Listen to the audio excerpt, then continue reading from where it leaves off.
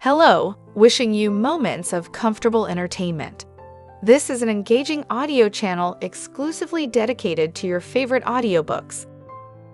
Chapter 1. Jade. Talon was the brother I'd never met. When Marjorie and I were in college, her older brothers, Jonah and Ryan, often visited. They were tall, muscular ranchers from Colorado, complete with cowboy boots and Stetsons. All the Steele siblings, Marge included, had dark hair that was nearly black. I admit I swooned a little when I first saw her brothers. Who wouldn't want to meet a couple of ruggedly handsome cowboys who were also billionaires from their ranch and wine business? They were too old for me, of course, and neither gave me a second look. And that was okay, because I was in love with Colin. Still, my heart always beat just a little bit faster every time Jonah and Ryan Steele came around. Marge laughed at me. They were her brothers, after all, and she had spent most of her youth the target of their merciless teasing. But even she admitted they were nice to look at. Of course they were. Marge looked just like a female version of the two of them. The Steeles had definitely been gifted in the area of physical beauty. I felt like the ugly stepsister around Marge. Though I'd always liked my thick brown hair, it seemed juvenile next to Marge's nearly ebony tresses. My eyes were more gray than blue, without the depth of Marge's dark brown ones that seemed to look straight into a person's soul. Like her brothers, Marge was tall, a few inches taller than I, and I was no slouch at 5'7.5". Even her body was perfect. She was long and lean like her brothers, while I was busty to the point that I had given up button-down shirts. I smiled. Marge used to envy my boobs, even after I'd educated her on the evils of boob sweat and never being able to find a sports bra that fit. I would have gladly traded my boobs for her perfect-sized body. The plane landed with a jolt. "Ladies and gentlemen, please remain seated as we taxi to our gate. Thank you for flying with us today, and we welcome you to Grand Junction, Colorado." I reached in my purse for my cell phone and clicked it on. A text from Marge. "Welcome! Can't wait to see you. Unfortunately, something came up and I won't be able to pick you up. Talon will be there. I've shown him your picture and he'll be waiting at baggage claim." I let out a sigh. The brother I'd never met. Talon had been deployed in Iraq during the years Marge and I were in college together. That was why he had never come to visit. He was the middle brother, between Jonah, the oldest, and Ryan, the youngest. Marjorie was the baby of the family. Marge never talked much about Talon. He was a mystery to me, though if he was as good-looking as his brothers, I wouldn't have any trouble looking at him for the hour ride from the airport to the Steele Ranch. The plane finally halted, and people began to rise, pulling their luggage out of the overhead compartments. I was trapped in a window seat, and the elderly couple sitting with me didn't seem in any hurry to get moving. So I waited. And I sighed again. My life had certainly taken a detour. Colin and I were supposed to be on our honeymoon right now, but him leaving me at the altar had changed those plans. Oddly, I wasn't as upset as I should have been. In truth, I'd known for some time that Colin and I had grown apart. I just hadn't wanted to admit it myself. When I finally realized that the agony coursing through me was actually laced with relief, I needed a change. Marge, who had been in Denver for my wedding as my maid of honor, convinced me to come to the western slope of Colorado and live at her ranch. I could find a job as an attorney in the small town of Snow Creek, and, if not there, I could commute to Grand Junction. So what the hell? I had left Denver, the only home I'd ever known, and here I was, having just landed in Grand Junction. The elderly couple finally moved, though at tortoise speed, and I stood and stretched my legs. I grabbed my carry-on out of the overhead bin and walked off the plane and into my new life. I followed the signs to baggage claim and strode toward carousel number 5. I knew him before he even turned around. So tall. Taller than either of his brothers, with that signature steel black hair curling over his collar. The white shirt stretched over broad shoulders, and then tapered down to a trim waistline and a gorgeous ass in dark jeans. I gulped. Well, what had I expected? For him to be waving a sign that said Jade Roberts on it? Why hadn't I gone to the bathroom to check myself out? I no doubt looked like I had been run over by a truck. I walked up behind him and cleared my throat. He turned, and two nearly black eyes scorched into me. His skin was nicely tanned, and his nose almost perfectly formed, except for a barely noticeable crook. He must have broken it once. His strong jawline was covered in black stubble, about a day's worth, maybe more. His lips were full and dark pink, and that corded neck. What might that bronze skin feel like against my fingertips? The first two buttons of his stark white shirt were open, and a few black chest hairs peeked out. My nipples poked against my bra, and my skin tightened, as if I'd been shrink-wrapped. "You, Jade?" he said in a husky voice. I nodded, unable to speak. Talon's steel was a god come to life. My heart hammered. How could I be so attracted to a man when, in a parallel world, I was supposed to be married to another right now? Colin and I might not have been in love anymore, but we still had feelings for each other. But being left at the altar, it screwed with a girl's head. "Just point out your bag to me, and I'll grab it for you." I nodded again and walked to the carousel. No worries. My bag was always the last one off. I was usually left standing with only one or two other people, convinced my bag was on its way to Timbuktu. Right now, I relished the wait. I could stand here and enjoy the hypnotizing effect of the revolving bags as I got myself together. No way. My bag inched down a little ramp and onto the carousel. So much for my time out. I grabbed the purple suitcase and lugged it off the carousel when a warm hand brushed against mine. "I said I'd get it for you." Talon seized the bag from me. "Come on, I parked on this level." I followed him. What else could I do? Clearly, he wasn't much of a conversationalist, and, truth be told, neither was I. I hated small talk, but I'd be trapped with him in a car for an hour. Without talking, that hour would be damned long. The man even walked sexily. He had to be 6'3" at least, maybe 6'4". I had to power walk to keep up with his long strides and was huffing and puffing before long. Of course, the view of his ass wasn't torture. His black cowboy boots clomped heavily along the tile floor. Once we reached the door, it opened automatically, and he went through first. Not much of a gentleman, but what did I care? I just wished he'd walk a little slower. I needed a little more time before the dreaded car ride. I followed him to a shiny burgundy Mercedes. The Steeles had money. A lot of it.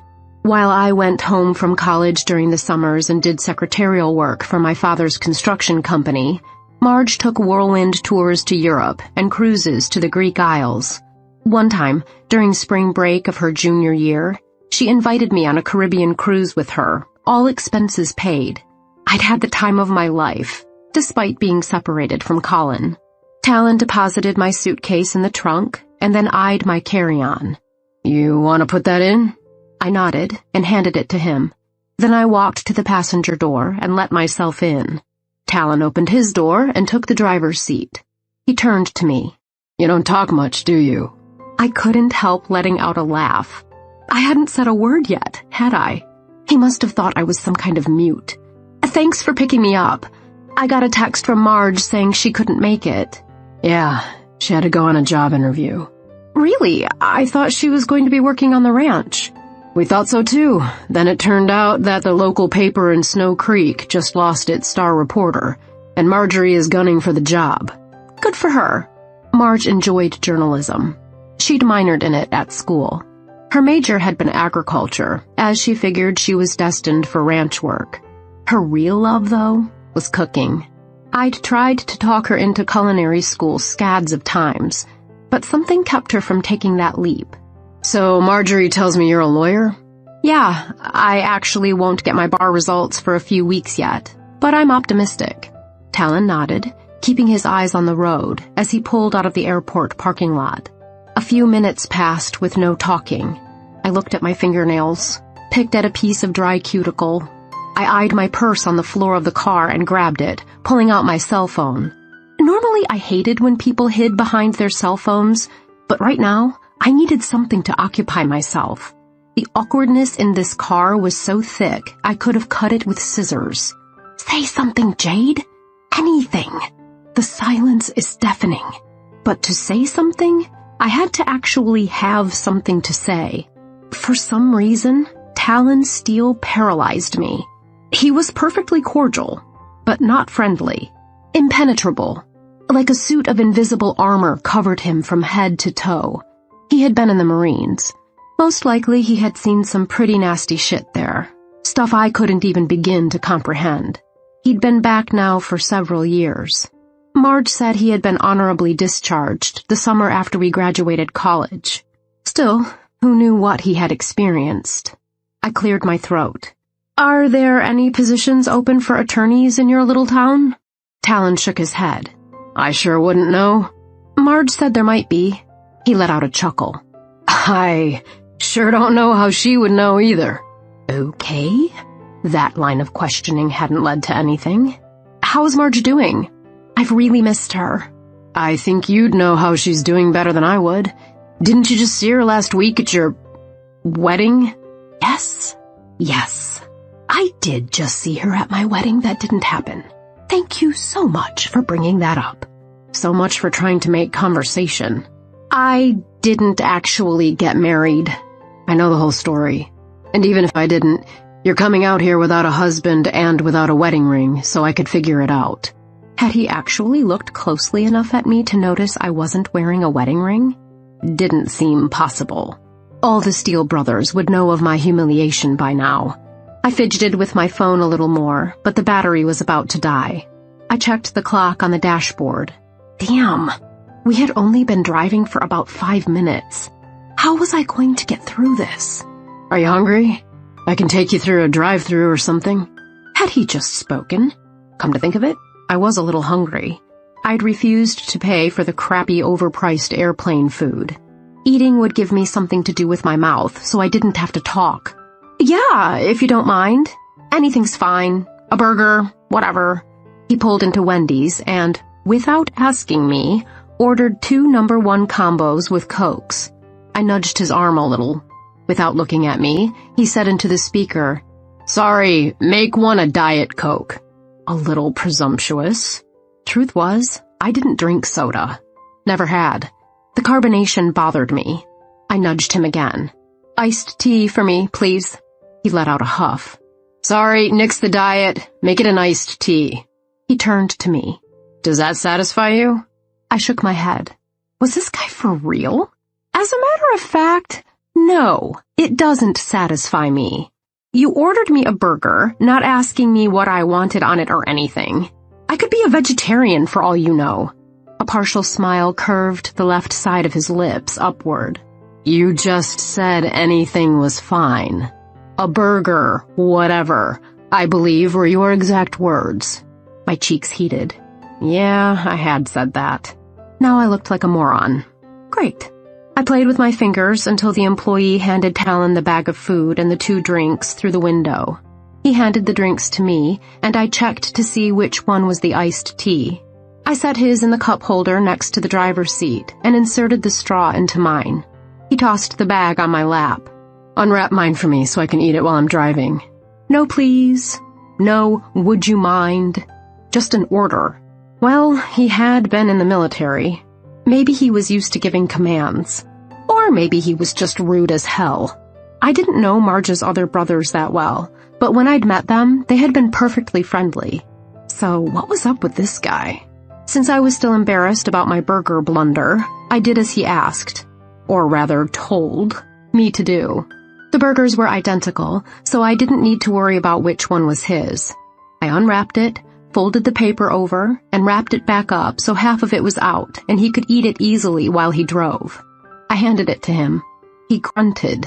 Apparently, that was what passed for thank you in the vocabulary of Talon Steele. I opened my burger and took a bite. Christ. Mayonnaise. Not that I had anything against mayonnaise, but I tried to avoid excess fat when I could. No point in voicing this. What was done was done. The burger tasted so good. Or maybe I was just that hungry. Now, if only I could make it last for another 45 minutes. I took small bites and chewed them until I had masticated the food into a pulp. Still, the clock showed 30 minutes to go when I had finished the burger and the accompanying fries. I stared straight ahead, ignoring the magnetic pull to turn and look at him. The man was obviously an asshole, so why was my libido so interested? My nipples were still tightening against my bra, aching for lips. His lips. Damn, this was going to be a long half hour. Chapter 2. Talon. Everything about the woman was sexy. Marjorie had told me she was pretty, and I'd seen photographs, but they didn't do Jade Roberts justice. Even the way she ate was sexy. How she licked her lips after every bite and then daintily touched them with her napkin. Still, a lone crumb from her hamburger bun stuck to the left edge of her lower lip. Damned to be that crumb. I wanted to lick it off and then trace the rest of her lips with my tongue before plunging it inside her sweet mouth and kissing her hard. The paper from her burger crinkled as she wadded it up and put it in the bag. When she reached to grab mine out of my lap and her fingers grazed the inside of my thigh, my dick stiffened. Yeah, just what I didn't need. A boner in the fucking car. She wadded up my paper and tossed it in the bag as well. Should I say something? I had no idea. She was Marjorie's friend, not mine. If only Ryan or Jonah had been able to pick her up. 20 more minutes. I'm really excited to see Marge, she said. Clearly, she was making small talk. Had she forgotten that she just saw Marge last week at her aborted wedding? It was the second time she'd made that goof. I couldn't help a small chuckle, but I managed to keep it silent. She was cute. Yeah, she's really excited about you coming out here to live. I really appreciate you guys letting me stay with you on the ranch until I get settled. Not a problem. If there's one thing we've got, it's room. Oh yeah, I know. I visited Marge at the ranch sophomore year during spring break. You weren't, I was in Iraq. For the life of me, I couldn't figure out why people were so loath to say the word Iraq. I was there. I saw a bunch of shit no human should ever have to see. But it was a fact, so why beat around the bush about it? It sure wasn't the first time I'd seen nasty-ass shit. She cleared her throat. Yeah. Silence for a few beats. Then, I think it's really heroic what you did over there. I really respect our military. I didn't do it to be a hero. Oh, I didn't mean to imply I'm no hero, Blue Eyes. Had I just called her Blue Eyes? In fact, I'm about as far from a hero as you'd get. I didn't know what I expected her to say to that, but I sure as hell didn't expect what she said. It really doesn't matter what you think, does it? I think anyone who serves our country is a hero. That's my personal definition, and I'm sticking with it. I shook my head. Such naivete. Had I ever been that naive in my life? Not since my first decade on this earth. And even then, I don't think I was quite as innocent as she was now. She'd learn eventually. I hoped it would be a while. I wouldn't mind seeing the innocence in those soft blue eyes a little longer. I don't know what to say to that. You could say thank you. Isn't that customary when someone gives you a compliment? You didn't give me a compliment. Sure I did. I said you were a hero. It's a great compliment. I wish someone would call me a hero. I'm no one's hero, and I never will be. And I told you I'm no hero. I suppose heroism, like beauty, is in the eye of the beholder then. I looked straight ahead, resisting the urge to turn toward her. I was driving, after all. The road into Snow Creek was never busy. We had to drive through the small town to get to Steel Acres. So where can I get a good deal on a used car? I need something to get around in. You'd be better off going into Grand Junction for something like that. But there's no hurry. We have about 5 cars on the ranch that aren't being used right now. You're welcome to use one of them. Oh no, I can't impose. You're already imposing, staying with us. I regretted the words as soon as they left my mouth. She didn't deserve to be treated this way. I just wasn't used to mincing words. I'm sorry, you just said you had plenty of room. Her voice cracked a little. Shit, now I had upset her. Truth was, I didn't know how to deal with people. 5 years in Iraq didn't teach me that, and God knew my life before then hadn't taught me jack shit. But something about her raised my hackles. I couldn't quite put my finger on it. All I knew was that I had to keep her at arm's length. Couldn't let her in. Couldn't let anyone in. Only problem was, up until now, I had never wanted to let anybody in. After less than an hour with this woman, my whole philosophy seemed to be shattering. Those damned blue eyes. All I meant was that we have extra cars, and you're welcome to use one. That's not what you said. I let out a heavy sigh and slowed the car down, stopping on the shoulder. I turned and looked into those amazing eyes, the color of tanzanite. My heart skipped. Look, you're Marjorie's best friend in the world, and you are very welcome at our home.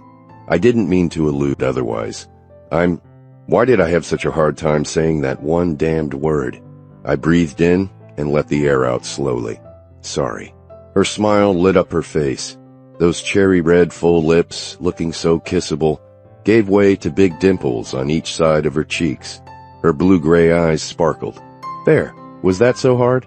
Brown hair fell across her shoulders in waves. I itched to touch the hair, the silkiness of her cheek, the moist scarlet of her lips. Damn it, I wanted her, and I had never wanted anything before in my life. Jade! My sister came running as soon as we got in the door. My mutt, Roger, panted at her heels. Hey, boy. I scratched him behind the ears. Jade fell to her knees. How cute! Hi there, baby. Roger took to her immediately, licking her face. Marjorie laughed. I forgot how much you love dogs. She turned to me. Jade goes crazy whenever she sees a dog. Back to Jade. I'm so sorry I couldn't come to the airport. Did Talon take care of you? For a moment, my stomach dropped. Would she tell Marjorie how rude I had been? But Jade just smiled. Oh, of course. Everything went fine. Did you get the job? Marjorie shook her head. Nope. Somebody else beat me to it.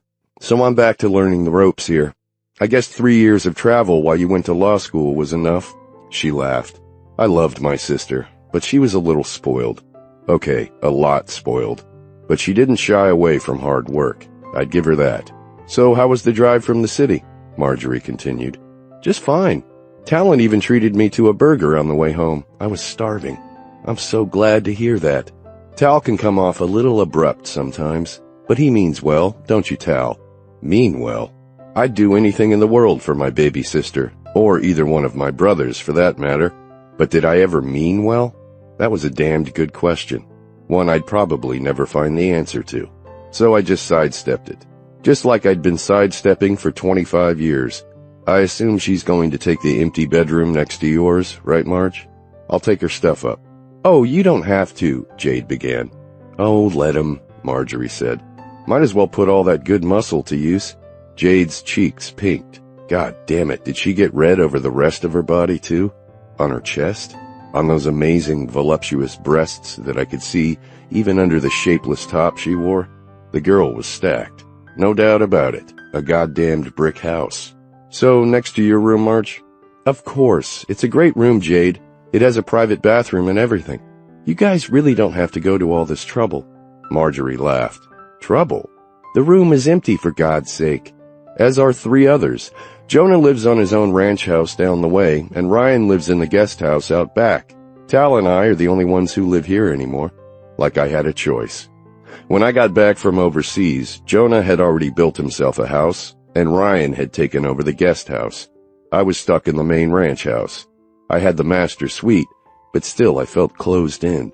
And now, with Jade living here, I'd better get to drawing up some plans for my own house, far away from this one. I grabbed Jade's suitcase and her carry-on and walked down the hallway toward Marjorie's room. I deposited the luggage in the extra bedroom. My suite was on the other side of the house, thank God. I needed to stay as far away from Jade Roberts as possible. I just wasn't sure any amount of distance would ease my craving. Chapter 3. Jade. I punched my pillow for what seemed like the 100th time. The bed was comfortable enough, and so was the pillow, for that matter. It was just strange, and until I got used to a new bed, I often couldn't sleep. Whenever I stayed at a hotel, I never slept the first night. Maybe a cup of tea would help. Caffeine or not, tea always relaxed me. And I'm talking tea, not an herbal infusion that people like to call herb tea when there's not a speck of real tea in it. I got up and quietly stole out of my room, down the hallway, to the mammoth kitchen in this amazing ranch house. I turned on the light and gasped. Talon sat at the kitchen table, a glass of water in front of him. Roger at his feet, tail wagging. Talon's magnificent chest was bare, his dark nipples surrounded by black chest hair, just enough to make him deliciously masculine but not too hairy. His right arm sat on the table, his forearm beautifully corded. And his upper arm? Oh, God. The muscles bulged even while he was sitting in a relaxed position. Why hadn't I bothered with a robe? My boobs were plainly visible beneath the tight white tank top I wore. A pair of Colin's old boxers covered my lower half. I'd thrown out most of his stuff, but these were just so comfy. I crossed my arms over my chest quickly, hiding my hard nipples. I'm sorry, I stammered. He didn't respond. Why are you sitting here in the dark? I asked. Couldn't sleep. That didn't really answer my question, but I decided not to push it. Neither can I. I'm sorry to disturb you. I just thought I'd see if you guys had any tea. It relaxes me. The small canister on the counter. He pointed. I wanted to go back and get a robe, but that would just make me look even more conspicuous, like I was trying to cover myself up. Which, of course, I was. I fumbled with the tea bag and started looking through the cupboards for a mug. Cupboard to the right of the oven, Talon said, not turning his head. I opened the cupboard door, and, indeed, coffee cups and mugs appeared. I grabbed one, filled it with water, and placed it in the microwave for a few minutes. As usual, the 2 minutes were the longest 2 minutes ever. Talon still sat, facing away from me, not drinking his water. When the microwave dinged, I grabbed my cup, added the tea bag, and set it on the counter. Should I sit down at the table and join him? That same wall encased him, and right now it seemed to encompass the entire table. Only Roger's wagging tail breached it. He stayed at Talon's feet, and as much as I wanted to squat down and pat his soft head, I held back. I did not feel welcome. Come on and sit down if you want, he said. I grabbed my tea and sat down across from him. Sitting next to him didn't seem right, but sitting across from him turned out to be a big mistake. He was right in my line of vision. I couldn't not look at him. His hair was tousled and sexy, and he raked his fingers through it, mussing it further. His gorgeous brown eyes were sunken and rimmed with dark circles. I'm sorry you can't sleep, I said. He cleared his throat. Don't be. I never sleep. That couldn't be possible. All humans had to sleep. But again, I wasn't going to push it. I don't normally have any trouble, I said. But the first night in a new bed is always troublesome for me. I'm sure I'll be fine tomorrow night. Yeah. You'll be fine. The demons in this house can't get to you. Talon pursed his full, dusky lips. Demons? What the hell was he talking about? He probably had nightmares from his time in the Marines. Perhaps he even had post-traumatic stress disorder. Was he getting any therapy? Certainly wasn't my place to ask. I don't really have any demons. Except, of course, my ex-fiancé, who totally humiliated me a little over a week ago. Talon raised his eyebrows. Had I actually piqued his interest? I'm sure that was rough. His tone unnerved me. While it seemed to hold sincerity, something bit through it. A touch of sarcasm? I wasn't sure what he meant by the comment, so I decided to take it at face value. Honestly, I'm more embarrassed than anything else. I really don't think we were in love anymore. We were together all 4 years of college in Denver, and then I stayed and went to law school, and he headed to New York to intern for his father's company. Somehow we held it together, but long-distance relationships are hard. In retrospect, we shouldn't have stayed together. Talon stood. I'm sure you'll be just fine. Believe me, things could be a lot worse. My skin warmed. How dare he belittle this? I wasn't sitting in here asking for his pity. I had told him point blank that the relationship had been a mistake, and we should have called it off years ago. Of course things could have been a lot worse. Things could always be worse. I stood as well, and looked him straight in his blazing black eyes. You're right. I will be fine. Did I ever say I wouldn't be? I know there are a lot worse things in the world than being left at the altar. However, that doesn't take away the fact that I was completely humiliated. Talon shook his head, chuckling. I get it. You're fine." His words crept under my skin, and my hackles rose. Why did everything he said cut through me like an ice pick? "You know, you hardly know me. Why are you being so judgmental?" "I know you more than you think, Blue Eyes. I know you've had a life so full of privilege that the worst thing in the world that has ever happened to you is you got humiliated on your wedding day. For your information, my life has not been full of privilege. I had a modest upbringing." I did a 180 around his gourmet kitchen, Viking stove and all. "Which clearly you did not." He chuckled again, and goddamn it, my dander rose. "Blue Eyes, there are some things money can't buy. Modest upbringing or not, you had a college education. You had a law school education. Once you pass the bar, you'll be able to get a job that pays decent money. And with your looks and that luscious body of yours, you'll have no problem attracting another guy in no time. So don't tell me you don't have privilege." I had to think to understand his last words. I was stuck on the looks and luscious body part. Was he attracted to me? This Western god? Attracted to me? I opened my mouth to speak, but before any words came out, he grabbed my arm, pulled me toward him, and crushed his mouth to mine. The kiss was raw. He forced his tongue between my lips and just took. My legs quivered. Oh, God. 7 years of kissing Colin, and it had never been like this. He devoured me, and I melted into him. He grabbed the back of my hair and yanked on it as he continued to plunder my mouth. Electric jolts arrowed straight to my pussy. No man had ever yanked on my hair before, and oh my God! I returned his kiss with greed. Such a soothing salve for my shattered ego. This man found me attractive, was kissing me.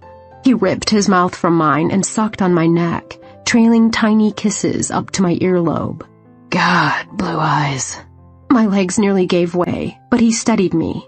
That guy you almost married, he whispered into my ear. Did he ever kiss you like this, Blue Eyes? I opened my mouth, but all that came out was a sigh. Talon thrust his tongue into my ear canal. I nearly melted into a puddle right there. Take me to your bed, I said in my mind. Take me to your bed and fuck me silly. Tell me, he demanded again. Did he ever kiss you like this? No. And he clamped his mouth to mine once more. Again our tongues swirled together, and again my legs threatened to give way. I slid my hands up his hard arms, relishing the muscle covered by smooth bronze skin. I gripped his shoulders, and then wrapped my arms around his neck, trying to close whatever distance remained between us. Closer. Wanted to be closer. But he broke the kiss with a loud smack, releasing my hair so I nearly tumbled backward. I caught myself by grabbing the back of the chair. I whimpered at the loss of his lips, his arms, his need. He stood, staring at me. No, glaring at me. Those black eyes burning 2 holes in my skin. Was he going to say anything? What was I supposed to do now? Should I apologize? But I hadn't kissed him. He had kissed me. Would he apologize? Nope, no apology. He walked past me, out of the kitchen, and down the hallway toward his room, the blonde mutt loping on his heels. I plunked down in the chair and wrapped my hands around my warm cup of tea. His full glass of water still sat, untouched. Rita's Cafe was a cute little mom-and-pop diner on the main drag of Snow Creek, Colorado. I sat across the table from Marge. She had insisted on taking me out to breakfast my first full day in Snow Creek, treating me to what she called the best coffee in the universe. I was skeptical. I liked really strong coffee. Really strong, as in it plops when it's poured. Most restaurant coffee was hot brown water. I raised my cup to my lips and took a sip. Yup, brown water. But I didn't have the heart to say so to Marge. I drew in a deep breath, gathering my courage. I was going to ask Marge about her brother. I wouldn't tell her about the stolen kiss last night. At least, not yet. But something was up with Talon's steel, and Marge probably knew what it was. "After we're done here," Marjorie said, "I'll show you around Snow Creek. It's the most adorable little town. There's one law firm in town where you might be able to find work, and there's always the city attorney's office, too." "I haven't passed the bar yet," I reminded her. "For a genius like you, that's just a formality. You know you'll pass, Jade." I had felt pretty confident coming out of the test, but I'd also known people who felt just as confident, or more so, and hadn't passed. "I hope so.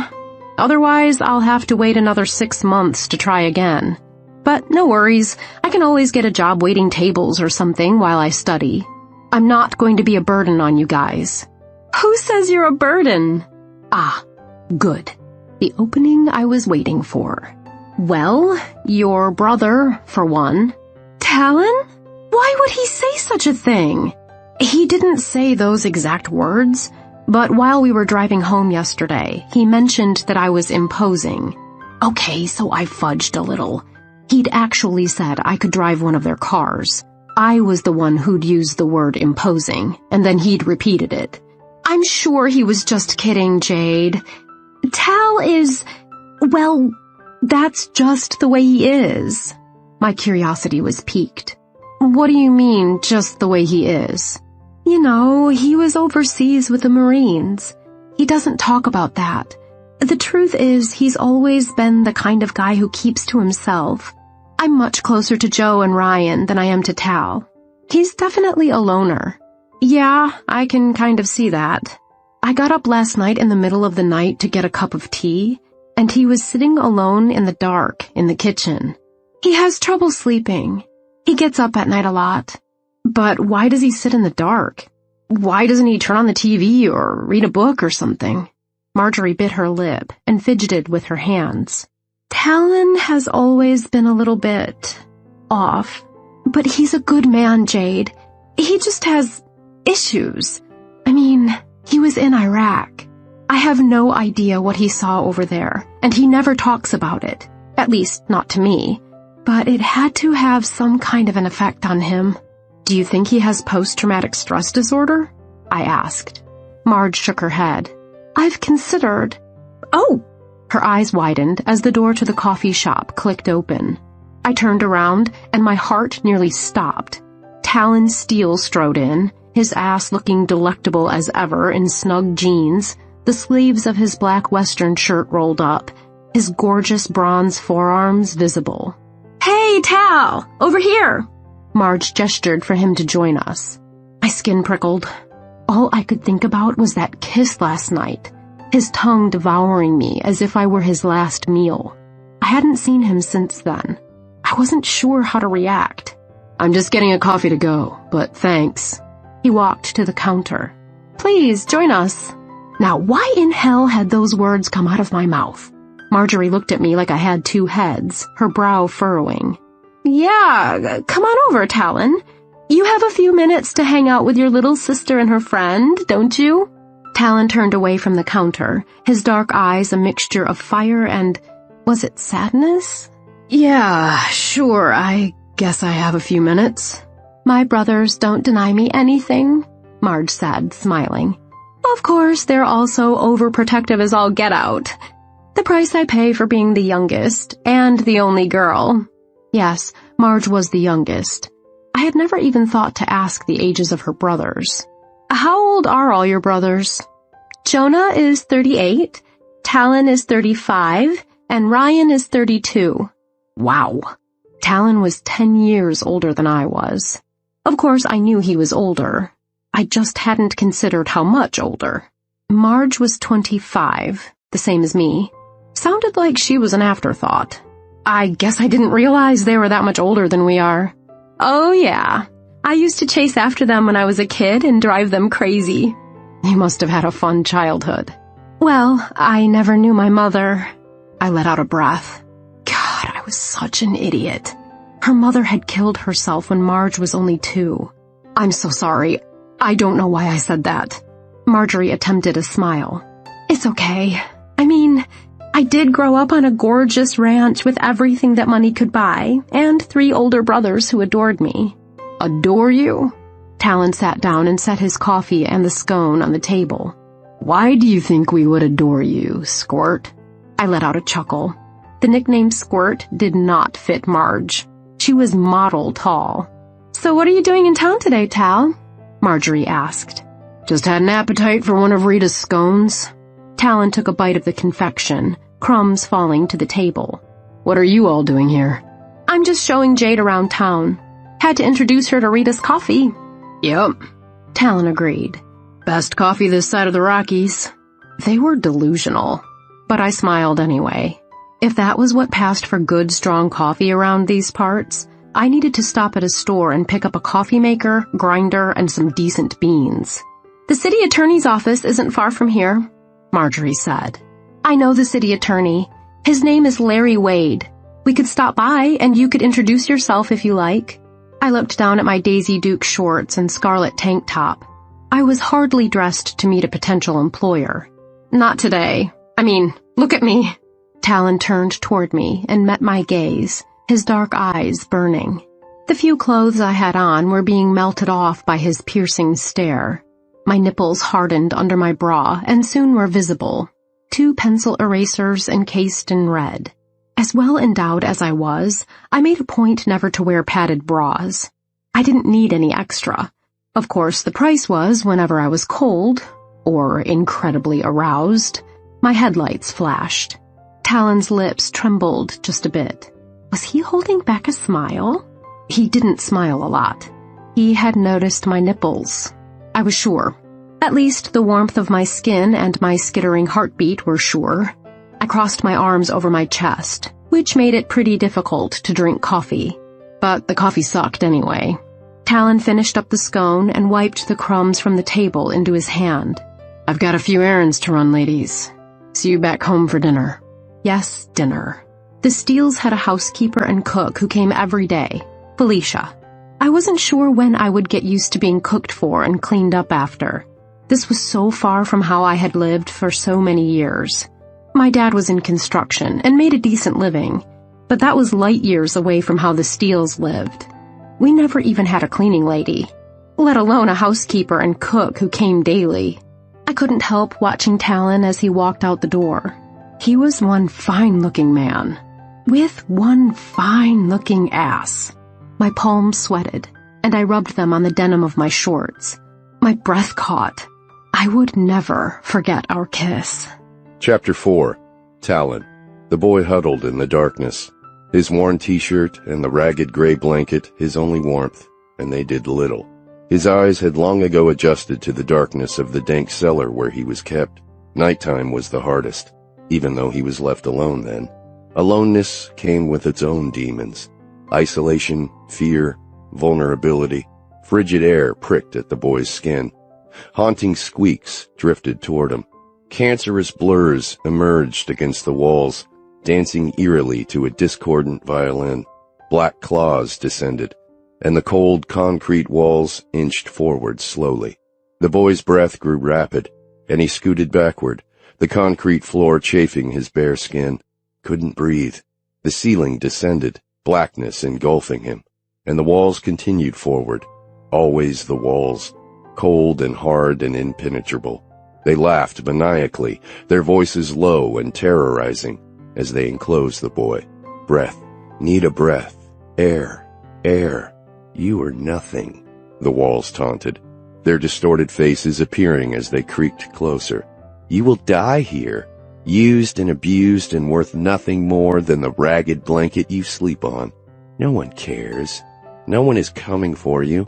No one but us. We will take you into hell. I sat at the kitchen table again, a glass of water in front of me that I never touched. Why did I always get a glass of water when I came to the kitchen at night? Seemed like the thing to do. When a person got up in the middle of the night, he got a drink of water. I wasn't thirsty.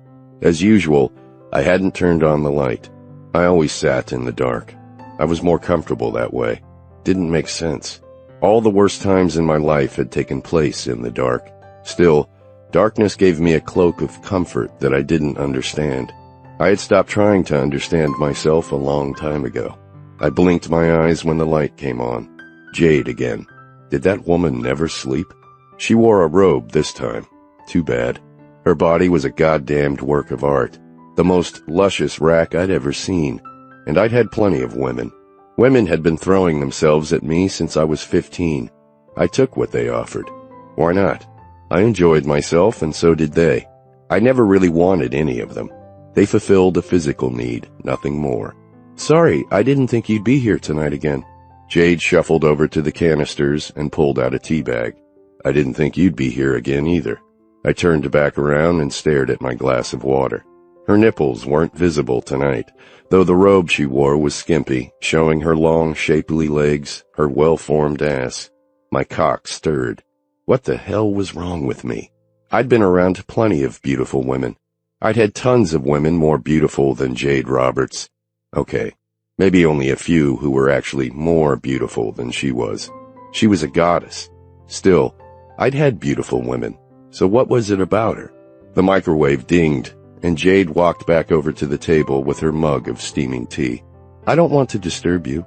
I'll just take this up to my bedroom. She turned to leave the kitchen. Don't go. Had those words come from my mouth? What did I want with her? I was only sure of one thing. I did not want her to leave the kitchen. She turned and faced me. Honestly, I didn't mean to disturb you. Why can't you sleep? I asked. Is something wrong with your bed? Jade shook her head. She knelt down to give Roger a pet. How are you doing, boy? And sat down at the table. No, my bed is perfectly comfortable. I don't know why I've been having trouble sleeping. Maybe I'm not as over the whole wedding thing as I thought I was. Maybe I'm anxious about my bar results. Maybe I'm worried about getting a job and imposing on you guys for too long. Probably all of the above. You don't have to worry about the last one. We have plenty of room. You're welcome to stay here as long as you need to. Marjorie wouldn't have it any other way. That's kind of you.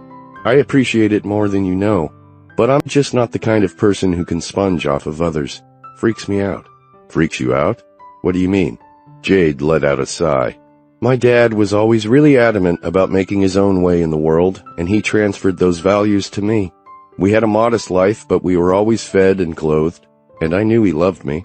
So you're close to your dad? She nodded. I miss him. What about your mom? I haven't seen my mom since I was a kid. She left us for her career. Her career? What kind of career would she leave her kid for? Jade shook her head and let out a sarcastic chuckle. You ever heard of Brooke Bailey? Yeah. She was a supermodel a couple decades ago, right? Jade nodded. She was. She's also my mother. I arched my eyebrows. Brooke Bailey had been the hottest thing walking when I was a teen. Jonah had nursed a major hard-on for her while we were growing up. The signature poster of her and the royal blue bathing suit had hung on the wall right by his bed.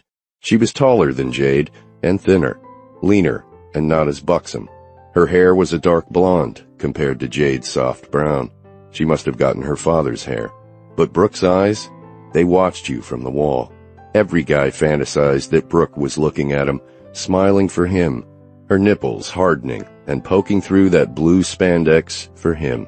The camera loved Brooke Bailey. She must have made a mint on that poster. So why had Jade had such a modest childhood? I gazed at her, and then I saw it. Jade had Brooke's eyes, that steely blue-gray that seemed to penetrate through every layer of a person.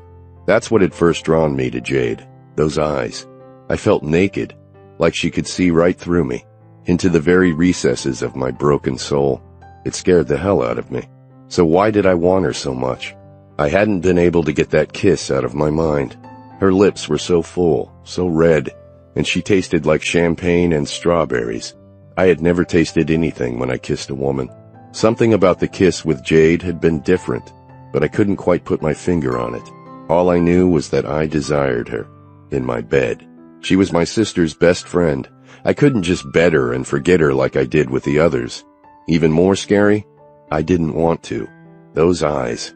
I could never let her get close to me. She would see right through all of the walls that I had built up around me, all the secrets I'd buried deep inside. I could never tell her the truth about why I didn't sleep, about the demons that haunted me in my dreams. I could never tell anyone. Really? I finally replied to her revelation. She looked down to her teacup. I know it's hard to believe. I don't look anything like her. You have her eyes. I couldn't help myself. It just popped out. You think so? I nodded. Joe was obsessed with Brooke Bailey when he was younger. He had that blue swimsuit poster that she made. You know, the one where you could swear she was looking right at you and smiling? Jade rolled her eyes. That poster embarrassed the hell out of me while I was growing up. Most people didn't know Brooke was my mother, and I kept as quiet as I could. Why would you be embarrassed? That poster was a hit. Your mom is beautiful. Yeah, more beautiful than I'll ever be, but that's not why it was embarrassing. I didn't agree that Jade wasn't as beautiful as Brooke. Brooke was model beautiful, but Jade was stunning, warm, inviting. Then why? Well, it's kind of hard to say. Her cheeks flushed an adorable pink. Come on, I urged. Tell me. Well, because pretty much every teenage boy I knew had masturbated to my mom's hard nipples poking through that blue suit. That's why. I let out a chuckle. Poor girl did have a point. I'm sure the poster made a lot of money for you. I never saw any of it. Her second husband took most of it and gambled it away. After she divorced him, she came back, wanting to work things out with my father and me. I was around 15 at the time, and I was having none of it. Neither was my father. The pain of loss washed over me. I knew what it felt like to lose a mother. My mother had been great up until I shook my head to erase the images that tried to sneak in. I was 12 when my mother killed herself. Marjorie didn't even remember her. I see. So it was the classic choosing the career over the family kind of thing. Jade nodded. That about sums it up. She was more interested in being Brooke Bailey than she was in being my mom, until she lost everything. What's she up to now? I haven't the foggiest, other than she's broke and Botoxed. Jade took a sip of her tea. And I don't care. I nodded. What could I say to that? She had every right to feel the way she did. I guess I should get back to bed. She stood. But I didn't want her to leave. I enjoyed talking to her. I really didn't talk to much of anyone other than Marjorie and my brothers. I found myself wanting to talk to Jade, and that had to stop. The more I talked, the more cracks got into my wall. I could not risk my wall coming down. I would die. So I had to let her go. I couldn't let her in as much as I wanted to. But I stood anyway, went after her, grabbed her, and turned her to face me. What is it? Her eyes were wide. This, I said, and slammed my mouth onto hers. God, the same strawberry champagne flavor. She returned my kiss, twirling her tongue against mine. My cock stiffened under my lounge pants. I wasn't wearing a shirt, and I desperately wanted to feel her breasts against me. Still kissing her, I untied her robe and slipped it over her shoulders until it ended up in a silky puddle on the kitchen floor. Her beautifully full breasts were bound in a white tank top. Such beauty shouldn't be bound. It should be free. I broke the kiss and looked down. Her dark areolas were visible through the white cotton. Her nipples puckered and hard. I cupped one breast in my left hand and kissed her again. She groaned into my mouth. I felt the vibration more than heard it. My cock was full-on hard now. I desperately wanted to push her down to her knees, force her mouth onto my erection, and make her suck me into oblivion. Instead, I kept kissing her, thumbing her erect nipple. When she sighed into my mouth, I gave the nipple a little pinch. She jerked against me but did not stop me. She continued to kiss me, letting her soft, sweet tongue wander into my mouth. I drank from her, quenching a thirst that I hadn't realized I had. She was so beautiful, so giving, so everything that I was not. Soft where I was hard, whole where I was broken. Could she heal me? Could anyone heal all the holes in my soul? As we kissed, I almost believed that she could, but I knew better. I broke the kiss with a loud smack. No one could heal me. I would forever be broken. She looked up at me with those steely eyes, her lips puffy and swollen, her nipples still hard through the white tank top. How I ached to hold her close to me, kiss the top of her silky hair, whisper into her ear that everything was all right and would always be all right. But that would be a lie.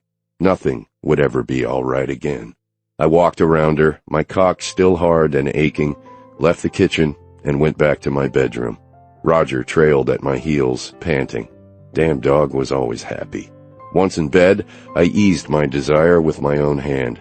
Still, Jade's beautiful face, those eyes that penetrated through all my layers, haunted me well into the night. I didn't sleep. I never slept. Chapter 5. Jade. He did it. He really just left me standing in the kitchen after giving me a kiss even more amazing than the last one. I didn't know what to make of it. Should I talk to Marge about it? Would she even want to know? Would she be comfortable with her brother kissing her best friend? I let out a heavy sigh and took a few more sips of my tea, which had grown lukewarm. I would have to stop these little midnight visits to the kitchen. I picked up my robe and put it back on, a shiver overtaking me. My nipples were still hard against the fabric of my tank. God, when he touched them, pinched them, I'd nearly shattered right then and there. 2 kisses from Talon Steele had affected me more and been more exciting than 7 years of kisses with Colin Morse. Thank God he had left me at the altar, or I'd be married to one man without ever knowing what it felt like to love another. I shook my head rapidly to clear it. I was not in love with Talon Steele. I'd known him for 2 days. He was such an enigma. He didn't sleep, ended up in his kitchen every night, and now he had kissed me twice for no apparent reason. He'd never said anything about it. Not like there was a lot to say, but shouldn't he at least mention it to me in passing? Apologize if he didn't mean to do it? And I sincerely hoped he meant to do it. My legs trembled, and I sat back down at the table. Damn. Colin had never made my legs tremble, at least not like this. Talon Steele was fucking amazing. Flawless looks, the best kissing in the world, but he still wore that armor. My talk with Marge hadn't revealed anything. Clearly, she didn't know her brother any better than I did. Maybe the people I should be talking to were Jonah and Ryan, but I had only seen them in passing since they both lived outside of the main house. In the morning, I'd go out on the ranch and talk to one of them. Or I could drive over to the vineyards. That was where Ryan would be. He was the winemaker. Finally, I stood. Time to get back to bed. But I wouldn't sleep. If only I had brought a vibrator with me. In the morning after breakfast, I told Marge I would do some exploring on my own. I hopped in the Ford Mustang they had allowed me to use, set my GPS, and drove over to the Steele vineyards. I didn't want to bother Ryan, but it couldn't hurt to see if he had a few minutes to talk to me. The scenery was lush and green, acres and acres of pasture land for their beef cattle, and little houses dotted the area as well, where their hired people lived. When I passed all of the pasture land, I came to the orchard. The apple and peach trees were in bloom, and the sweet smell of their blossoms wafted into the car. I inhaled deeply. Marge raved about the western slope peaches. She also said that Ryan, as well as making traditional wine from grapes, made apple wine and a peach wine in a dry style. Most fruit wines I'd tasted in the past were so sweet. I was excited to try Ryan's offerings. When I finally drove to the end of the orchard, I came to the vineyards. They were also in bloom. I'd have to ask Ryan what kind of grapes he grew here. The Steeles made a Merlot, a Cab, a Rhone blend, a traditional table red blend, and several others. Could he possibly grow all of those grapes here? Or did he bring some in from California? All good questions, and I was actually interested. That would give me a good segue into talking about Talon. I could start with Ryan by telling him I had an interest in the wine business. That wasn't even a lie. I loved a quality glass of wine. Enology had always interested me. On that job issue, maybe Ryan could use me at the winery, at least until I got my bar results. I'd been working since I was 16 years old. Didn't feel right to me not to be earning something. All through college and law school, I worked 20 to 30 hours a week, waiting tables during college, and then as a law clerk during law school. Perfect. Of course, I was putting the cart before the horse. Maybe Ryan didn't need any help at the winery right now. After all, he wouldn't actually be making wine until harvest time. But it didn't hurt to ask. I drove up the gravel driveway to the winery office and tasting room. I'd been here once before when I visited Marge on the ranch during college. We'd thought it great fun to get to taste all the wines, even though neither of us was 21 yet. I parked and walked in. A woman sat behind a small desk, typing on a computer. "Hi," I said. Is Ryan around today?"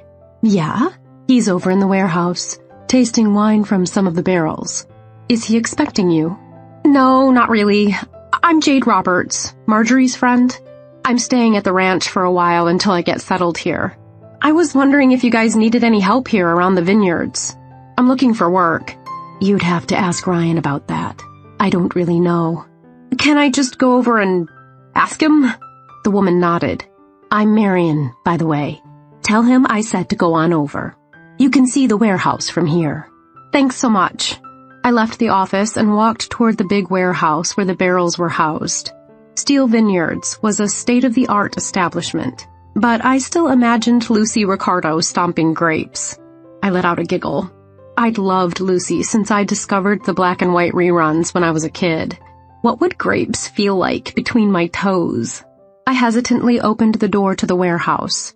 I had been here before, but I'd forgotten how huge the stainless steel barrels were. The place was spick and span spotless. I'd been surprised when I first saw the place several years ago. I had been expecting old wooden barrels. Nope, not for Steel Vineyards. Everything up to date and state-of-the-art. Several employees milled about, none of them paying me any mind.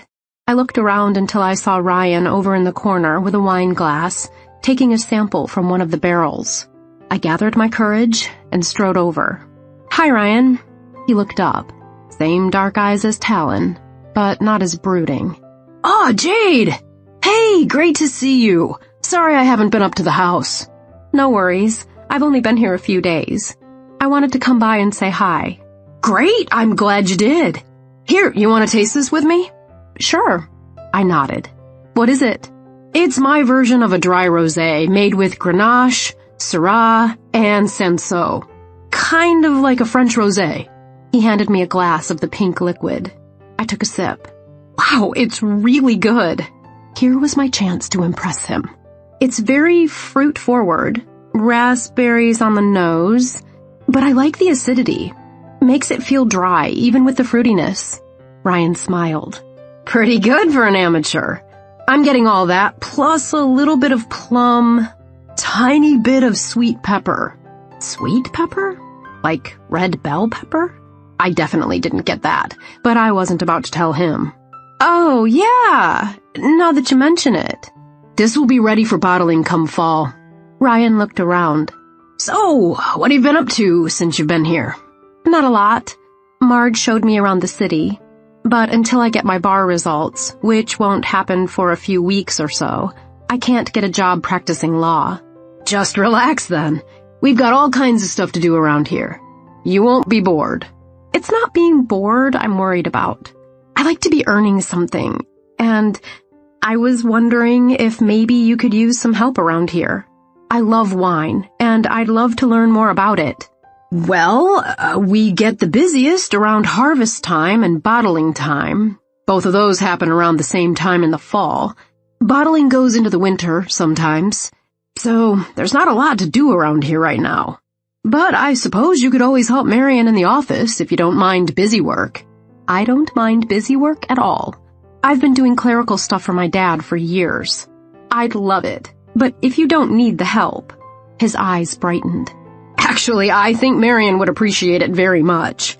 And also," he stroked his chin, "I think I could use you in the tasting room. If you're truly interested in wine, I could give you a little guidance and you could run tastings." My mouth dropped open. "Really? I would love that." "The pay's not much. Not for someone who's waiting for a job as a lawyer. $15 an hour. But I could probably get you 20 to 30 hours a week between helping Marion and helping in the tasting room." "Hey, the pay is great. I've been working since I was 16, and I just hate not to be earning something. I really appreciate the fact that you guys are letting me stay here, but I don't want to be a total sponge." "Are you kidding me? Marjorie has been so excited to have you. And we have room and plenty of everything to go around. But I understand how you feel. And I actually really could use your help." "This is so awesome, Ryan. Thank you so much." He grinned. He resembled Talon quite a bit, except his nose was still perfect. Obviously, it hadn't been broken. Is this what Talon would look like when he smiled? I had never seen Talon smile. Not really. What would it take to get a true smile out of him? Let's go back to the office. We'll fill out some paperwork and I'll introduce you to Marion. We've already met. I asked her where to find you. Great. Let's take a walk. As we walked, I itched to bring up Talon. How exactly did one bring him up in conversation? Hey, what's going on with your brother? When we got back to the office, Ryan filled Marion in, and she set about rooting out the tax forms I had to sign. Once everything was in order, Ryan said, "The tasting room is just behind the office. Let me show you. People visit the winery a lot during the summer, and we offer free tastings of our current releases." The tasting room was basically just a conference table with a buffet on one end that held lots of wine glasses. A bar sat along the far wall. "The wines are back here." Ryan pointed to a refrigerated wine cabinet. "You just open 4 or 5 bottles of our current releases and pour. Simple enough. Answer questions about the wine if the people have any. I'll have you sit in on a few that I do and that Mike does. He's my second in command around here. Although he's off for a week on vacation right now." This is awesome, Ryan. I'm so excited. You'll find it's not as glamorous as you think, but I enjoy it. Are you kidding? You're an artist. Well, I've won a few awards in my day. He grinned again. I sucked in a deep breath and let it out slowly. Now or never. Ryan, could I ask you a question? Sure, go ahead. I bit my lip. I was wondering about your brother, Talon. He seems, I don't know. Have you had a run-in with him? Well, yeah. He kissed me twice in the middle of the night. No, nothing like that. He's the one who picked me up at the airport a few days ago. He was just so, a little off. I nodded. Yes, that's it exactly. Ryan blew out a breath. You know, he was in Iraq for a while. Yeah, I know. I figured that's what it was. Well, there were things before then, even. But it's Talon's story to tell, not mine. If he's bothering you, just ignore him. No, that's not what I meant. He's not bothering me. I just would like to know more about him. He's pretty much a closed book. I figured as much. That armor I had sensed the first time I met him, so apparent, although invisible, I could feel it, as if it were a living, breathing entity enclosing him. Don't let him get to ya, Ryan said. He's been through a lot. Just hang out with Marjorie, and starting tomorrow, you can hang out here with Marion and me and the rest of us. When did you say you get your bar results? It could be as soon as a few weeks to a month, or it could be longer. I frantically check the website every day to see if it's been updated. Ryan laughed. I imagine that's pretty nerve-wracking. No kidding. Those were the most challenging 2 days of my life. And I'd better pass because I am certainly never taking the damn thing again. Well, if you don't pass and you don't want to take it again, maybe you can become a winemaker. He smiled. Gorgeous smile. Funny though, it didn't affect me at all. I didn't feel any pull. It was Talon, who never smiled, who drew me like a magnet. I'll have to think about that. I laughed. What time do you want me here tomorrow? Let's say 9 for now. When things get busier, we start at 8, and sometimes even 7. Not a problem. I can do that. It would give me something to focus on. And I'd better start sleeping if I had to get up early, which meant no more midnight rendezvous with Talon. All for the best. I thanked Ryan again, stopped at the office, and said goodbye to Marion, and drove back to the main house. I walked in the front door. Marge? I called. No response. I checked my watch. Noon. No wonder I was hungry. I walked into the kitchen, this time in broad daylight, and there was Talon sitting at the table, that adorable dog at his feet. He was staring at a full glass of water. Chapter 6. Talon. So is this your MO at noon as well as midnight? I looked up. Jade.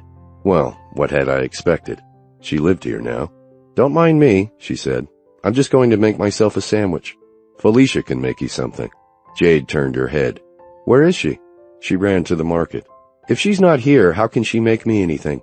Jade walked to the refrigerator and opened it. She'll be back. Jade laughed. I'm perfectly capable of fixing my lunch.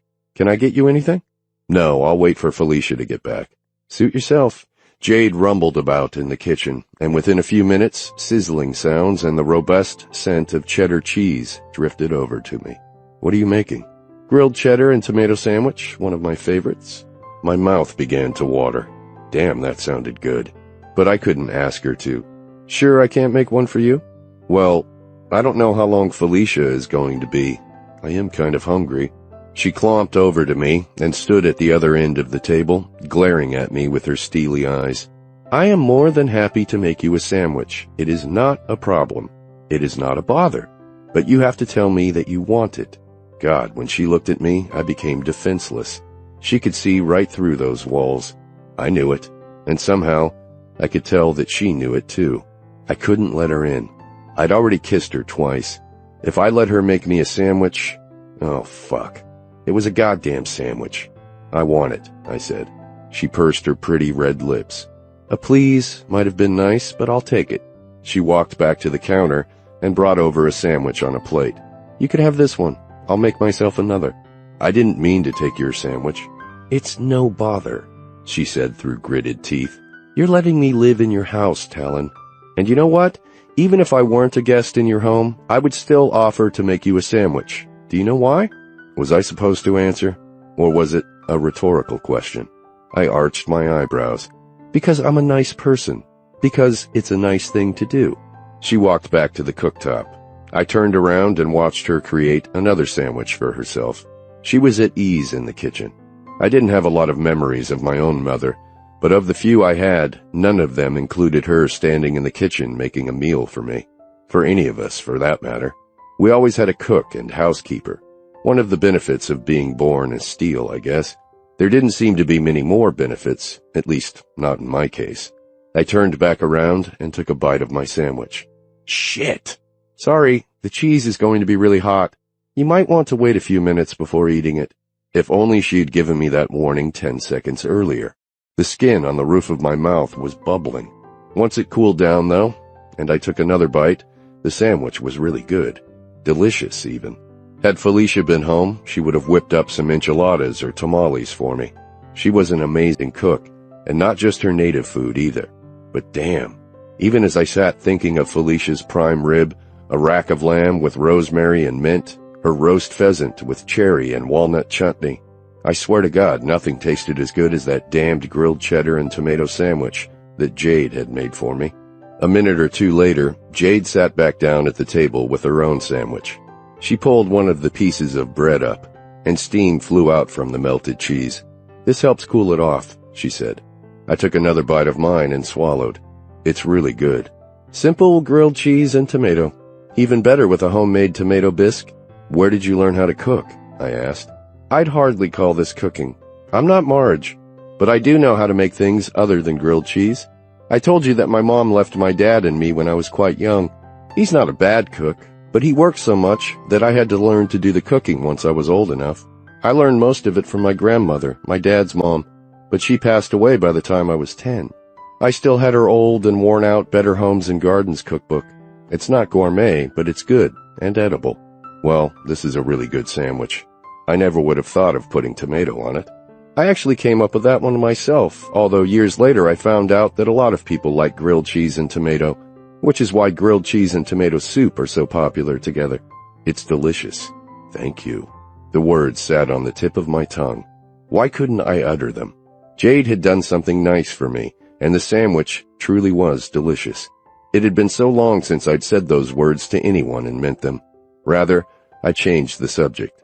What have you been doing today? I drove over to the winery to talk to Ryan. A sharp pain stabbed me in my gut. Why the hell was she talking to Ryan? Ryan was known as the most jovial and best-looking Steele brother. The guy always had a smile on his face. No baggage for that one. Of course not. I had saved him that day. He's going to give me some work over at the winery until I get my bar results. Thank God. So that's all it was. Jade was interested in wine. What kind of work? Nothing too exciting. Mostly helping Marion around the office with busy work. He did say he would train me to do tastings. I'm really excited about that opportunity. Yeah, he opens up the winery for tastings all day on Friday and Saturdays. We get quite a good crowd there. He doesn't charge for the tastings, but that doesn't matter because most people end up buying a case or two of wine. Do you like wine? I'm more of a bourbon or whiskey man myself. Peach Street is my favorite. I've never heard of that. It's made here in Colorado. It's some smooth stuff, let me tell you. Colorado makes some amazing whiskeys. Breckenridge and Stranahan's are two other great ones. I'll have to try them sometime. I'm not much into hard liquor or beer for that matter. My preference is wine when I drink at all, which isn't a lot.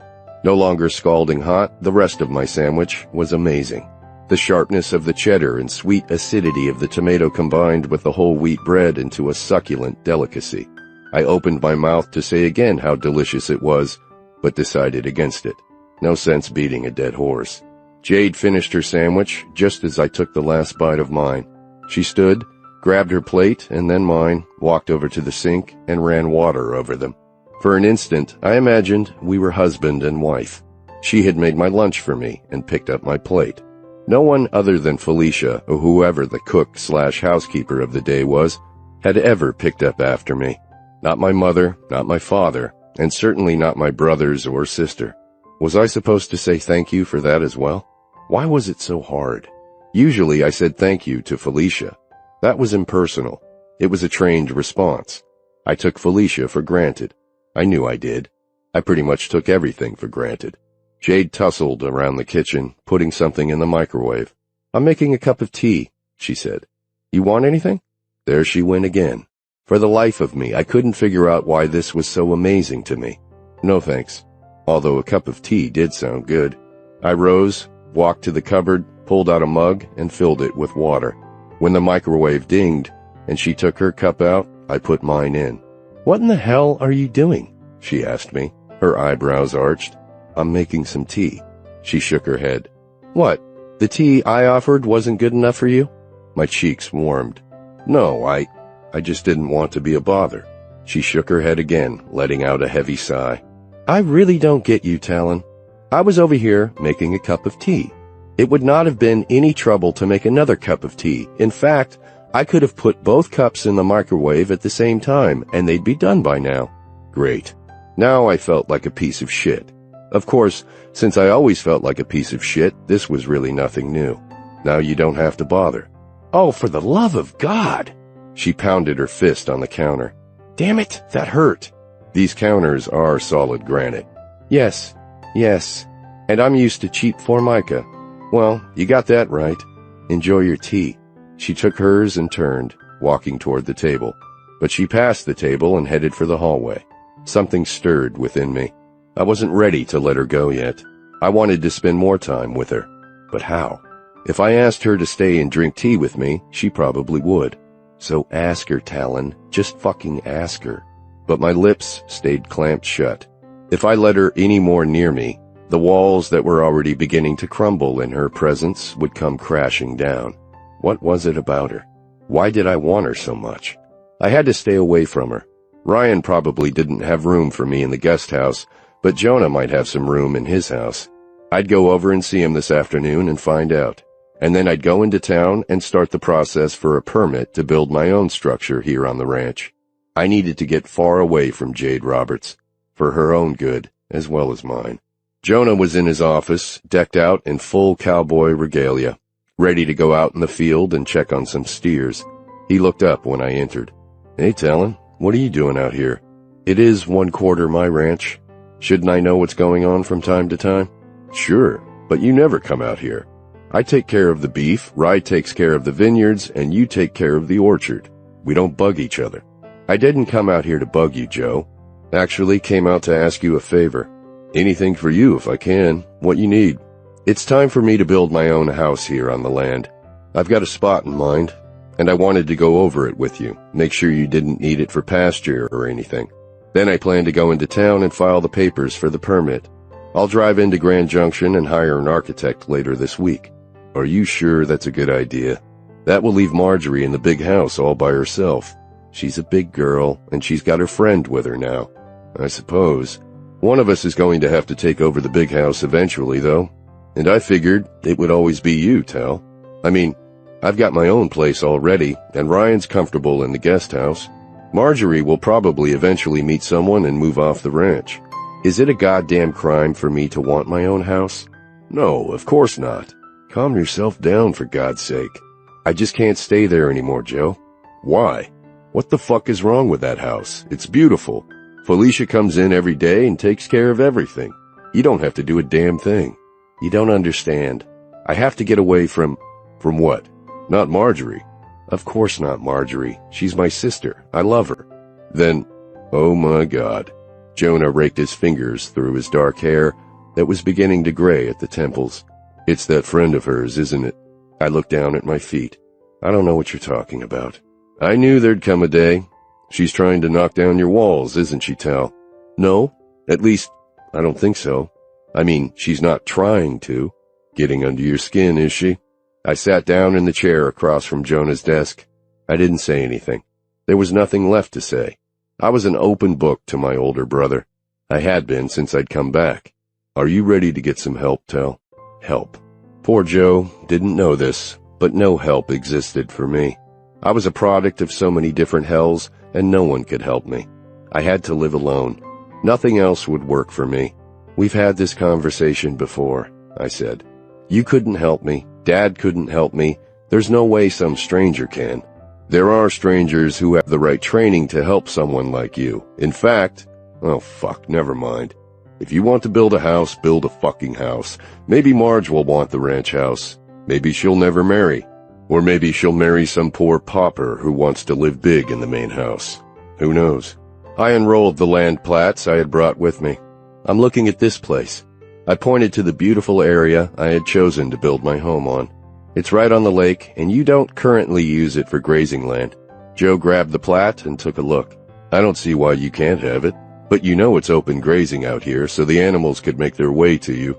I have no problem with that. I liked animals. They understood me. They didn't press. They didn't judge.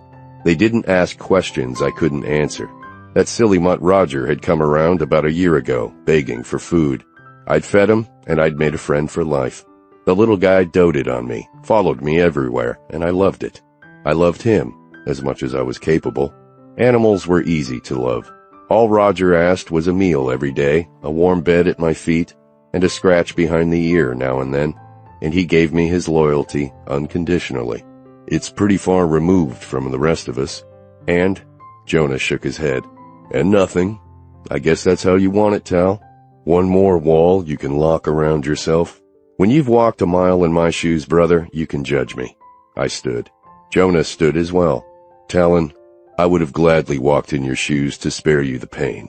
You can't say that. You don't know. You're right. I don't know. I don't pretend to know everything you've been through. But that doesn't mean I wouldn't have done anything to protect you. You're my younger brother.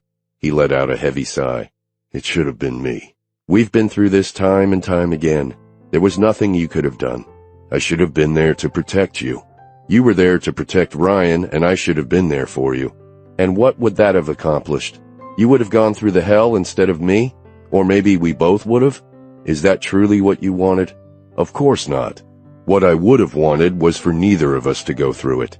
But if it had to be one of us, I would have preferred it to be me. My skin prickled. The thought of either of my brothers enduring what I had nauseated me. That's the dumbest thing I've ever heard, Joe. Look at me. I'm alive. What more can I want? You're not alive, man. You're a goddamned corpse walking around. No feelings, all those walls. That's not living, bro. I'm doing the best I can. This is all the living I know right now. Talon, that's a fucking lie and you know it. You know what? I changed my mind. I do need that little plot of land for pasturing. I don't want you building a house there, or anywhere for that matter.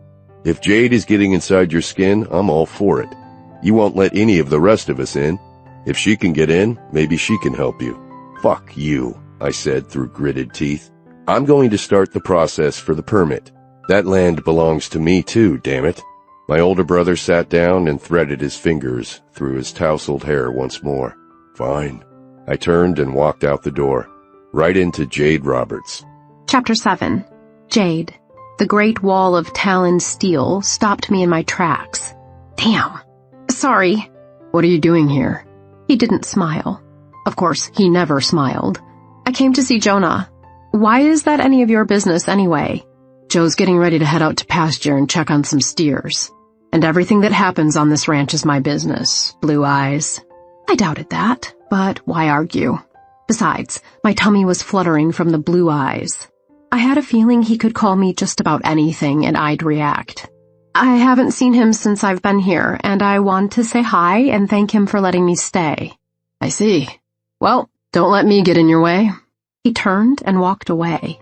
I knocked on the door and then opened it. Is anyone here? Yeah. Come on in. Jonah was in the corner, checking the spurs on his boots. Hey, Jade. Hi. Sorry if I've come along at a bad time. Not at all. I have a few minutes. What's on your mind? Talon. But I couldn't say that. Not a whole lot. I just wanted to come by and thank you for letting me stay at the main house with Marge. Oh, that's no problem at all. As you've seen, we've got room. We're happy to have you. I'm glad. I really appreciate all you guys are doing for me. Any friend of Marjorie's is a friend of ours. Yeah. Well, I'll see you around. I'll let you get back to your work. I turned. Jade? Wait a minute. I turned back. Yeah? Jonah walked toward me, his spurs clacking on the floor. There's something I want to ask you, if you don't mind. Not at all. I understand you're helping Ryan over at the winery. Yeah, I'm really excited about it. Was that what he wanted to know about? So, he hedged a bit. What do you think of my brother? Ryan? That was who we were just talking about, right? He's great. Great, Yeah, I mean, he didn't have to give me a job at the winery. Jonah shook his head. Oh, no, I'm not talking about Ryan. I'm talking about Talon. Talon? What could I say about Talon? Oh, he's the best kisser in the world. But other than that, he hardly speaks to me, and when he does, he's usually rude. Well, I don't really know what to say. Talon keeps to himself. Have you and he... What in the hell was he talking about? And then it dawned on me. Talon might have told Jonah about our kisses. Did brothers talk about things like that? I had no idea. Have he and I what? Never mind. But suddenly I wanted to know exactly what he meant. Talon was such an enigma. I'd really like to know what you're going to ask. In fact, I'd really like to know more about Talon. Why is that? Well, he's so closed up, you know? Jonah nodded. He's been through a lot. Yeah, I know. Overseas. The Marines. Yeah, overseas. Jonah's dark eyes held a faraway look. A hint of sadness. I asked Marge about him, and she said that's just the way he is. Ryan didn't say much more, except that it wasn't his story to tell. What story is he talking about, Jonah? Jonah looked above me, his gaze seemingly fixed on a spot on the wall. Whatever story he's talking about, it's not mine to tell either. That was no help. Why was I not surprised? But could you do me a favor? Jonah asked. Sure, what do you need? Don't give up on Talon. There's something about you. He's responding to you in a way I've never seen him respond to anyone. How could you think that? You've never seen us interact. He smiled, handsome as anything, just like Ryan, but lacking the heat I felt when Talon looked at me. Call it a hunch. Hunch? I was supposed to not give up because of Jonah's hunch? I'm afraid I don't understand what you're asking. Try to spend some time with him. Get him talking. He barely says 2 words to me, Jonah. Jonah let out a laugh. That's probably 2 more words than he says to anyone else. I couldn't help it. I laughed too. Does he ever smile? Jonah sighed. Not a lot, I'm afraid. But that's part of my hunch. I have a sneaking suspicion that you might be able to get some smiles out of him. Did he tell you about... I clamped my hand over my mouth. What was I saying? I hadn't even told Marge about the kisses. I certainly wasn't going to tell Jonah. Tell me what? Never mind. I turned around and ran out the door. God, sometimes I was such a complete moron. But I had made up my mind about one thing. I was going to learn more about Talon's steel. One way or another, I would find out what made him tick. Those walls were coming down. I'd been sleeping better, but I purposely set my phone to buzz at 1 in the morning. Maybe I could learn more about Talon during one of his midnight kitchen raids. I walked out to the kitchen, but he wasn't there. The next night, even though I was exhausted from my first day working with Ryan at the winery, I did the same thing. My phone buzzed for me at 1 in the morning. I rose, took a quick bathroom break, combed my hair, and pinched my cheeks. I purposely didn't put on my robe. I was wearing my trademark cotton spandex white tank and old boxers. I crept out into the kitchen. When I turned on the light, there sat Talon, at the same place at the table, staring at a full glass of water, his dog at his feet. "Where were you last night?" He looked up. "I actually do try to sleep most nights." Which was a lie, of course. He hadn't been there last night. At least not at the same time. Was he messing with me? I gave Roger a quick pet, and then walked to the counter to begin my ritual. "Do you want some tea?" I asked over my shoulder. "No," he said without looking up. Okay.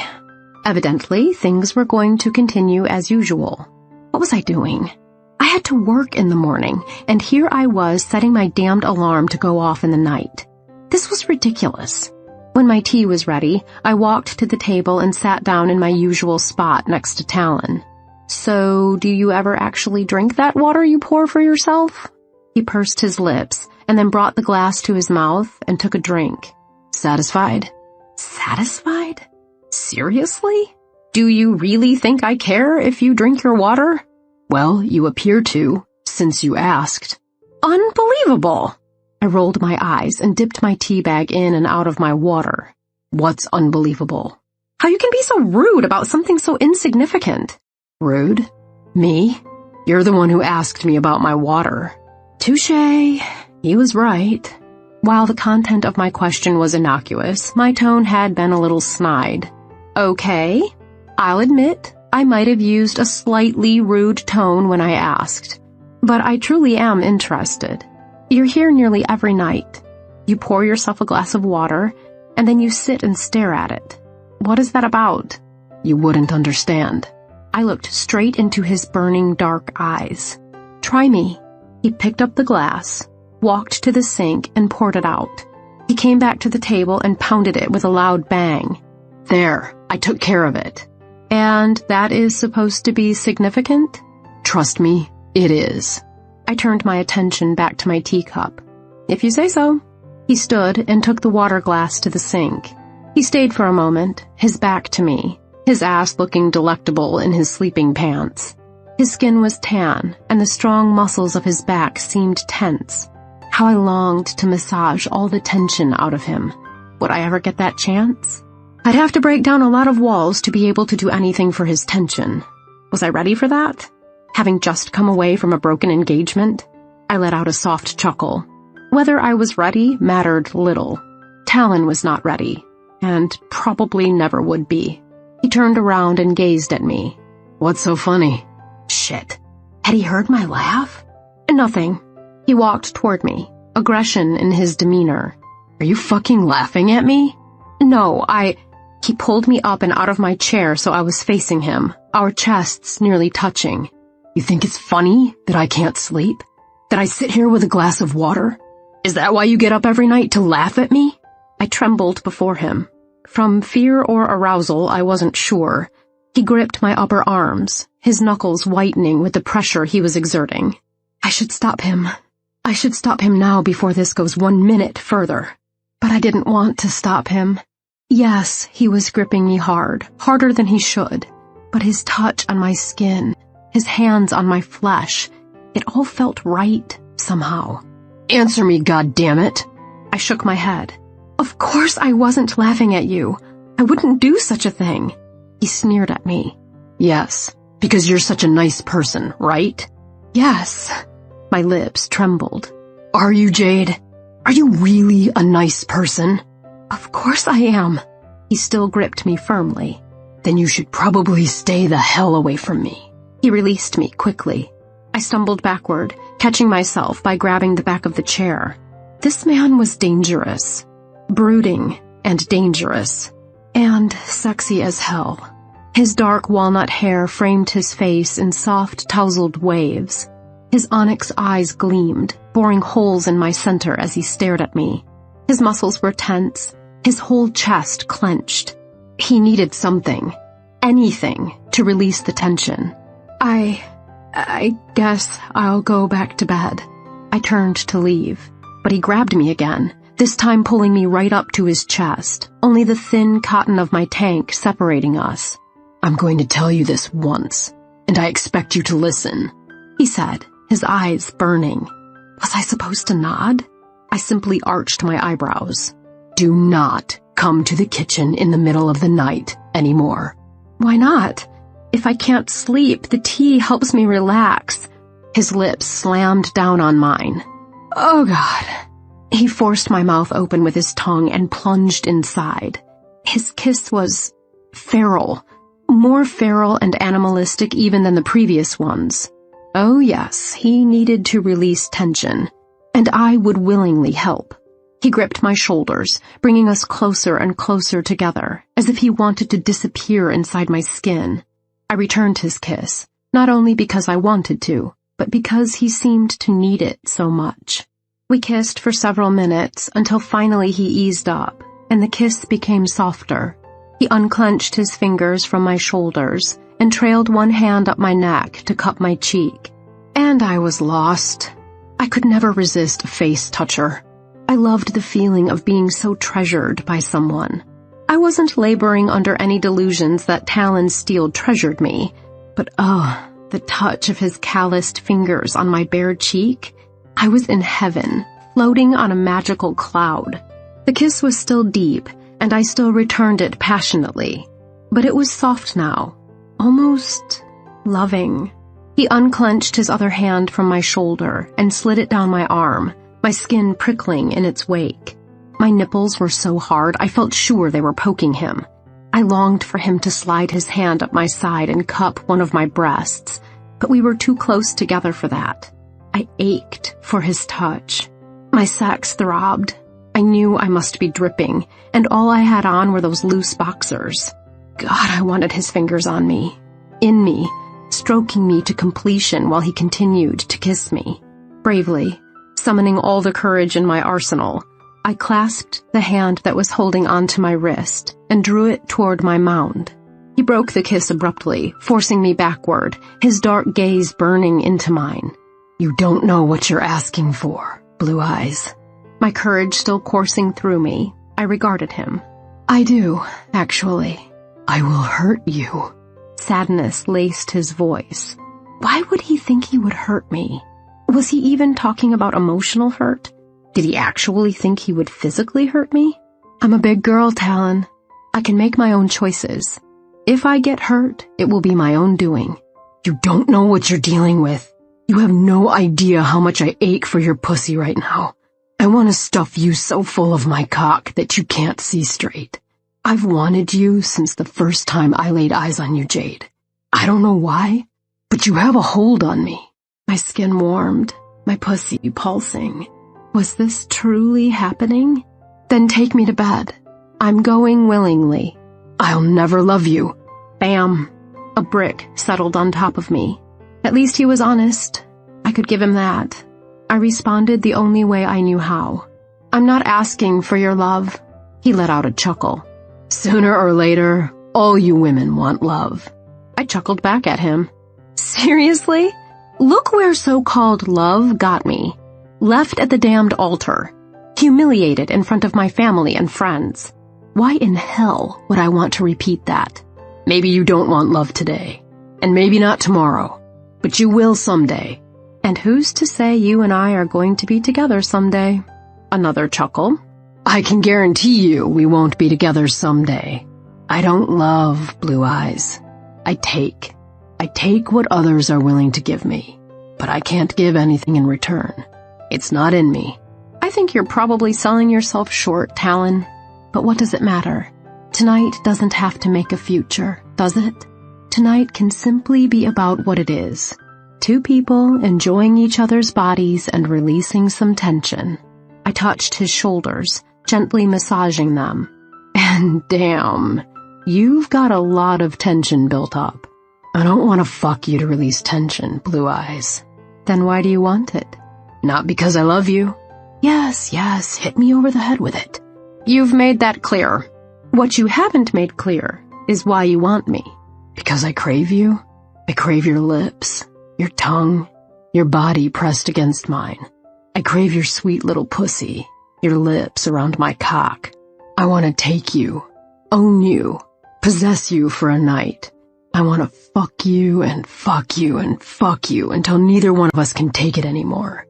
His eyes glowed, his dark nipples hardened, and his erection was apparent underneath his pajama pants.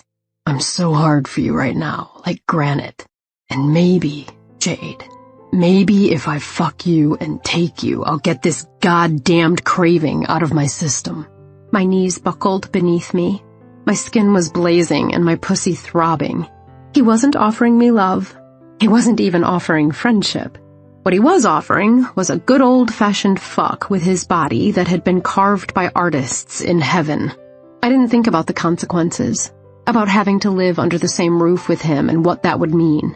I didn't think about how it would feel to see him every day and not be able to touch him. I didn't think about what the night might ultimately mean to me and the sadness I might feel at never being able to have it again. I should have thought of all those things, but I didn't. Instead, I met his dark gaze. You want to fuck me so bad? Then do it, Talon. Chapter 8. Talon. I grabbed her arm and jerked her toward me. God, those breasts against my chest. Her hard nipples poking me. I was so fucking hard, so fucking ready to stick my cock inside her. In her mouth, in her pussy, in her ass. Wherever she let me. And she would let me go wherever I wanted. I could see it in her eyes. Those steely blue orbs that haunted me. She'd let me have whatever I wanted tonight. Why was I hesitating? I was Talon Steel. I took what was offered. I never felt the least amount of guilt. I looked down at her red lips, swollen from the kiss I had given her. Fuck, that kiss. I'd been like an animal marking his prey. God help me, I couldn't get enough of her lips, enough of her luscious tits pressed against me, enough of her blue gaze that crashed right into my soul. I would be her undoing. I knew that without question. But I didn't care. I had to get my cock inside her. And if she was willing, who was I to refuse? I swept her into my arms and carried her down the hallway into my suite. I wasn't going to be gentle. I was never gentle. And even though with her, I almost wanted to be, I was so fucking turned on now that I couldn't be. I set her down next to my bed. She turned to face me, her gaze never leaving mine as she slowly pulled the white tank top over her head. Her ample breasts fell gently against her chest, her brownish-pink nipples taut and hard. She cupped them for a moment, as if holding them out in offering, but then slid her hands down her sides and over her hips, taking her boxers with her. When they were a plaid puddle on the floor, she stepped out of them. Fuck me. She was shaved bare, her ruby pussy lips on full display. I nearly creamed myself right there. I had to squeeze the base of my dick to calm myself down. Jesus, I was like a teenager around her. She took a step toward me, placed her silky hands on my hips, and brushed my lounge pants down over my legs and onto the floor. Her eyes widened when she saw my cock. I couldn't help a small smile. Seconds later, though, she met my gaze, slid her hands up my abdomen and neck to cup my cheeks. Take me, Talon, she said. Take what you need. I could have thrown her on the bed and fucked her silly right then and there. She was ready. The lips of her beautiful pussy were already glistening. But no, I wanted to go slowly, to savor her. I had to make this night count, make it everything it could be. I had to, because I needed to make damn sure this need went away after tonight. Get on the bed, I said. She smiled. Oh my God, she was fucking beautiful, and complied. How do you want me? She asked. I'm going to suck on your nipples, Blue Eyes. I'm going to suck them until they're raw and aching. Tell me you want that, baby. Tell me you want my lips all over your nipples, all over your breasts. Yes, she breathed. Her eyes fluttered closed. I want that. I want you to suck my nipples. I flicked my tongue over one hard bud. I want to suck and suck on them, baby, until your pussy is so wet and dripping for me, until you're begging for my cock. If it's begging you want, I'm ready now. I shook my head. No way. I'm going to make you really want it, really ache for it. By the time I'm done with you, Blue Eyes, you are going to be rode hard and put away wet. I took one of her dark pink nipples between my lips and sucked. She writhed beneath me, moaning. God, that feels so good. I continued sucking and tugging, while I found the other with my hand, giving a light pinch. She jerked beneath me. God, her pussy. I could smell her arousal. That scent that made me crazy. I sucked harder on her nipple, pinched harder on the other. Her hips began moving, wafting more of her scent toward me. She had a musky odor that reminded me of a ripe peach. God damn it, I loved peaches. I wanted to slide down her luscious body and lick her sweet cream. But I wasn't done with her nipples yet. I wanted her so tight, so on edge, that she was begging for me. She writhed underneath me, moaning, groaning. Each time I gave her nipple another light pinch, she jolted. Oh my God, Talon. God. I let her nipple drop from between my lips with a soft pop, and I looked into her steely eyes. You like that, baby? Oh God, yes. I continued working her nipples while I trailed my hand down her soft skin to that oasis between her legs. I found her clit easily and pushed on it. She jerked with a loud sigh. She began moving in rhythm with my finger as I teased her clit. She was so fucking wet with that fragrant nectar of hers. I resisted the urge to dip into her channel with my fingers. No, I was going to go slow. I would make her want me so badly she couldn't take it anymore. She threaded her fingers through my hair as I started sucking on her nipple again, all the while teasing her clit. Please, please, she begged. Again, I let the nipple drop from my mouth. Please what? Please, your finger, your cock. I need you inside me. All in good time. I returned to her nipple, sucking it, kissing it. I worked my tongue around her areola and then up over the full globe of her breast. Her skin was like silk under my lips, and she was so responsive, so warm. A few seconds more and I dropped her nipple again and removed my hand from her clit. I quickly turned her around and pushed her on the bed so she was lying on her tummy. Her beautiful ass, creamy and milky, drew my attention. I gave her a soft slap and then shifted her knees forward so her ass was in the air. Her beautiful red pussy was on display, ripe for me to take it. And her puckered little hole, god damn, the woman was killing me. I couldn't wait anymore to taste her. I shoved my face between her butt cheeks and inhaled her musky odor. I swiped my tongue along her slit and nearly unraveled. God, she tasted so fucking good. Better than any pussy I had ever tasted, and I'd had more than my share. Even her little asshole tasted sweet. I slid my tongue through her folds again. She moved her hips backward, moaning. Your pussy tastes so good, Blue Eyes. I dived back in again, sliding her labia along my teeth, nipping, biting, sucking. Couldn't get enough of her sweet pussy. When I finally took a break and kissed the sweet curves of her ass, I inserted 2 fingers into her cunt. Immediately she clenched around me, jerking backward. God, she was coming. And it was the most exciting thing ever. Her moans and clenches fueled my desire. She was going to come and come and come all fucking night. She responded to my touch like no other had. Talon, what are you doing to me? Damn, it's good. She kept driving into my fingers, her spasms increasing, and I was beyond thrilled. Yeah, baby, come all over my fingers. I hope to God she wasn't a one-orgasm woman, because I was far from done. I nursed her through the end of her spasms, and she collapsed on her belly. I turned her over. I could have slid my cock into her heat in that moment, and damn, I was tempted, but I had to savor her. This would be the only time I had her, and I had to get enough to ease my desire, make it go away forever. Sit up, I commanded. I want you to suck my cock. Her eyes fluttered open, her lush body was flushed pink. She was clearly still reeling from her orgasm, yet she obeyed me, sitting up and wrapping her slender, warm fingers around my erection. How do you like it, Talon? Licking, kissing, sucking deep? All of the above. I closed my eyes. Just get those lips around my cock. She bent forward and obeyed, kissing my tip. I damn near exploded. Then she tongued my tiny slit, swirling her tongue around the head. God, I was sensitive. I clenched my teeth, forcing myself to stay in check. This had to last if I was going to get her out of my system. She slid her tongue down the underside of my cock to the base and up again. Then she swirled around the head again and clamped her lips over it, taking me to the back of her throat. She held it there for a few seconds, and I had to force myself not to release down her throat. Damn. She continued sucking me, making me crazy until I couldn't hold off any longer. I grabbed onto her head, forcing her down upon my cock and then up and back down, up and back down. I ached to come down her throat, to watch my semen wet her mouth, watch her lick my saltiness from her lips. No way. I was coming in that hot little pussy of hers. I had planned to take her from behind, doggy style.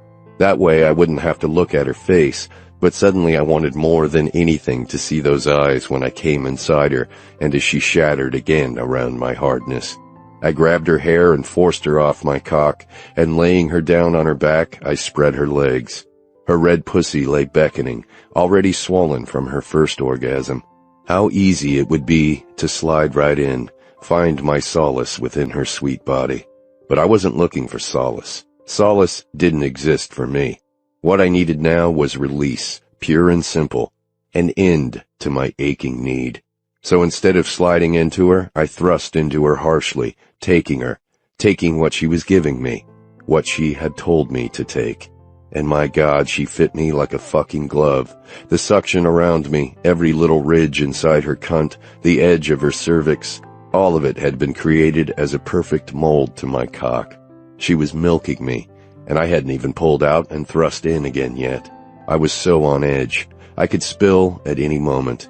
How would this help my need if I couldn't make it last? Please, Talon, please fuck me. I need it. Now. Her words were my undoing. I pulled out and thrust back into her, finding in her body the release I needed. Only one more thrust and the convulsions started at the base of my cock and in my balls, traveling at light speed through my arousal as I filled her with my cum. What was I, a fucking teenager? 2 thrusts and I'm coming? A 35-year-old guy who couldn't hold his spunk? She didn't get to come again. What a fucking failure I was. I pulled out, my cock already going limp, and I had forgotten to look into her eyes. That filled me with the most sadness of all. She gently cleared her throat. Are you done? Embarrassment flooded through me. But what the hell did I care what she thought? This was just a fuck after all. If it hadn't been to her liking, oh well. She had come at least once. It wasn't a complete loss. Was all that came out. I rolled over so I was lying on my back, next to her. You're what? Sorry? Why? It was wonderful. Don't lie to me. Who's lying? No one's ever gone down on me like that before, and my nipples are still quivering from the treatment you gave them. She leaned up on one arm and pressed her lips across mine. Tenderness. She was giving me tenderness, and I didn't deserve tenderness. I didn't want tenderness. I'd done what I wanted to do. I'd fucked her. Yeah, I'd wanted it to last longer, but it hadn't. It was over. It wouldn't happen again. Chapter 9. Jade. He didn't respond to my kiss. My skin tingled all over, and my pussy was still throbbing. His cock hadn't been inside me for long, but God, for the few seconds he had penetrated me, I'd felt complete in a way I hadn't ever. Or maybe I was just horny. I was wildly attracted to Talon Steele, no denying that. But on the other hand, how much of this was the rebound thing? I had just been left at the altar, and now I had to live here in the same house with him. Had this been a complete mistake? But as I looked at him, lying on his back, his arm over his forehead and his eyes closed, I couldn't think it had been a mistake. Perhaps it would be awkward between us from now on, but I would never regret this. I couldn't help a smile. He had come very quickly. That meant he had wanted me, or at least that he found me wickedly attractive. I'd take either at this point. Now what? It was the middle of the night. Should I get up and go back to my own room? Did he want me to stay? I wanted to stay. Talon's steel was so... I couldn't quite put my finger on it. All I knew was I had an overwhelming need and desire to offer him comfort. I had no idea what might be comforting for him, but something in me knew he needed it. Slowly, I trailed my hand over his forearm. He jerked at first. "Shh," I said softly. "Let me." He relaxed slightly. Though still tense, at least he didn't make me stop. I feathered my fingers up his forearm, his upper arm, to his shoulders, then down over his abdomen, tracing gentle circles around each of his nipples. I glided my hand down his chest over his abs, down to his dark, thick patch of pubic hair. I entwined my fingers in it, purposely avoiding his cock. This wasn't about sex. This wasn't about turning him on. This was about giving him comfort. I sat up a little so I could move my hand down his thick, muscular thigh, his calf, all the way down to his ankle and foot. I gently trailed my fingers over his instep and then moved to the other foot, the ankle, the calf, the thigh, back up to his pelvis, his beautiful torso, to his shoulder, and then his other arm, all the way down to his hand. I squeezed each finger gently, and then went back up his arm, across the shoulder, and back down his other arm to the hand near me. I pulled the blankets over our bodies, entwined my fingers with his, and lay back down next to him on my back. I would stay until he told me to leave. I was sitting in a plush seat of the Betcher Concert Hall in Denver. My fingers weaved around Talon's. I massaged his thumb with mine. He looked at me and smiled. Smiled.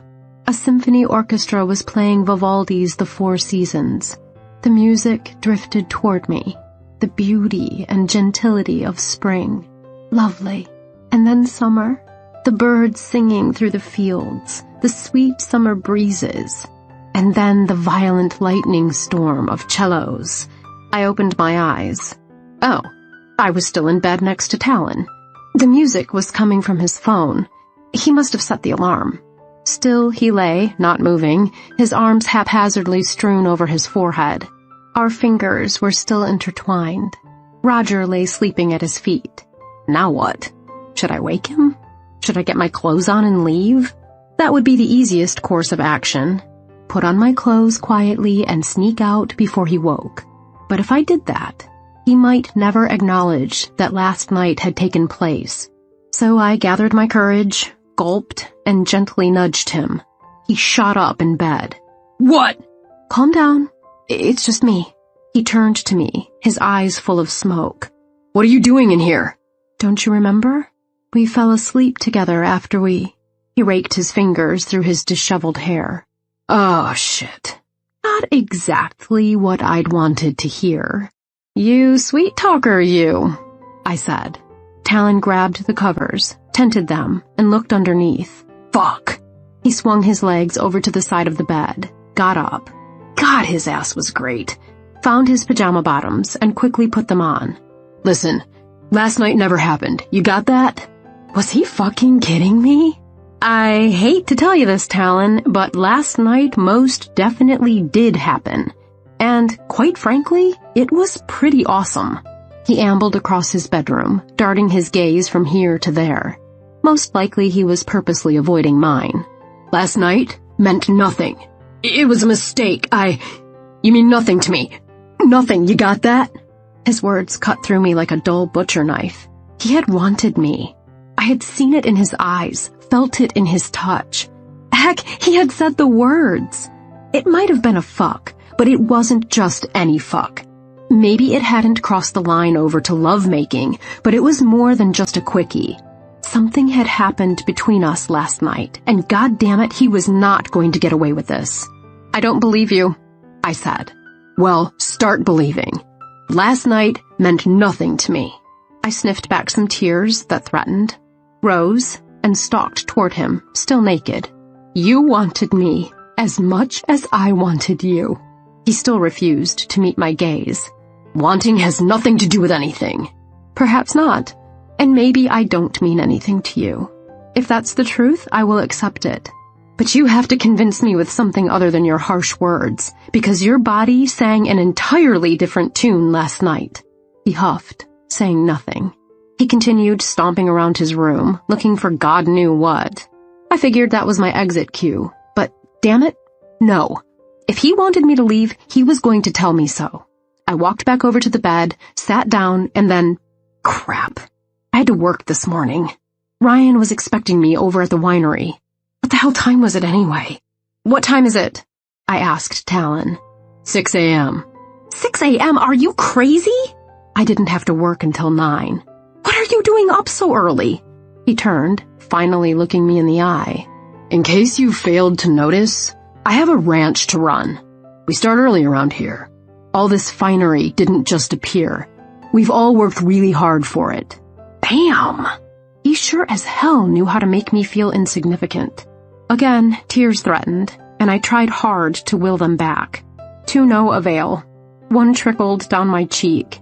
I got up and lowered my head to hide my tears from him. I grabbed my boxers and tank top, got them on as quickly as I could, nearly stumbling as I did so, and left the room without saying anything.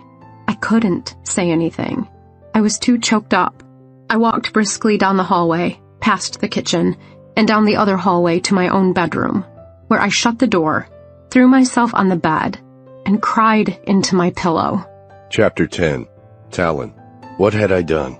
Why couldn't I control my desire? What was it about her that got to me? I wasn't used to wanting something. I never had to want women. They always just appeared, throwing themselves at me. I wasn't stupid. I took them up on it most of the time. Why not? As long as I used a condom, I was safe. Fuck. I hadn't used a condom with Jade. Damn, how irresponsible was she? She didn't know me from Adam. I could be carrying around all sorts of crap. I wasn't, of course. If anyone practiced safe sex, it was me. After what I'd been through, I didn't take any chances. I was damn lucky I hadn't been infected a long time ago. Now I'd have to talk to her. She was a smart girl. Definitely not stupid, that one. Which didn't make sense. Why hadn't she insisted on a condom? She was probably on the pill or something. Otherwise, she would be worried about pregnancy. But what about disease? What had she been thinking? Did she have indiscriminate sex often? Should I be worried? God damn it. I pulled a t-shirt on and left the suite, walking quietly to the other side of the house to her room. I knocked. No response. Jade? I knocked a little louder. Go away, she said, her voice muffled. We need to talk, I said. A minute later, the door opened and she appeared, her eyes streaked with tears. A brick hit me in the gut. What had I done? I flew into a rage, wanting to beat the shit out of anyone who made her cry. And then it dawned on me. I had made her cry. What do you want? She asked. Can I come in? I need to talk to you. Sure, yeah, I agree. We should talk. She opened the door wider, turned, walked back to her bed, and sat down. I thought about sitting next to her on the bed, but I couldn't be that close to her.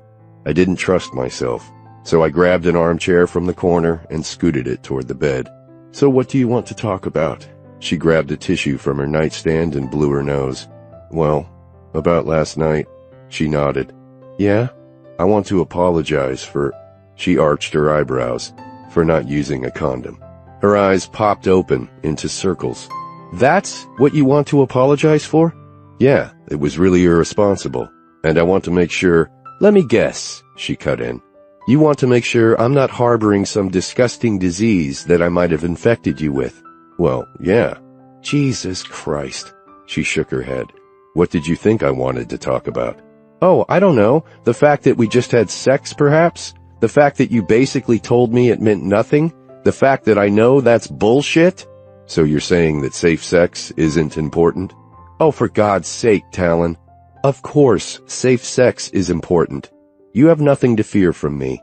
I have been monogamous the last 7 years, and I've been on the pill for the last 10. You know I just ended a long relationship. I'm the one who should be concerned about you. You certainly weren't concerned last night because you didn't insist that I use a condom. She let out a huff. Absolutely right. I got lost in the moment. I was stupid and it was irresponsible. But I promise you, I do not have HIV. I do not have herpes. I do not have gonorrhea or syphilis or chlamydia. I do not have any other disgusting little mite growing down there. All right? She was telling the truth. I knew it. Her face had turned pink, and more tears flooded her eyes. I was a jerk. But since you're so concerned, she continued, why don't you give me a rundown on your sexual history? I would bet it's way more exciting than mine. My sexual history. She had no idea. But I was clean. I always used condoms, and I got tested for everything every 6 months, whether I'd been active or not. Maybe it was a little OCD, but I couldn't help it. I was last tested 2 months ago. I can show you the results if you'd like. The results don't mean jack shit if you had sex with someone other than me in the last 2 months. I had. A cocktail waitress had thrown herself at me in a bar in Grand Junction about a month ago. But I'd used a condom that night, as well as the next night when I saw her again. Other than that, I hadn't had any encounters since my last test. A little slow for me, but it wasn't like I ever went out looking for it. They usually came to me, and as long as the woman didn't look dirty, I allowed it. A man had needs, after all. I took what was offered. I didn't want to tell Jade about the indiscretion, but I had just fucked her. She had a right to know she was safe. Only a couple of times in the last 2 months, and all with the same woman. I used a condom every time. A look of distress cast a shadow over her pretty face, but only for a split second. Then why didn't you use a condom with me? Surely you keep a good supply on hand? I did. She was right about that. What could I say to answer the question?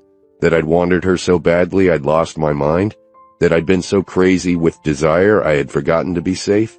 That had never happened before, even in Iraq, where everybody was so needy and looking for comfort wherever he could find it.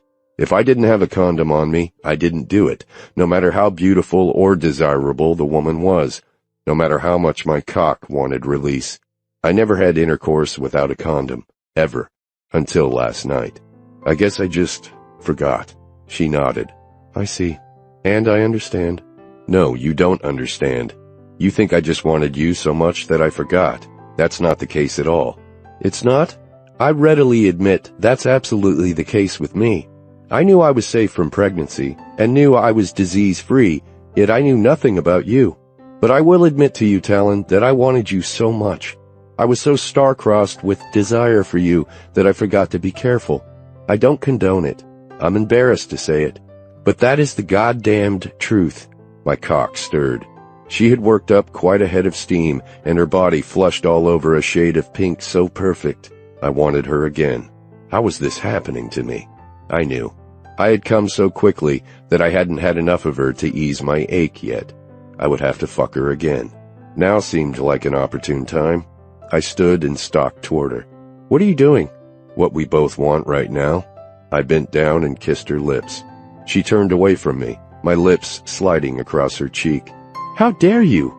You just said I meant nothing to you, that last night meant nothing. You came running into my room, worried that I have given you some horrible, disgusting, blistering disease, and now you want to fuck me again? Yeah, I do. What else was there to say? Get the hell out of my room. I think this is actually my room, since you're living in my house.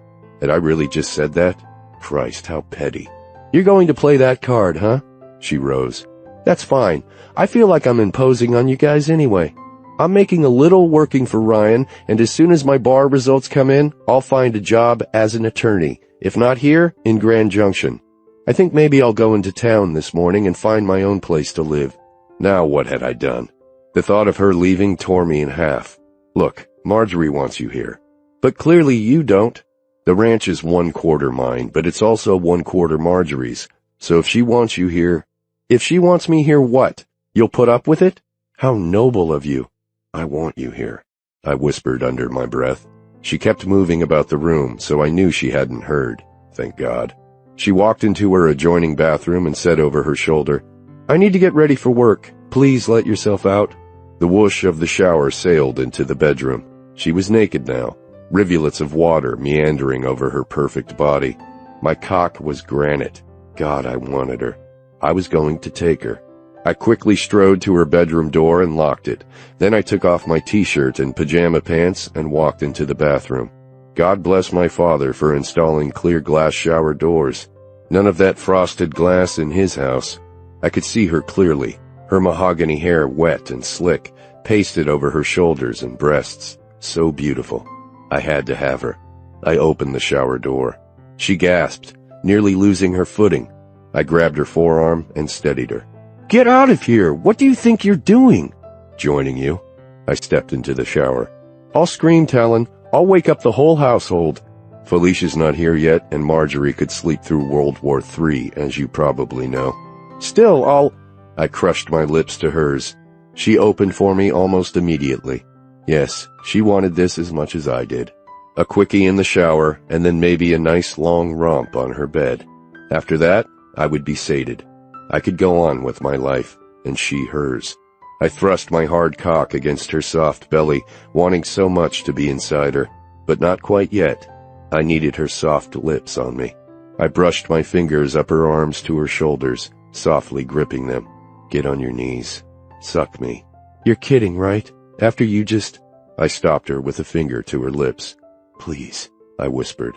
Her eyes softened, and she obeyed, dropping and taking the head of my bobbing cock between her beautiful red lips. I closed my eyes and leaned back, letting the water pelt my face as she kissed and licked my cock, her lips like heaven. She fisted me at the base, pulling my skin taut as she moved her mouth up and down over my erection. I was ready to blow, but I had to get inside her, inside that sweet, wet pussy. On the other hand, I could shoot my load down her throat, and by the time we had dried off and gotten to the bed, I would be ready for her again. In my soul, I knew this. I feared I would never get enough of her. I abruptly stopped that line of thought, concentrating on her dazzling lips, sucking my cock. This would be it. This had to be it. This quickie in the shower, and then a long and amazing fuck on her bed. We had time. She didn't have to be at work until 9, and I had hired help who would cover for me in the fields. Not a problem. God, that feels so good. I rasped. "Yeah, baby, suck my cock. Take all of me." I grabbed the back of her head, entwining my fingers in her soft, wet hair. Gently, I began moving her head back and forth to my rhythm. She didn't resist me. What a gift. She wilted to my will. Let me take what I needed. Take what you need from me.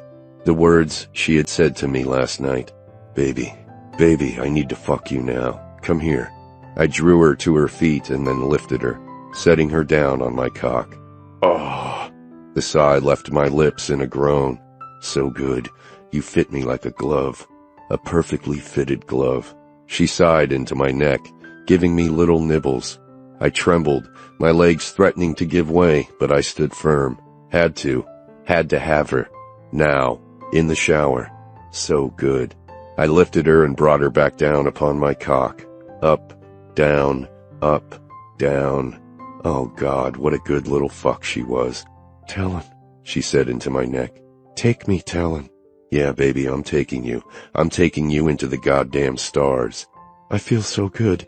You feel so good inside me." "That's right, baby. Let me fuck that sweet pussy of yours.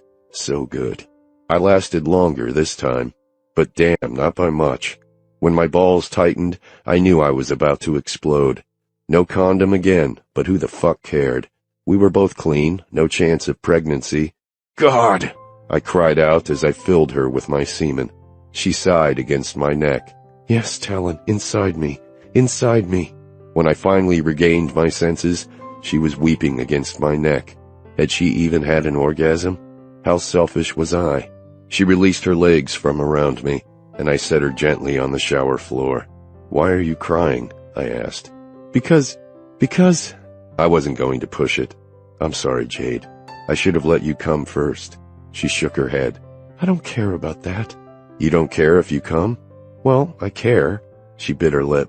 "It's just that this wasn't about me, Talon. This was about you." Chapter 11. Jade. He looked down at me, those brown eyes blazing. The shower still pelted us with droplets of water. I blinked the wetness out of my eyes. Was he going to get weird again now that he was done? What was he thinking? I could ask, but I wouldn't get a direct answer. Since I didn't know what else to do, I grabbed my shampoo off of the bath shelf. I hadn't washed my hair or my body yet. I was still warming up when he'd walked in on me. I squeezed a good amount into my palm, rubbed it between my hands, and smoothed it over my wet hair. "Let me do that for you." Talon threaded his strong fingers through my hair and massaged the shampoo into my scalp. I trembled, nearly losing my footing. Such a tender thing from someone who didn't seem to have much tenderness to give. Or maybe he had a lot of tenderness to give, but just didn't know how to give it. 7 years with Colin, and he had never washed my hair. We'd taken our share of showers together over the years, but that was only to fuck. We washed ourselves. I closed my eyes and let his magic fingers take me to another world. He continued massaging, slowly but firmly, and kept at it long after my hair was clean. The suds dripped over my forehead and into my eyes. Now I couldn't open my eyes without rinsing off my face first. But I had no desire to open my eyes as long as he was massaging me. Finally, he turned me around so I was facing the pelting water, pushed my head slightly down, and rinsed my hair. A few moments later, he turned me back around and toweled off my eyes with the edge of a soft bath linen. More tenderness. Next, he squirted some conditioner into his hand, rubbed his hands together, and smoothed it over my hair, making sure to get it all over the ends. I couldn't help a small smile. I picked up the shampoo and squirted some more into my hand. "Now you." "That's okay." "Please? I want to. Let me." He was so tall that I had to stand on tiptoe to give him as good a massage as he had given me. As if reading my mind, he bent his knees slightly, and I was able to thoroughly wash his hair. So thick. Such a rich, dark brown, almost black. His eyebrows were thick and black also, but perfectly shaped, no unibrow in sight. Did he have them waxed? The image of rugged Talon with little wax strips on his brows made me smile. Clearly he didn't manscape. His chest was perfect, just enough dark hair that he looked like a man. I looked down to the thick black bush surrounding his cock. Nope, no manscaping needed. He was perfect, just as he was. When he bent over, I rinsed his hair and then dried his eyes as he had mine. Next, we each took some body wash and rubbed it all over each other, scrubbing ourselves clean together. "Done?" I asked. He nodded. I turned off the water, tossed him a towel, and grabbed one for myself. I wrapped it around my body as I always do, and then took another one, making a turban out of it to dry off my hair. He simply toweled his hair dry, and it fell in wet waves against his neck. He was so beautiful. Those dark eyes, I could look into them forever and never tire of them. I shook my head. "Well, I have to get ready for work." "Not quite yet." I arched my eyebrows. "What do you mean?" "I mean, I'm not done with you yet. And you're not going anywhere until I am." "Ryan expects me there at 9. "It's 7. It takes you a half hour to drive over to the winery. You're already washed." "I have to dry my hair and—" His mouth came down on mine. I sighed into him. Again. Had he just said we were over? Had he just said, oh hell, I didn't care. I would take what I could of him. This would clearly never be a real relationship. He was wrestling too many demons, or so it certainly seemed. I could at least enjoy the present. I had never been so attracted to a man. This, whatever it was between us, made my entire relationship with Colin seem like a middle school crush. Talon was still naked, and he wrested the towel from around me. It dropped to the floor in a plush red puddle. My turban still bound my hair, but he made short work of that also, pulling it off. My wet tresses clung to my shoulders and back. The kiss became more urgent. He nibbled at my tongue, my lips, my nipples hardening into sharp knobs pressed into his gorgeous chest.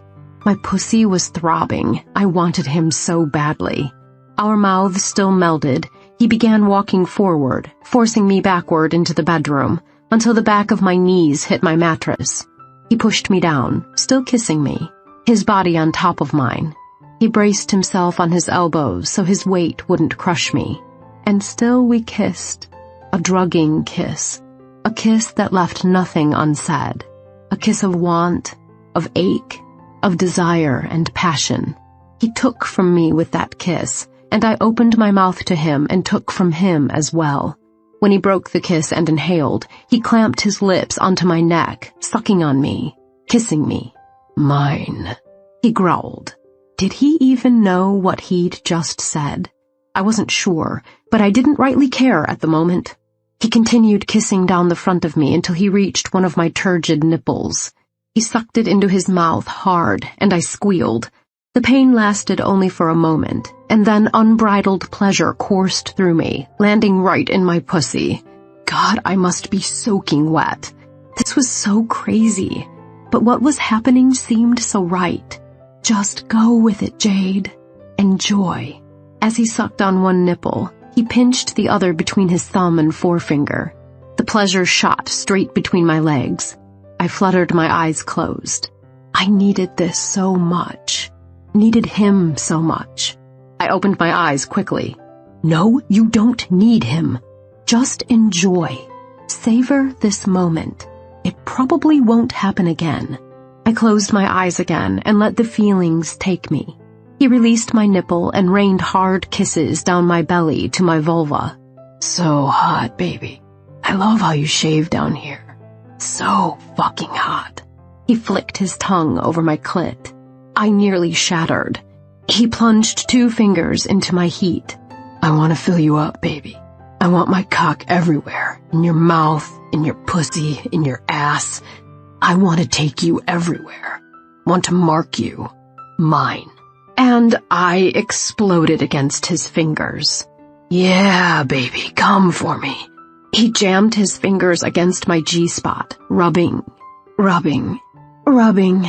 My whole body clenched, every cell sizzling, illuminating, pushing outward. Nirvana. I was flying, soaring to the stars. God, so hot. Higher still. His fingers still abrading the interior of my pussy, my walls still spasming, my body still floating, electricity still surging through my cells. Until, Dylan, I can't take... Oh, yes, you can, baby. You can take it all. He continued finger-fucking me, hitting that spot again. The orgasms kept coming, ripping through me like lightning. This orgasm was rapturous. Please, enough. I owe you. You didn't come in the shower. That's what this was about? Talon, please. Inside me. Now. Finally, he released me, pulling out his fingers. He crawled up over me and stuffed his cock into me. Ah, he groaned. Yeah, baby. It's so good. He kissed my lips, my cheeks, and then trailed over to my ear. Did you like that, blue eyes? All those orgasms? Did you even know how hot you are? Oh, my God. All I could think of was his perfect, huge cock burning me and fucking me and plunging in and out. Never had I felt so full, so complete. This man's cock was pure heaven. If only this could last forever. But it wouldn't. Stop it, Jade. Just enjoy the moment for as long as it lasts. I whimpered when he withdrew his cock. He lay down on his back. Get on top of me. I want to watch you ride me. I obeyed, sinking down onto his hardness. God, it felt so good. I wanted to sit for a few moments, just savoring the fullness, but the urge to thrust soon overwhelmed me. I rose and went down, rose again. Soon his hips followed my movements, thrusting, plunging, pushing, fucking. So good. You're beautiful, Jade. He cupped my breasts, pinching my nipples lightly. Your breasts. I've never seen any so perfect. He sat up, our chests meeting, and plunged up into me. After a few moments of that, he lifted me off of him. Get on your hands and knees. No sooner had I complied than he plunged into me from behind, doggy style. Wow, a different angle made all the difference. A sharp slap on my ass brought me almost to the edge again. He fucked me hard, driving into me, his cock completing me. And when those tingles crept across my skin, I jerked when a soft caress drifted over my anus. "Easy, baby. Has anyone taken you here? Anyone taken this gorgeous ass?" No," he continued, fucking me. "It will be mine. Only mine. No one would ever fuck me there. But I didn't need to say that right now. Yeah, baby. Feels so good. I love fucking you." He continued pounding me until, God, did I have anything left? I exploded into another climax, this one radiating from my nerves inward to my pussy, convulsing, throbbing, resonating throughout my entire core. I screamed and buried my face in the covers, hoping to muffle myself. "That's it, baby. You scream. Show me you like it." He kept thrusting. He had just come in the shower, so he probably still had a long way to go. As much good as it was, my body was tired, sated. I was ready to be, fuck! He pounded into me one last time, hard and released, keeping his cock lodged in me. With every convulsion, every spurt of his seed, my pussy became more his. Only his. When he finally withdrew, I straightened my legs and collapsed on my belly. God, I needed to go to sleep, but I had to get to work. And what was Talon going to do? Was he now going to become distant as usual? I didn't know, and I was too relaxed and sated to care. If only I didn't have to go to work today, I would lie there and bask in the beauty of what had just occurred. The weight on the bed shifted, and I looked up. Talon had risen and was putting on his pajama pants. He looked down at me. "That should do it," he said. "That should do what?" He didn't respond. He simply pulled his t-shirt over his head and left my bedroom. Chapter 12. Talon. I walked back to my own bedroom, and already I wanted her again. What would it take to get rid of this need? This all-consuming ache for another person? I didn't even know her very well yet. I had taken her this morning, just as I'd taken every other woman who came to my bed. She hadn't offered herself to me like they had, but I had taken her anyway. She hadn't resisted, but still I felt a twinge of guilt. For some reason, I didn't want to just take her. I wanted to be mutual. I wanted her to want me as much as I wanted her, which was really odd since most women wanted me way more than I wanted them. I was simply taking care of the physical need. But with Jade, damn. A flaw in my reasoning emerged. I kept thinking that if I could have her once, and then once more, I would get rid of this all-consuming need. The problem was, the more I had her, the more I seemed to want her. I was screwed. Completely screwed. She wouldn't allow me to fuck her forever. She would eventually either tell me to stop or she would want more, a relationship. And that was the only thing I couldn't give her. I had no business being in a relationship with anyone. Not when I was so messed up. Shit. I had to get out to the orchards, check on everything. But I needed some alone time first. I quickly texted my foreman and told him I'd be an hour or so late coming down. Then I opened the door to my room, shut and locked it, and lay down on my bed, closing my eyes. Roger jumped up and snuggled at my feet. Maybe just another hour of sleep, if I could be so lucky. "Hey, handsome." Julie grabbed my arm and pulled me into her apartment. "Long time no see. What you been up to?" The little cocktail waitress was still hot as hell. Small in stature but nice and curvy, she wore a tight t-shirt and athletic shorts. I didn't answer her. I wasn't in the mood to talk. I was in the mood to fuck. To fuck the memory of Jade Roberts right out of my head. After a hard day in the orchard, I'd driven to Grand Junction for a quick bite to eat and hopefully a quicker romp in the sack. Julie was a fun little fuck. She smiled as I grabbed her and pulled her tight little body into mine. I leaned down and kissed her, forcing my tongue into her warm little mouth. She was so much shorter than Jade. My neck was ready to break. No thoughts of Jade. I deepened the kiss, searching, wanting, waiting for that champagne and strawberry flavor that intoxicated me. Instead, I got fresh mint. Not bad. I could make that work. I pulled her up against my pelvis and ground into her. Nothing. No erection. I wasn't even breathing hard. I broke the kiss. "What's wrong, handsome?" I didn't answer. Julie took my hand and squeezed it. Want to go into the bedroom? I let out a sigh and shook my head. No use. Another woman wasn't going to help. Damn, nothing would help. Nothing except Jade. I wanted to lose myself in her. I have to go, I said to Julie. Come on, handsome. Let me help you take the edge off. If only she could. Not tonight. I'll see you later. Okay, maybe another time. I walked out of her apartment and didn't look back. Can't reach it, boy? Tattoo chuckled. The boy didn't know their names, but the one with the tattoo, some kind of colorful bird wrapped in flames and rising from what looked like ashes, always took the lead.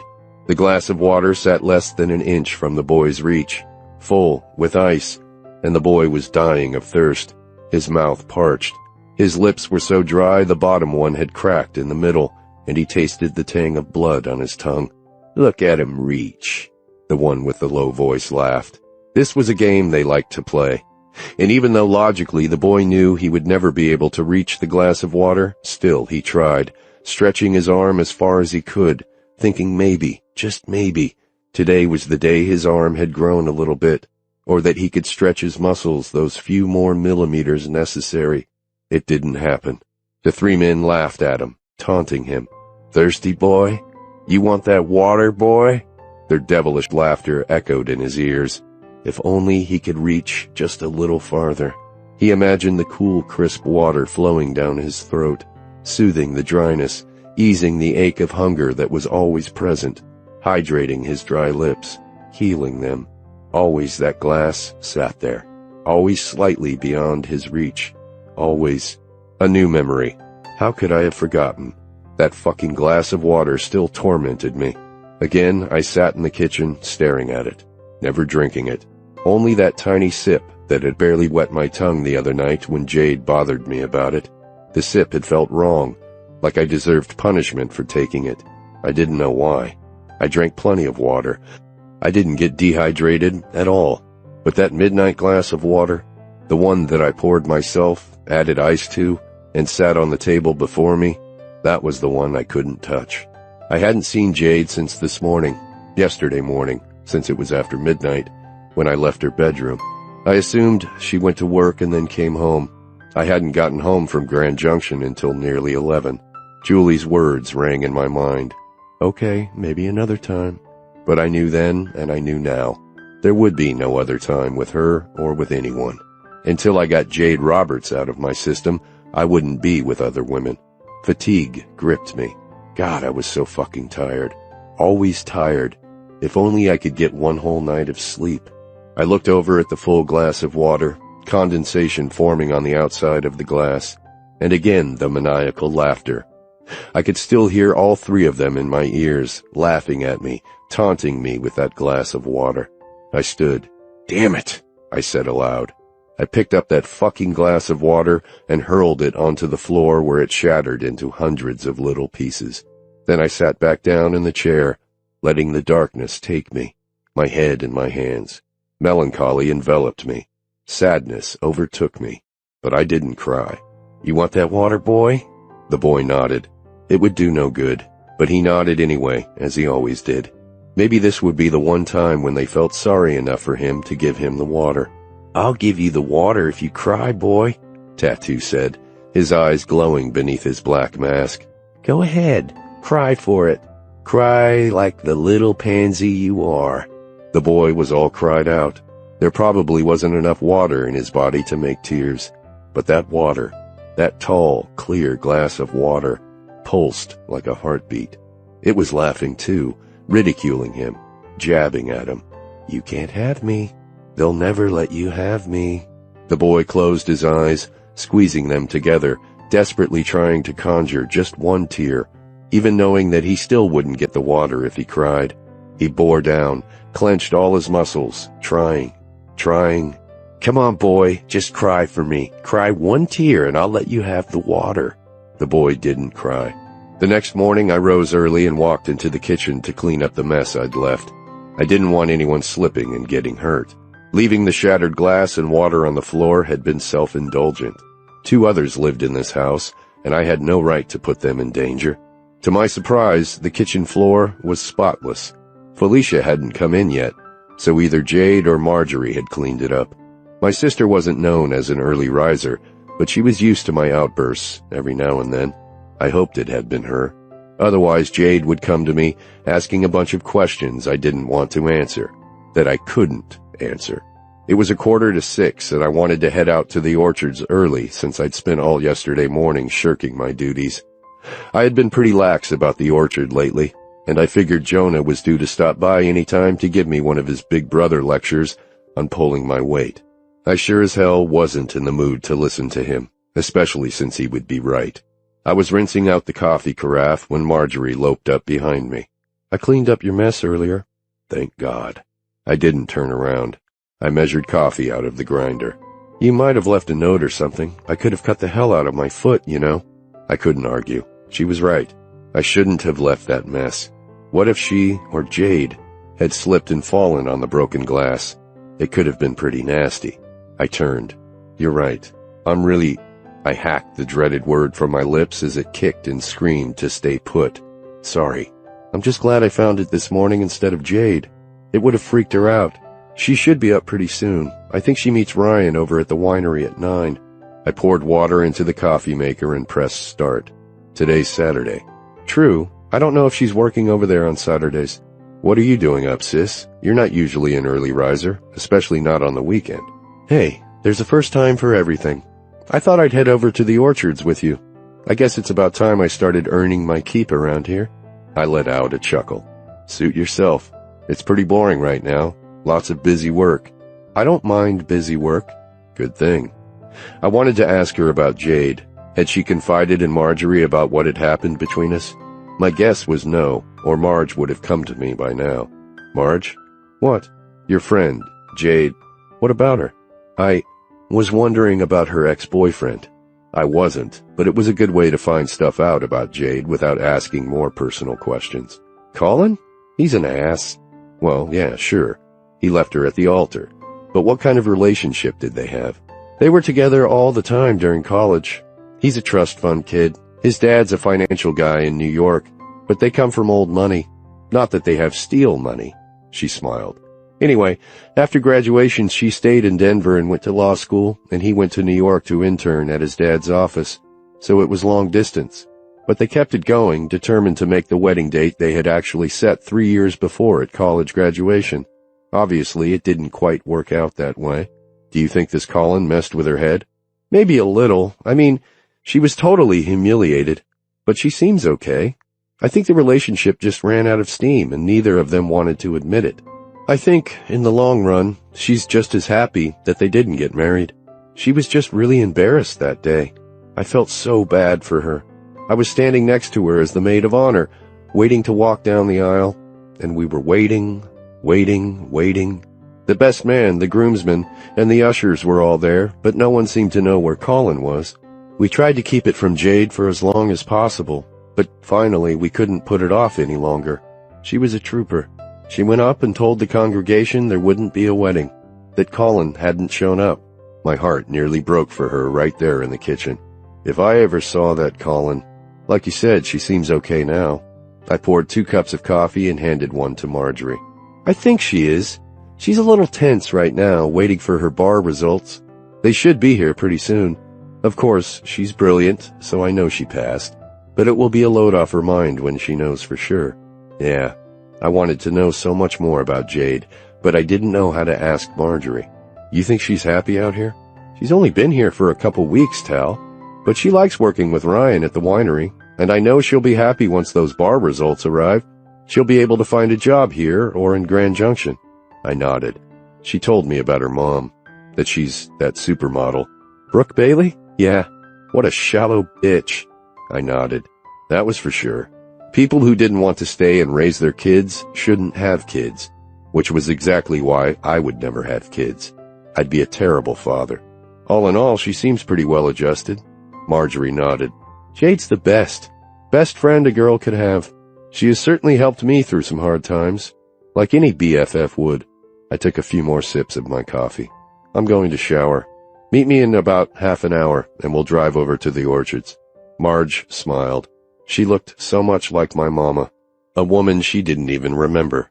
She had the same nearly black hair and dark brown eyes of all the Steeles. but her face was shaped a little differently from ours. She had the soft lines and tiny little bow mouth that Mom had had. I missed my mother sometimes, but things had never been the same between us after things were never the same, period. Chapter 13. Jade.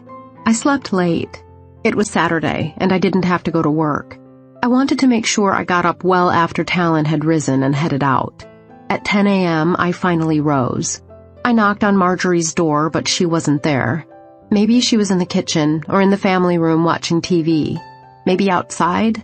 Nope. After taking a walk around the entire house and the patio, I could not find her. Just as well, I needed some alone time to think. The coffee in the coffee maker was cold. I started a fresh pot, a strong, fresh pot, and then headed back to my room to shower while it brewed. The doorbell waylaid me. Who could be coming at this hour on a Saturday? Then I laughed to myself. This hour? It was 10, not 6 a.m. It could be anyone. Of course, if they were looking for either Talon or Marge, they'd be out of luck. Still in my boxers and tank top that I'd slept in, I walked to the door and looked out the peephole. I rolled my eyes. Who should be on the other side of the door but my ex-fiancé, Colin Morse? I hadn't seen him since the rehearsal dinner the night before the wedding. He had never bothered to show up later on the wedding day to apologize or anything. I had no idea where he had gone, and at this point, I didn't rightly care. Curiosity, more than anything, forced me to open the door. He looked the same, handsome in a refined and priggish way. Why had I never noticed that before? With blondish hair, greenish eyes, boringish khaki trousers, and white cotton dress shirt.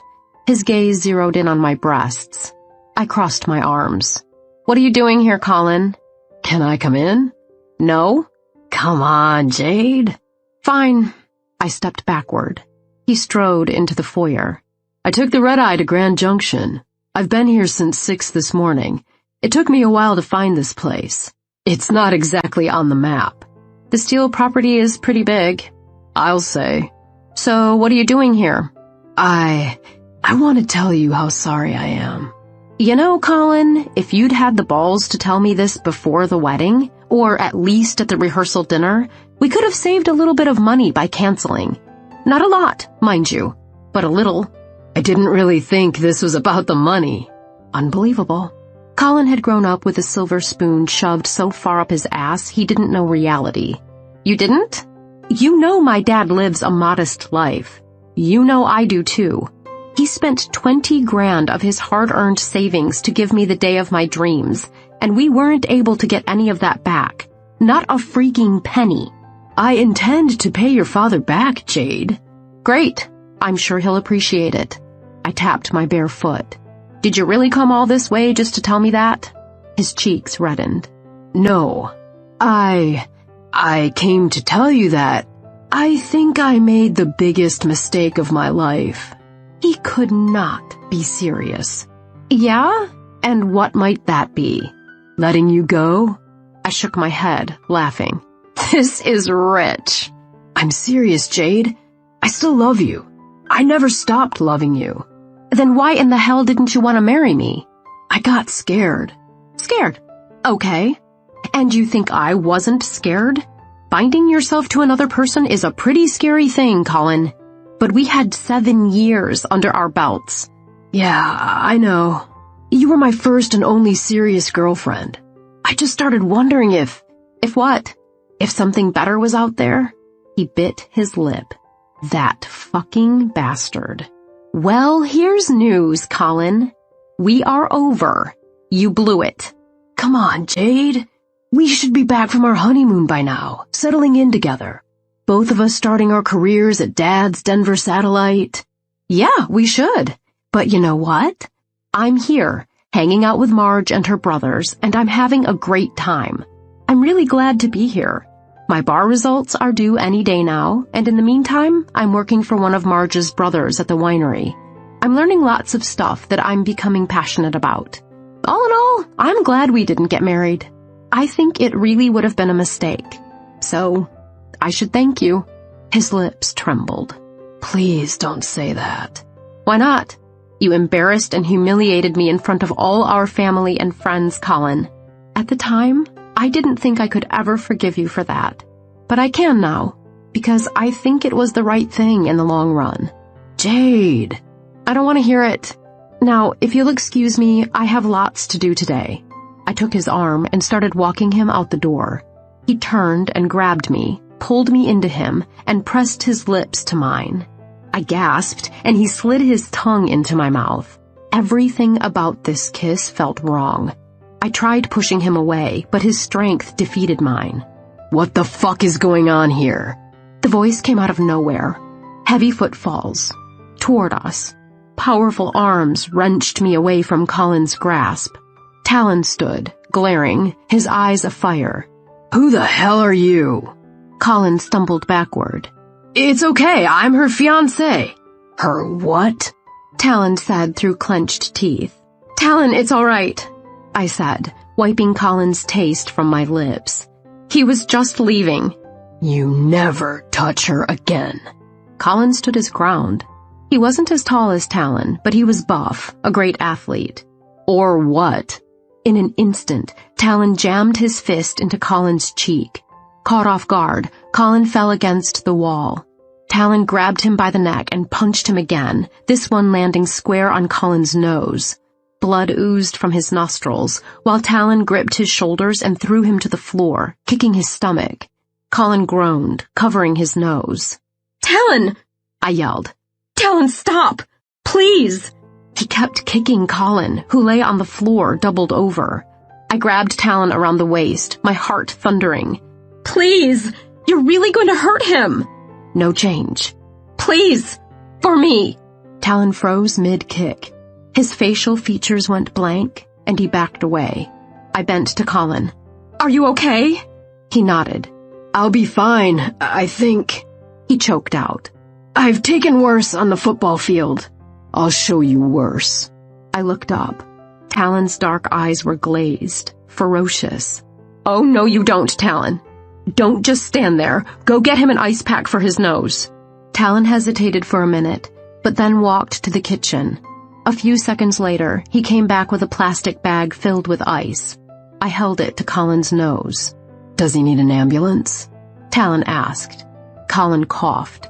Of course I don't need a damned ambulance, you Neanderthal. I can take as much as you can dish out. Oh, yeah?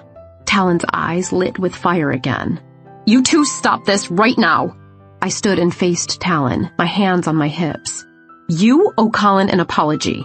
The hell I do. I don't need a goddamned apology from him. Colin stood, holding the ice bag to his nose. I'm staying at the Hotel Coronado in Grand Junction. I want to take you to dinner tonight. Over my dead body, Talon said. Talon? I will decide who I have dinner with. Got it? I helped Colin up and over to a chair in the living room. You sure you don't want me to call someone? He shook his head.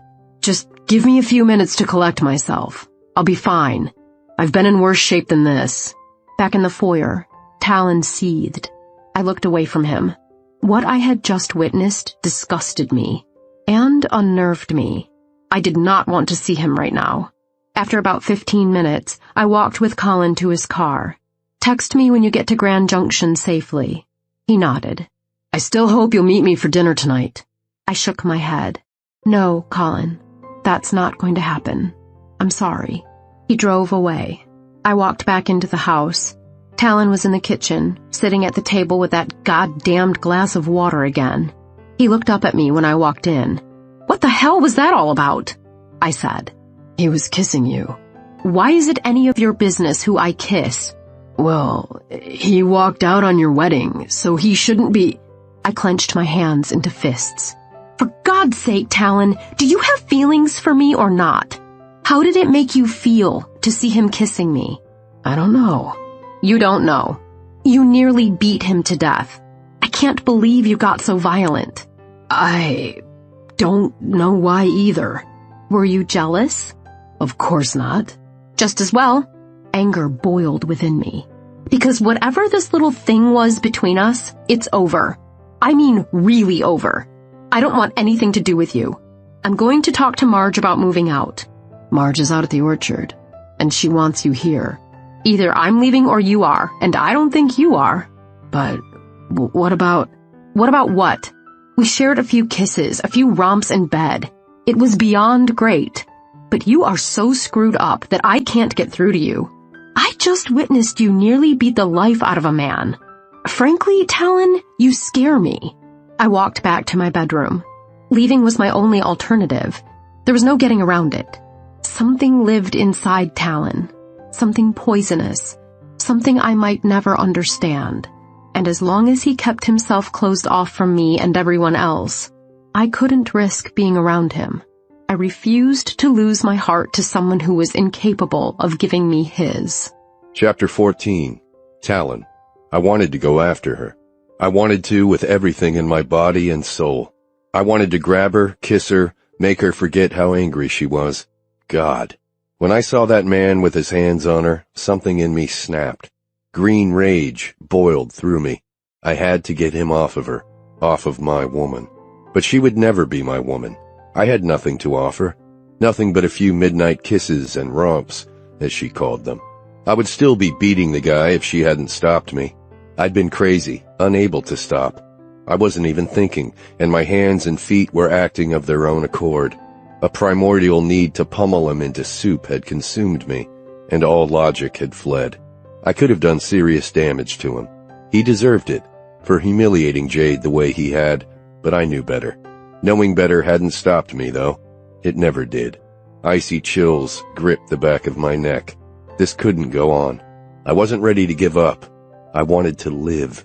I stood abruptly, grabbed the keys to my truck, went out the back way, and drove over to the ranch office where Jonah would be. I stormed into the office, past the office manager, to Joe's office. Talon? My older brother looked up from some documents he was reading. What are you doing out here? I'm ready, Joe. I'm ready to get some help. Joe had handed me a business card of a psychologist in Grand Junction, Dr. Melanie Carmichael. He didn't know much about her, other than she was supposed to be tops in her field, and that she'd had a lot of success treating patients with histories similar to mine. He had even offered to go with me, and to get Ryan and have him go as well. But no, this was something I had to do alone. I called the number right away. And even though it was a Saturday, Dr. Carmichael agreed to meet me in her office. I pulled up into the Heritage Medical Group offices and parked my car. She said she'd leave word with the security guard to let me in, since the doors were locked on weekends. I stood at the door, my palms leaving sweat marks on the glass. Had this been a huge mistake? A security guard sat at his desk inside. I knocked on the door. The man looked up and came to the door. Mr. Steele? I nodded. He opened the door and let me in. Dr. C's up on 5, suite 524. I'll have to key in the elevator for you. They're locked on weekends. I nodded again and followed him to the elevator. He keyed in a code. Good luck, he said. Good luck. I warmed all over. Of course. He knew what field Dr. Carmichael was in. This shouldn't be a surprise to me, but I wanted to disappear. As the elevator moved up 5 floors, I kept thinking of an excuse not to go and see Dr. Carmichael. I could go home and tell Jonah I'd gone. I could make up some kind of psychobabble jargon. He wouldn't know the difference. But this woman had been kind enough to come and open her office for me on a Saturday. Standing her up would be rude as hell. If I was truly going to try to change, this was the first step. When the elevator dinged at the 5th floor, my feet became leaden. I felt like I was walking through sludge as I trudged to room 524. I walked in, but of course, there was no receptionist. It was Saturday. Where was the doctor? As I was looking around, thumbing through the magazines on the coffee table, a tall woman with strikingly light blonde hair and green eyes walked out from an adjacent room. You must be Mr. Steele, she said. I cleared my throat, my cheeks warming. Yes, I'm Talon Steele. She smiled and held out her hand.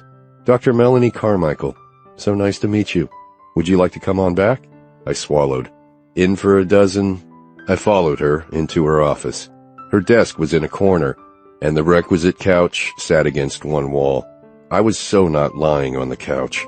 A couple of recliners in forest green leather sat around a marble coffee table. She sat down in one of them and motioned for me to take the other.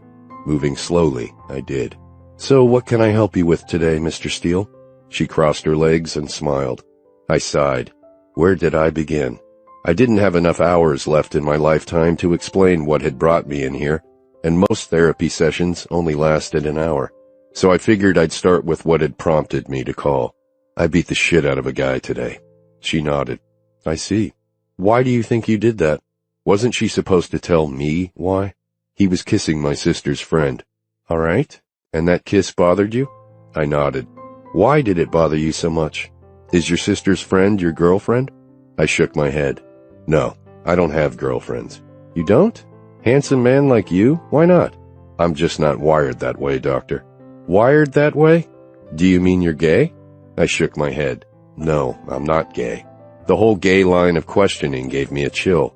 I had never been attracted to men, yet my history? I couldn't go there. Not yet. Then why don't you have girlfriends? I just don't. Okay. What types of relationships do you have with women then? Well, the only woman in my life right now is my sister, who lives with me. Other than that, the only kind of relationships I have with women are sexual. So you're a love 'em and leave 'em kind of guy, huh? Yeah, I guess so. At least the leave 'em part. You use women then. Is that what you're telling me? Oh, for God's sake. No, I don't use them. They offer something to me and I take it. What the hell is wrong with that? They're getting what they want and I'm getting what I want. I'm not here to judge you, Mr. Steele. Mr. Steele sounds ridiculous to me. Call me Talon. All right, if you prefer. Talon. As I said, I'm not here to judge you. I'm here to help you. So let's go back to why you beat up the man today. That appears to be the catalyst for bringing you here, am I right? I nodded. Have you seen a therapist before? I shook my head. God knew Ryan and Jonah had been after me for a decade to see one. Instead, I went off to Iraq, hoping to get my brains blown out. No such luck. Do you have a history of violence, Talon? I shook my head again. Not really. I was in the Marines, stationed in Iraq for several years. I saw a lot of shit go down there, and I did things I would prefer not to think about, but it was all in the line of duty. Did you kill a man there? More things I didn't like to think about. Before I could answer, Dr. Carmichael spoke again. Let's not go there quite yet, she said. Thank God. Let's go back to today. Who was this girl that the guy was kissing, your sister's friend? Tell me about her. How could I tell her? How could I make her understand the ache inside me? I could talk for hours about Jade.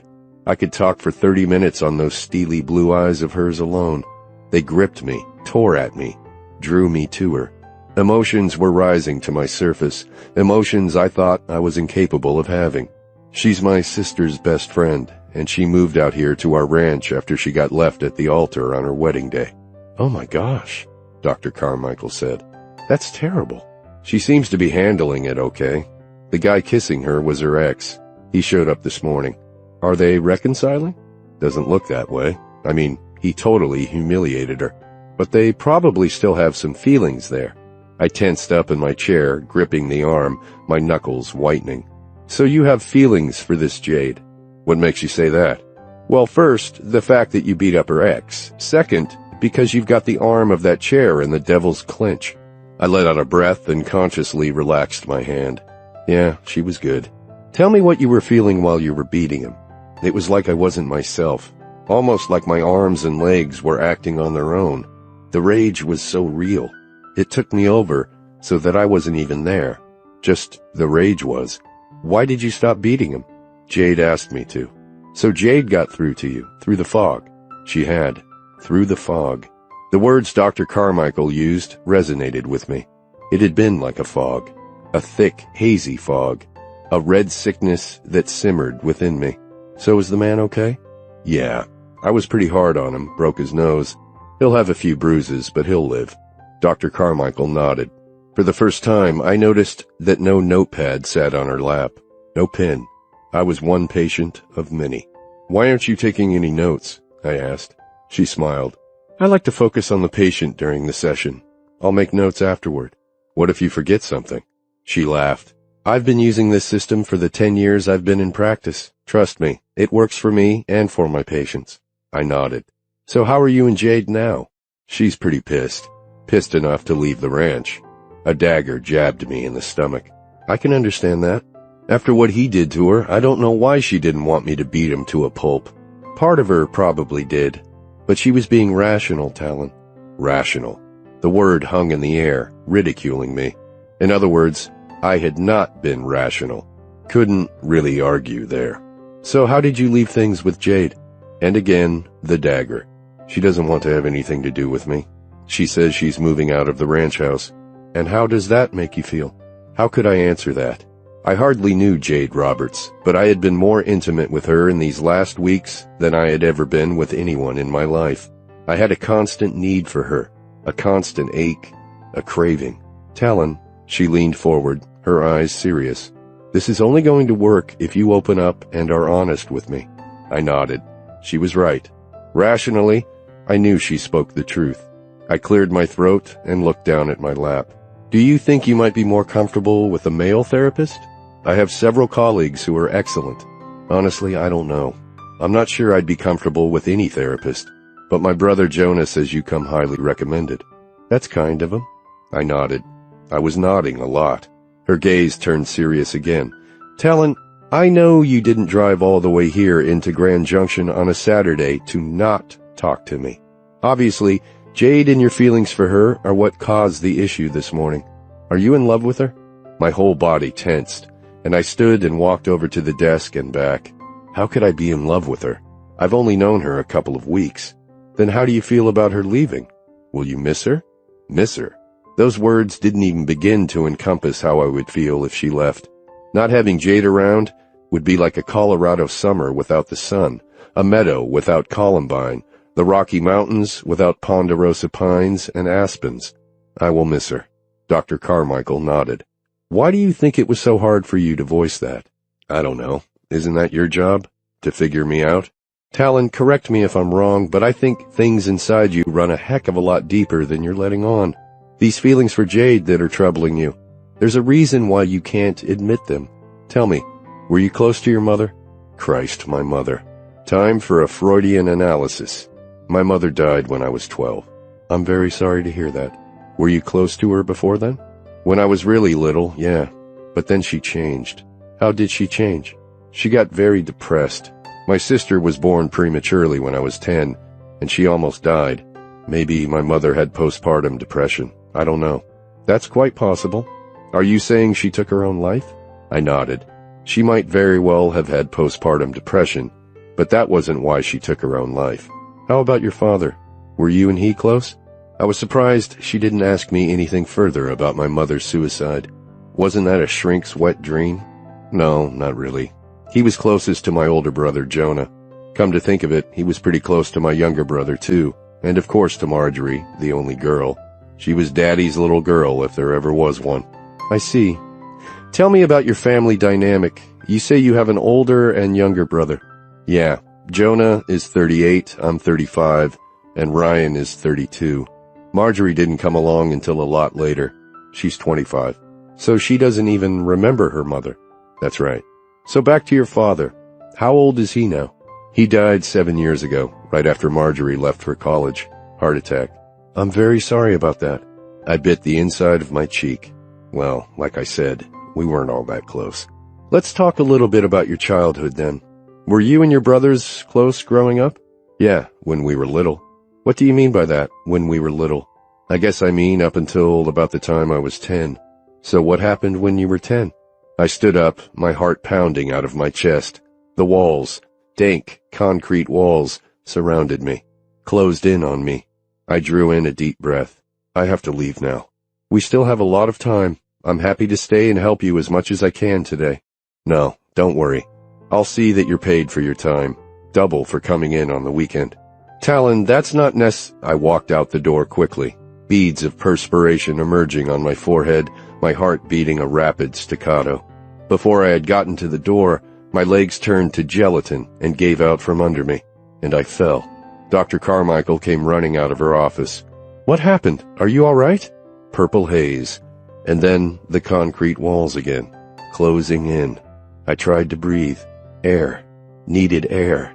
Then flames, morphing into wings of purple and gold, a phoenix rising, and then blackness.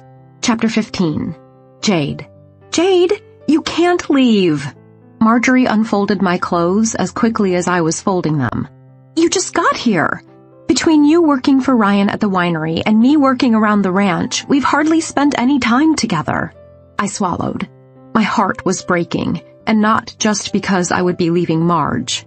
I'm so sorry. I'll find a place in town. We'll still be able to hang out, but it won't be the same. Marge grabbed my pair of black patent leather pumps and threw them back in my closet. Look, I walked to the closet and retrieved the pumps. I don't belong here. I just can't. Can't what? I can't stay around your brother. He nearly beat Colin into a pulp this morning. That's not like Talon, Marge said. He's actually a peaceful kind of guy. An ex-Marine? Doesn't really reek of peaceful. Marge flung a pair of jeans out of my suitcase and onto the floor. At least Colin wasn't hurt. I picked up the jeans. Wasn't hurt? Okay, so there isn't any lasting damage, but his face is pretty beaten up. His nose is most likely broken, and he's damned lucky he doesn't have any broken ribs from all the kicking. If he wasn't an athlete and didn't know how to protect himself, I couldn't finish. Marjorie finally stopped going through my suitcase and sat down on the bed, her brows arched. Why do you suppose it bothered Talon so much to see him kissing you? Marge had always slept like a baby. 4 years of rooming with her in college had taught me that. As Talon had said, she would sleep through World War III.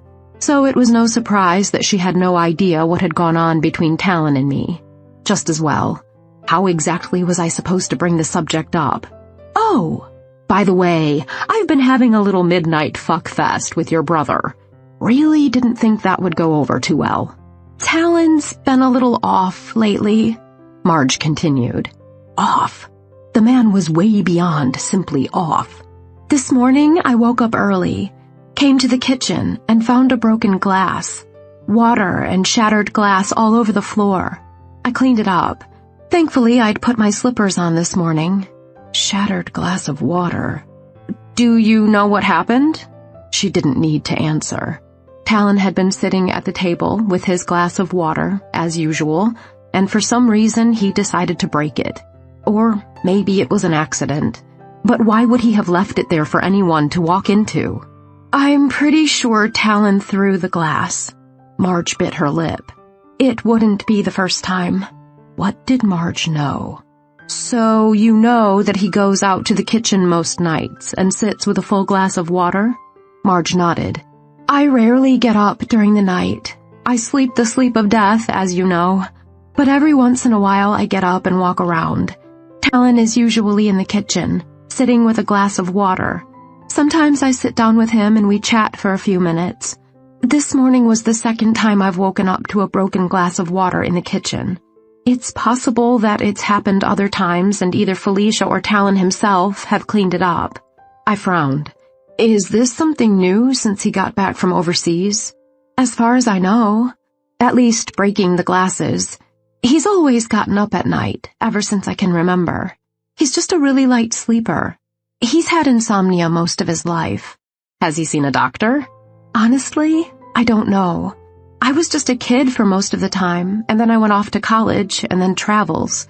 But now that I'm an adult, I've noticed more things about my brother. I sat down next to her. Time for brutal honesty. Marge, I think Talon needs help. Marge nodded and bit her lip. Remember when you asked me whether he had post-traumatic stress disorder?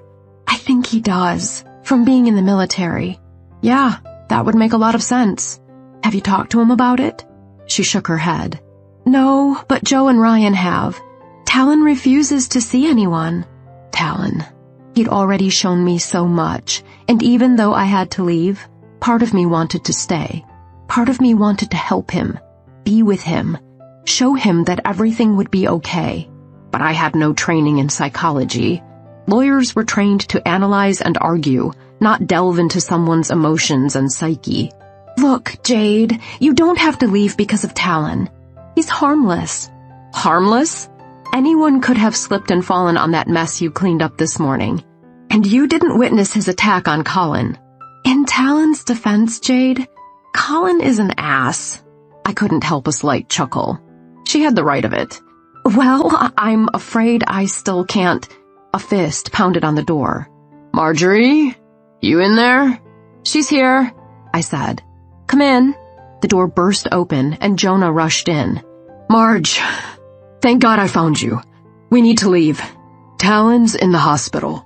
Marge and I sat in the waiting area while Jonah spoke to the nurse in charge at the emergency room in Grand Junction. I strained to hear, but could only make out mumbling. My heart beat rapidly, and fear pounded through my veins. He had to be okay. He just had to be.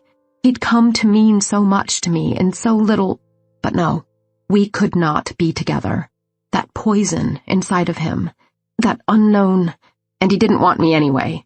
Said he could never love me. But God, please let him be okay. I can't lose him. I'm falling in... Stop. Don't go there, Jade. You're not in love with this man. You are not. After what seemed like an hour, Jonah came back to us. What happened, Joe? Marge asked. Apparently, he fainted at the doctor's office. Doctor? I said. What doctor? Is he sick? Jonah raked his fingers through his mop of dark, wavy hair. He looked so much like Talon, except his hair was starting to gray at the temples. Jade, I'm not sure I should. Joe? Jade's family, Marge said. It's okay. I patted Marjorie's thigh. I understand. There's something your brother doesn't want me to know. Joe shook his head. No, I think it's all right to tell you. Marge would probably tell you anyway. Today, Talon went to see a psychologist. My heart thundered. He was getting help. Thank God. But why had he fainted? The therapist, Dr. Carmichael, isn't exactly sure what happened. He had already left her office and was in the waiting room when he fainted. Is he okay? Marge asked. Jonah nodded. Yeah, he'll be fine. It was nothing serious, and luckily he didn't hit his head very hard when he fell. No concussion or anything. We'll be taking him home with us in a little while. My heart thundered again, a mile a minute. Taking him home with us. I shouldn't be here. I would only make things worse for Talon, and I couldn't bear that. Marge, she looked to me, her eyes sad. Yeah? I think I'll go ahead home now. Just how do you think you're going to get home? We all came together. What a moron. I hadn't thought that far ahead. I just knew I had to get the hell out of there before Talon came out. Too late. He walked toward us, two women flanking him. One was clearly a doctor by her white coat. The other was blonde and dressed in black slacks and a red satin blouse. The doctor held out her hand to Jonah. Mr. Steele, I'm Dr. Morgan, your brother's neurologist. And this is Dr. Melanie Carmichael. Dr. Morgan gestured to the other woman. Dr. Carmichael held out her hand. Mr. Steele, nice to meet you. I'm so sorry about what happened at my office. Oh, come on, Doc. It's not your fault. I'm fine. Talon said. Your brother is fine. Dr. Morgan agreed. We did some neurological testing. He hasn't suffered a concussion or any other significant injuries. This was just a simple fainting spell. Talon's cheeks blazed a rosy red when he looked at me. I couldn't help a small smile. He was embarrassed that I was seeing him like this. Jesus, Joe, you didn't have to bring the cavalry. Tal, the phone call we got said you were in the emergency room. That was all I knew. So, of course, Marge and Jade came along. Jonah gestured to the doctors. I'm sorry. This is my sister, Marjorie, and her friend, Jade. We all shook hands while Talon stood, his hands in the pockets of his jeans, looking as handsome and yummy as ever, except for the pure exhaustion weighing down his features. Talon was tired. Of course he was. He never slept. His beautiful eyes were always just a little bit sunken, and dark circles shadowed them. He was so damned good-looking, I hadn't noticed before. But they were there. They always had been. Dr. Morgan turned to Talon. Mr. Steele, get some sleep. She handed him a slip of paper. I've written you a prescription for Ambien. It's a common sleeping pill, and it's not habit-forming. Use it. Life is a lot easier when you're well-rested. Talon took the prescription and shoved it in his pocket. Here's my card, also. She handed it to him. I want to see you again in a week. That's ridiculous. I don't need to see a neurologist. Have you fainted before, Mr. Steele? Talon shook his head. Of course not. All right.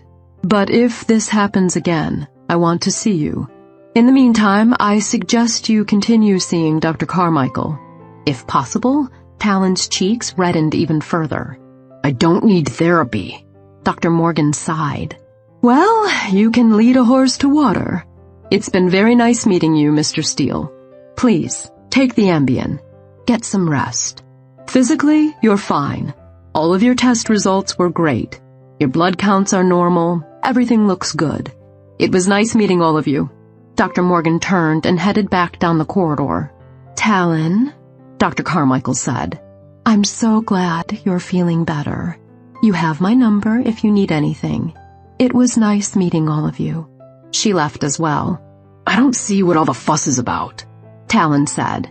You fainted, Jonah said. That's what all the fuss is about. I'm not even sure I fainted. Probably just stumbled. Talon, do we have to discuss this right now, Joe? Talon darted his gaze toward me. Jonah let out a heavy sigh. Let's just get you home. You need a good meal, and then you need a good night's sleep. You've obviously been working too hard. That's right, Talon said. I've been working too hard, that's all. Good save. But Talon wasn't telling us everything. As much as I wanted to know what it was, and as much as I longed to help him get through whatever was torturing him, I could not. I would be leaving. This evening, if possible. Chapter 16. Talon. The last thing you need to do is leave, Tal. You have to work through this. We all do. I shook my head at Jonah. He and Ryan had joined me in the den at the main house the day after I fainted. I didn't know where the girls were. I was just glad Jade wasn't anywhere near. She hadn't left yet, and now she wouldn't have to. I was leaving. I've thought about this a lot. You need to get on with your lives, both of you. So does Marjorie. And so does her friend. All I do is disrupt everything. Where do you think you're going to go? Does it matter? Maybe I'll re-enlist. Please, Ryan said. Don't do that. We need you here. Nothing was the same when you were gone last time. No one needs me. I destroy everything I touch. I can't stay here and do what I've done to the two of you, to our little sister, or to Jade. God, no, not to Jade. Jade was sunshine, rainbows, the fresh air of the Colorado Rockies. She was everything that was good in the world, and if I stayed, I would destroy her. I could not live with that. As much as I wanted her, I had to let her go. You haven't done anything to us, Jonah said. I shook my head. Do you think I can't see it? What happened to me lives in the two of you. Maybe not in the same way, but you're just as affected by it as I am.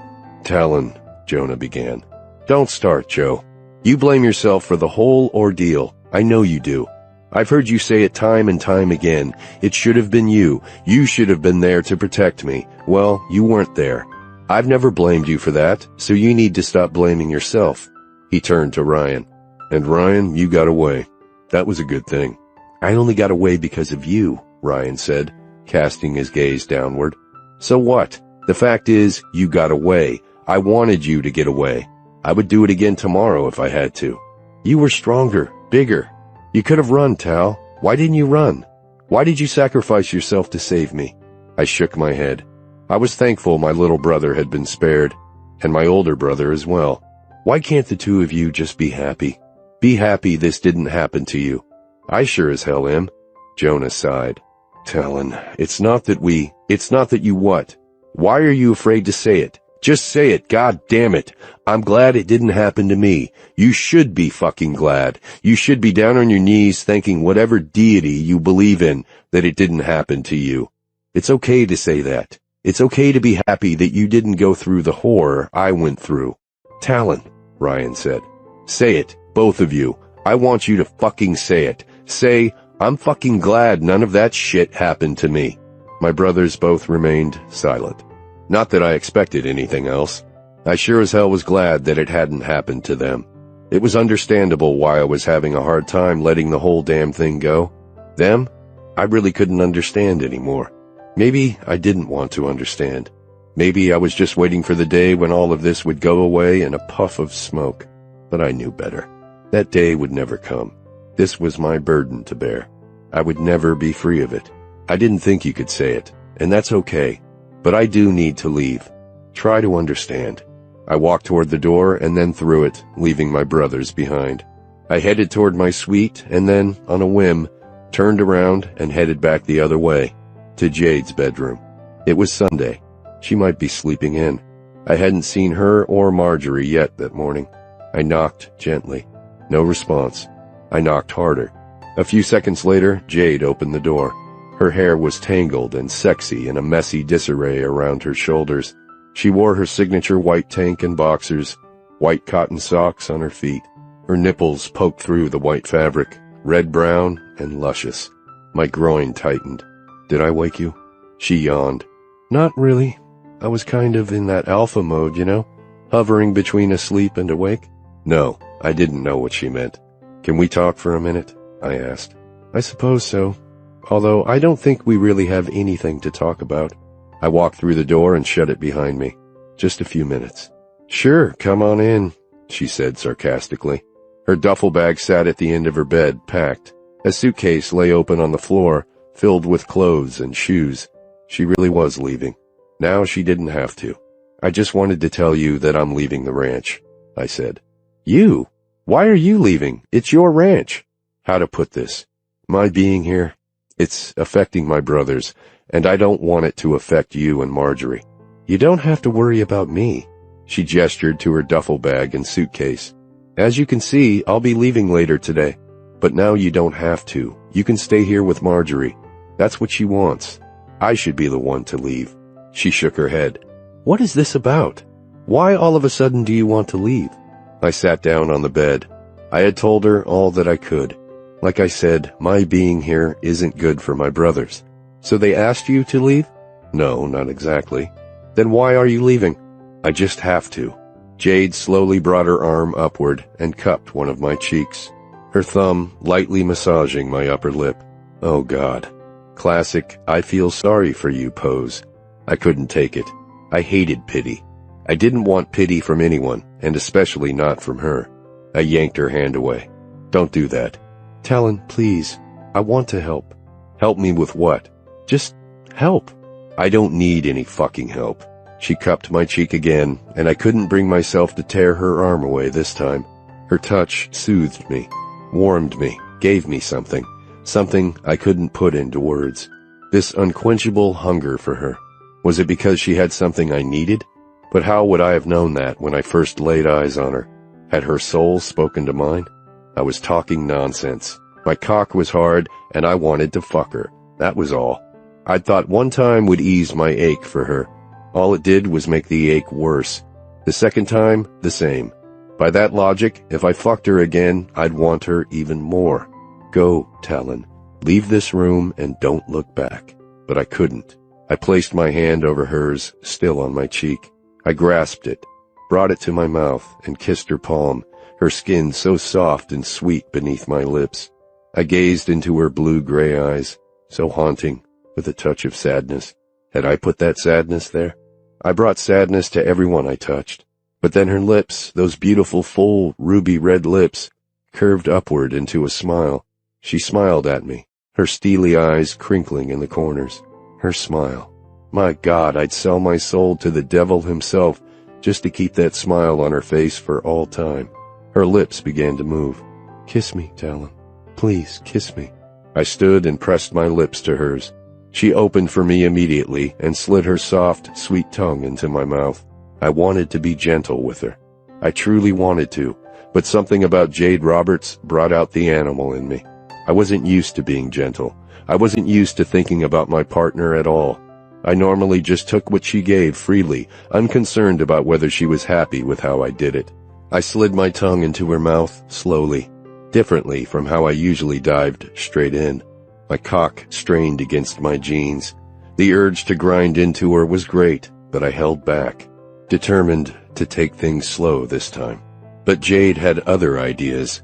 She pushed me down onto the bed and straddled me, still kissing me, and unbuttoned my shirt. Soon only her flimsy cotton tank top separated us, and her hard little nipples poked into my bare chest. She kissed me with passion and fire, and my original plan to go slow was shot to hell. We kissed, and then she rolled off of me, grabbed my hand, and slid it underneath her boxers. "Touch me, Talon. Feel how wet I am for you." I nearly exploded. She was soaking. I traced her slick folds with my fingers, circling her nub, exploring her wetness. "Yes, just like that," she breathed. "I love it when you touch me. You make me so hot." I plunged 2 fingers into her warm channel. She jolted, grinding against my hand. I shoved my fingers into her again and again, finding her G-spot, rubbing it, fueled by her groans of desire. "Talon, yes. So good. It feels so fucking good." If only those fingers were my cock, plunging into her, thrusting, taking her. Slow, Talon, slow. But again my plan went awry. She writhed against me, her hard nipples poking from her tank top, her juices gushing over my hand. I had to have her. I withdrew my fingers, and she whimpered. "Don't worry, Blue Eyes, I'm not going anywhere." I slid her boxers over her hips and discarded them. Then I spread her legs and dived between them. I slid my tongue up and down her wet slit, sucking all the cream out of that beautiful red pussy. God, she tasted so fucking good. Tangy, a little bit citrusy. I could live on her essence alone. I plunged my tongue into her opening, in and out, in and out. Then I swiped it over her slit and up to her clit, sucking while I forced the same 2 fingers back into her wet heat. She arched her back. "God, I'm going to come." "Yeah, baby, come. Come for me. Come all over my hand and my face. Let me see that sweet cream." She clenched around my fingers, her pussy convulsing in orgasm. My cock was so hard, I thought it might break through the denim of my jeans. Had to have her. Had to have my cock inside of her. But no, not yet. She was going to come again. I pushed her thighs forward and swiped my tongue over her puckered asshole. She tensed a bit, and I waited. If she was going to protest, she needed to do it now. When she relaxed, I continued my assault. I tongued her little hole until it relaxed against my lips. I lubed it up real good and then slid my tongue back up to her pussy as I breached her tight hole with a finger. She jerked. "Relax, baby. You'll enjoy this. I promise." I slowly inched farther until her rim softened. Then I slid my finger in and out of her hole while I sucked her pussy lips. I lapped up a fresh gush of cream and then flicked at her clit again, sucked at it, and soon she was awash in another climax. "Oh my God, Talon, oh my God!" When she came down, I withdrew my finger from her and stood for a moment to remove my jeans and boxers. God, my cock was so fucking hard.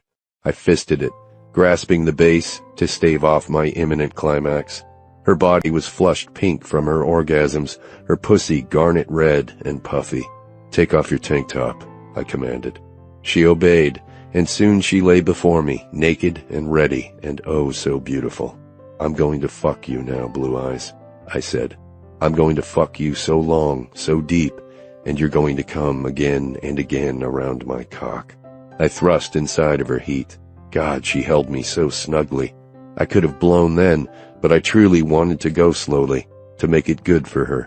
I pulled out and thrust back in, and soon I was fucking her hard, hard, hard. She grabbed the cheeks of my ass, forcing herself to take me deeper, and that made me harder. God, she was so hot. "Take me, Jade. Take all of me." "Give it to me, Talon," she said. "Give me all you have. I want it all." "You got it, baby." I thrust harder, harder, harder, harder. I fucked her, taking her, but at the same time, a new sensation bubbled within me. I wasn't just taking, I was giving. I was giving something to her that I had never given to anyone else. I pulled out and sat up on the bed. Her eyes shot wide open, their steely blue burning into me. "What's wrong? Why did you stop?" I wasn't used to giving. I wasn't sure I wanted to give her anything. No, that was a lie. I did want to give her something. Something from deep inside me. From my soul. But I had nothing to give. "Talon? My cock was still hard enough to cut through diamonds. "Do you want me to suck you?" She rose and sat next to me. I shook my head. Not that I didn't want that. "What's going on? You're freaking me out here." Still, I had no answer for her. "Talon, what is it that you want?" I looked into her searing blue-gray gaze, and I could not lie to her. "You, Jade. I want you." Chapter 17. Jade. I looked into his blazing black eyes. "You have me. I'm right here. But I don't want to want you so much." "Why, Talon? I've already told you that I don't expect you to love me. So we have lots of sexual chemistry. What's wrong with that? If you want me, take me." "I don't want to take you." "You've taken me several times now. What's the difference?" He didn't answer. Not that I expected him to. His cock was still hard as a rock, and a small drop of liquid emerged from the tip. Without thinking, I reached toward him and smoothed the liquid over the head of his cock. He closed his eyes and shuddered. I rose, dropped to my knees on the floor between his legs, and took his cock between my lips. I licked the saltiness from the head and then pushed my lips over his shaft. He was so large I couldn't get all the way to the base, but I got as far as I could until the back of his cock nudged my throat, and I withdrew. I licked the underside all the way down, and then spread tiny kisses over his balls. I inhaled the musky scent, and then I moved away from his genitals to the sexy indentation of his hips. I kissed across his abdomen to his other side, his skin so warm against my lips. I spread tiny kisses over his thigh. Returning to his cock, I nibbled the tip and looked up to him, meeting his gaze. "Tell me, Talon. Tell me what you want me to do." "I want you to..." "What?" Instead of answering, he pulled me upward, flipped me over onto my hands and knees, and pushed his cock into me. "I want to fuck you, Blue Eyes. I want to fuck you until there's no you left. Only me. You a part of me." Exactly what I wanted. "Yeah, Talon. Fuck me. Fuck me hard." He obliged, pounding into me, his balls slapping against my cunt lips. A few seconds later, the blunt tip of his finger nudged my asshole.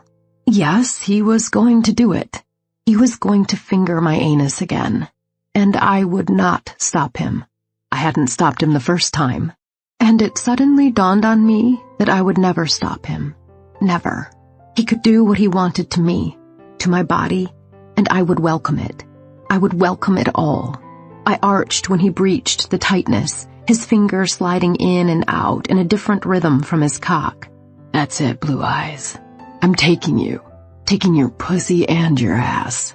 One day I'm going to fuck this ass. I'm gonna fuck you so hard in the ass and you're going to come for me." His words made me gush. I exploded into a shattered climax. I cried out, my walls clenching around him. "God, yes! That feels so good. Come for me, baby. Come all over me." The climax unfurled within me, taking me outside myself, making me tingle all over. Rapture. Such rapture. He fucked me harder, all the while drilling my ass. "Yeah, fuck you. I wanna fuck you. Fuck you. Fuck you." With each fuck you, he plunged farther and farther into my pussy. "That's it. Take me. Take me, Jade. Take my cock in your hot little pussy. Take it all. All of me." And with one last thrust, he groaned out, "Yes, that's it. Coming inside you. I'm marking you. Taking what is mine." A few timeless moments passed with us joined, and then he finally withdrew from my pussy and my ass and collapsed on the bed, one arm over his forehead. I wanted to say so much to him. I wanted to tell him that he didn't have to leave. I wanted to tell him that I had decided not to leave, that although I knew something tortured him, that something was poisoning him, I needed to stay here and help him. I wanted to tell him that he meant something to me. I wasn't sure what that was yet, but he meant something to me. Something important. Something essential. But I couldn't say any of these things. Not yet, at least. I lay down next to him when a fist pounded on the door. "Shit! I grabbed my boxer shorts and tank top and threw them on. "Who is it?" I called out. "It's Marge. Can I come in?" I eyed the door. Had I locked it? I couldn't tell from where I was. I walked closer. Shit, it was unlocked. What had I been thinking? What would Talon think? "Just a minute, I'm not decent." "Oh, for God's sake, Jade, we were roommates for 4 years. The doorknob turned. Quickly, I pushed in the lock mechanism just in time. "I'll be ready in a minute." I went back to the bed. Talon was sitting up, grabbing his boxers and jeans. "You need to hide in the bathroom," I whispered. He let out a soft chuckle. "Are you insane? This is my house. Do you want your sister to know we were screwing?" His eyes darkened for a moment, and his lips turned down into a slight frown. Then he nodded. "You're right." He headed to the bathroom and quietly shut the door. I unlocked the door and faced Marge. "What is it?" She eyed me. "You're wearing your pajamas. You said you weren't decent." "I wasn't. I had started to go into the shower, and then you knocked on the door, so I had to put my jammies back on." That seemed to appease her, although the skeptical eyebrow arch indicated she wasn't quite satisfied with my explanation. I pushed her out of the room. "Let's get some coffee. I need a caffeine boost." She didn't argue with me, and for that I was eternally grateful. "Okay, there should be some coffee in the kitchen. Joe and Ryan were here earlier." Sure enough, half a pot of brew sat on the burner, still warm. I poured a cup for me and for Marge, and we sat down at the kitchen table. "So what did you want? Why were you knocking at my door?" "I decided to see what you want to do today.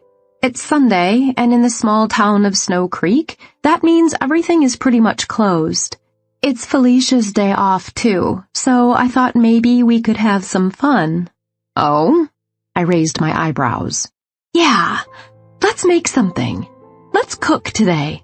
Although Marge loved to cook, I didn't exactly share the sentiment. I'd been cooking all my life because no one else was around to do it. "That's fun for you, not for me." I laughed. She punched me in the arm. "If we don't cook, we either have to go into Grand Junction to eat, or we go hungry." I rolled my eyes. "If you say so." "Besides, we have the best beef in the good old U.S. right here on Steel Acres. I'll pull out some steaks. How does that sound?" One thing about Marge, she could put it away like a teenage boy and still keep that gorgeous figure of hers. Probably because she was so tall. A smile crept up on me. "Let's make dinner for Talon." Marge jumped up and hugged me around the neck. "Does that mean what I think it means?" I froze. Did she know what was going on between Talon and me? Would she be okay with it? "It means that I'll help you cook dinner." "Yay! So you're not leaving? I was hoping you'd decide to stay." I heaved a sigh of relief. "Yeah, I guess so. For now. I should get my bar results next week. Maybe as soon as tomorrow." My nerves jumped. "God, I hope I passed." Marge sat down. "You're brilliant, Jade. Of course you passed." "I hope you're right." That test was pretty daunting. 2 whole days. The essays weren't so bad. I mean, I know the material. But that multiple choice test? How could that be the harder of the two? Because the essays were straightforward. The multiple choice test had no right answer. You had to choose the best answer. I could eliminate 2 pretty quickly, but then there were 2 that could go either way. By the time I started thinking about which one it could be, I realized I was wasting time. The test is timed, so I had to decide on an answer and move forward. I think I know 4 that I actually got right. The rest were a crapshoot. Marge smiled and placed her hand on my forearm. "Jade, I'm really not worried. I know you passed." From your mouth to God's ears. I sure hope so. Although I have to tell you, I've really been enjoying working with Ryan at the winery. There's no reason why you can't continue to do that. With a license to practice law, I kind of feel like I should be practicing law. But at least I can continue working at the winery until I find a job. Footfalls clomped behind me. "Morning, Tal," Marge said. I turned. Talon stood in his jeans and bare feet. He hadn't bothered to put his shirt back on. I hoped Marge hadn't seen him come from our side of the hallway. God, he looked good.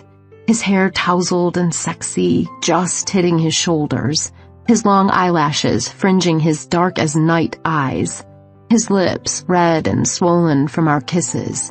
Basically, he looked like he had just had hot monkey sex. My skin tightened. Suddenly, I felt very conspicuous.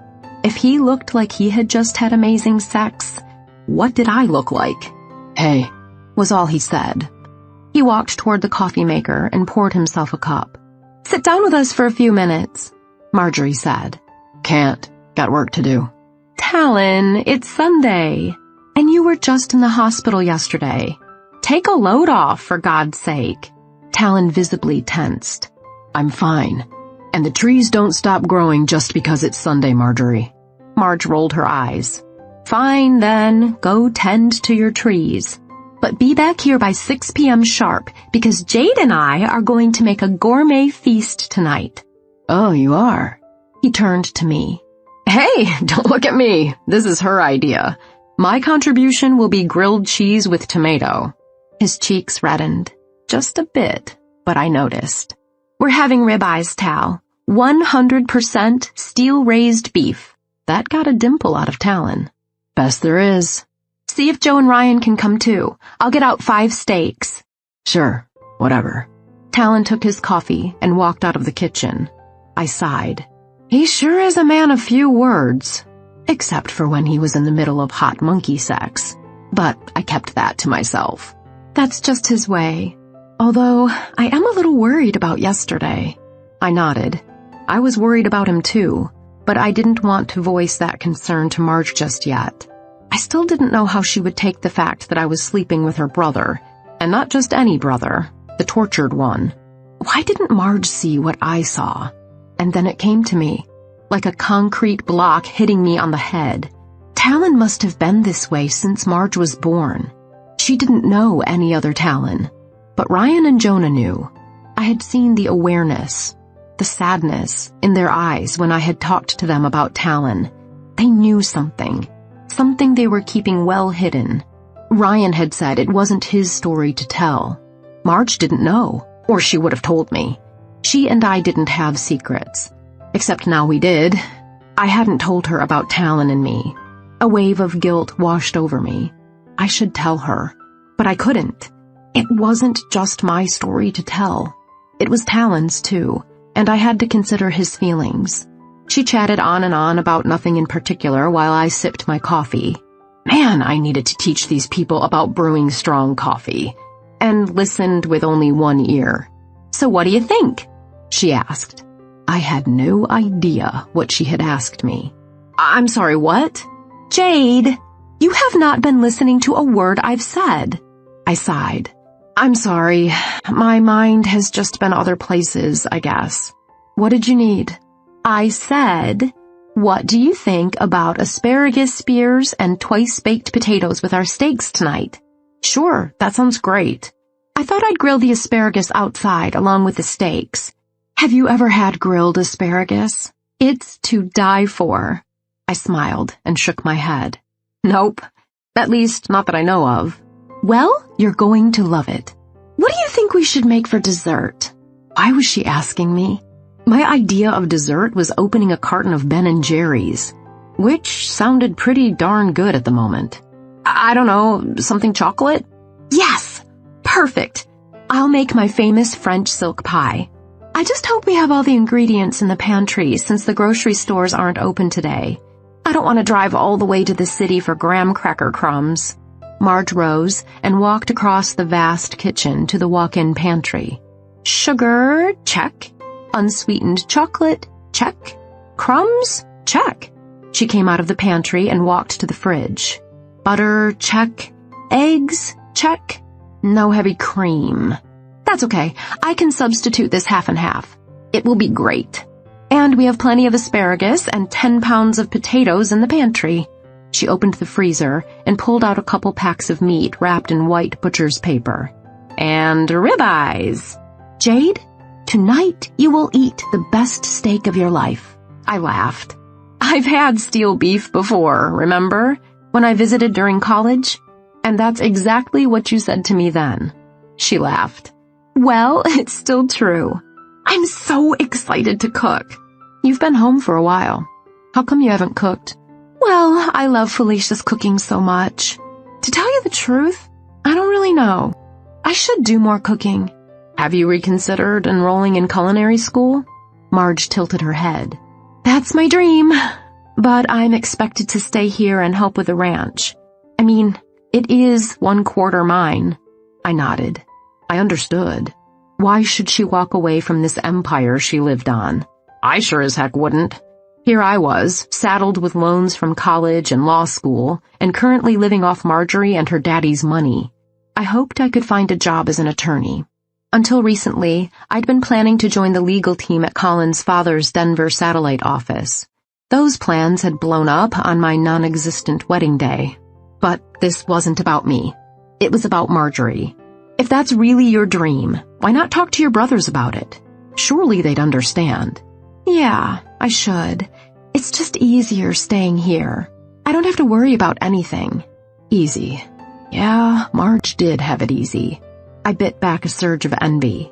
I certainly didn't begrudge her the good fortune, but man, my life would have been a lot easier if I'd had a little money. My dad did the best he could, and I never got a penny from my mother. Her much younger second husband had seen to that. I finished my coffee and stood. I'm going to shower. What time do you need me in here to start our cooking extravaganza? I'd say probably around 5. No, make that 4. The potatoes need to bake and then bake again. Plus, we'll need to start the dessert so it can chill. I nodded, put my coffee cup in the sink, and walked back to my room. And on my bed sat Talon Steele. Chapter 18. Talon. Hi, Jade said. My brothers don't want me to leave, I said. She shook her head. Hi to you too. What are you doing here? Are you still leaving? She walked to her chest of drawers, opened the top one, and pulled out a pair of underwear. I tried not to imagine the plain white cotton panties clinging to her shapely ass. What was it about plain white panties on women? God, so hot. No, not yet anyway. What changed your mind? I dared to hope I had played a part in her decision. Nothing in particular. I mean, I took the Colorado bar, so I'll be living somewhere in the state anyway. And I promised Marge I would try to make it work here in Snow Creek. Of course. For Marjorie. Not for me. Which was fine anyway, because I couldn't love her. I couldn't give her what she deserved. But her not being here, I'd be ripped in two. I stared at her. At those blue-gray eyes that seemed to cut through my many tears. At those red lips still swollen from her earlier kisses. At the lush golden-brown hair hanging in wavy layers around her creamy shoulders. At her perfectly shaped face. At her amazing and beautiful large breasts. At those brown-pink nipples poking through that damned white cotton tank. The woman could be wearing a lacy negligee from Victoria's Secret, and she couldn't look any sexier than she did in a white tank and plaid boxers. I wanted her again. My cock grew inside my jeans, and my balls tightened. How was this happening to me? I still hardly knew the woman. Was this simple physical chemistry? If it was only chemistry, why were my emotions involved? Emotion. I had turned off myriad emotions long ago, just so I could get through the craziness that was my life. Now feeling was creeping back into me, and as much as I wanted to stop it, I was powerless against it. If Jade left, maybe I could get back to normal. But if Jade left, she'd take a piece of me with her. I had to get her out of my system once and for all. I could fuck her again. That would sate my physical hunger, but not for long, given the state of my cock at the moment. I had just had her an hour ago, and now I wanted her again. Truth of it was, I had wanted her as soon as we were done. She fidgeted with the white panties she held, looking at the floor. I need to shower, so if you'll excuse me. Shower. I could take her into the shower with me, but no. I would have her again on her bed. Look at me, I said. She still looked down. I rose and walked toward her. I lifted her chin and forced her to meet my gaze. I said, look at me. Her eyes burned darker, into an almost midnight gray blue. I waited for her to speak, but she did not. My cock strained against the confines of my jeans. I ached to grab her, bend my legs, and grind my cock into her pelvis, while we were still fully clothed. Instead, I lowered my head and kissed her lips. She opened for me, and we kissed softly for a few seconds, but then the kiss became more fervent. God, to kiss her was heaven. Her soft, sweet tongue, her firm, full lips, the tiny nibbles from her teeth. Yes, it was heaven kissing her. And heaven was a place I hadn't known until Jade. I brushed my hands over her shoulders, down her arms, and then up, cupping her firm, full breasts. I thumbed her hard nipples through the flimsy cotton material. She groaned. I took them both between thumb and forefinger and pinched once, twice, 3 times. She moaned into my mouth, the sound a tremor against the back of my throat. God, how I loved her nipples. So beautiful and so responsive. I pinched them again and again, her moans feeding my own desire. When I finally broke the kiss to take a breath, I leaned down and bit a nipple right through the fabric. Oh God, Talon, yes. I love it when you pinch my nipples. I continued sucking and nibbling her nipples through the cotton while I brushed the boxers over her hips and onto the floor. I touched her wet pussy with my fingers, slick and ready for me. So hot. Yes, just like that, she said. So good. I let go of her nipple with a soft pop and turned her around so her beautiful ass was facing me. I squeezed the firm cheeks and then knelt and slid my tongue through the crease. She sighed.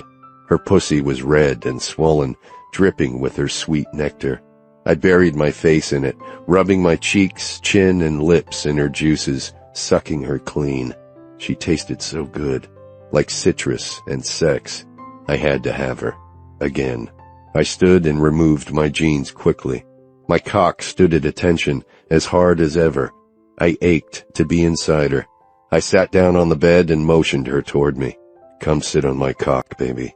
Take off your shirt first and sit on my cock. I'm going to play with your nipples while you fuck me. She needed no further urging. When she sank her moist pussy onto me, I nearly shattered. So good, that suction, that sweet grip. Bracing her knees on either side of my hips, she rose slowly and plunged back down. A man of my word, I cupped both breasts, fingering one nipple and biting the other. Yes, Talon, bite me. Bite that nipple. God, I'm going to come so hard. Yeah, Blue Eyes, come for me. I want that sweet little pussy to come all over my cock. I clamped my lips over her hard nipple again. She rose and sank, and then imploded all over me. Her convulsions clenched me as she rode into her climax. Oh, Talon, she cried. I'm coming, baby. Coming so good. I was ready to spew into her, but I wanted her to have another orgasm. Plus, I wanted to taste that sweet little cunt. I pulled her off of me and laid her down on the bed. I spread her legs and shoved my face between them, eating her. I sucked on her clit and stuffed 2 fingers inside her. Soon she was clenching around me again. My God, I loved making her come.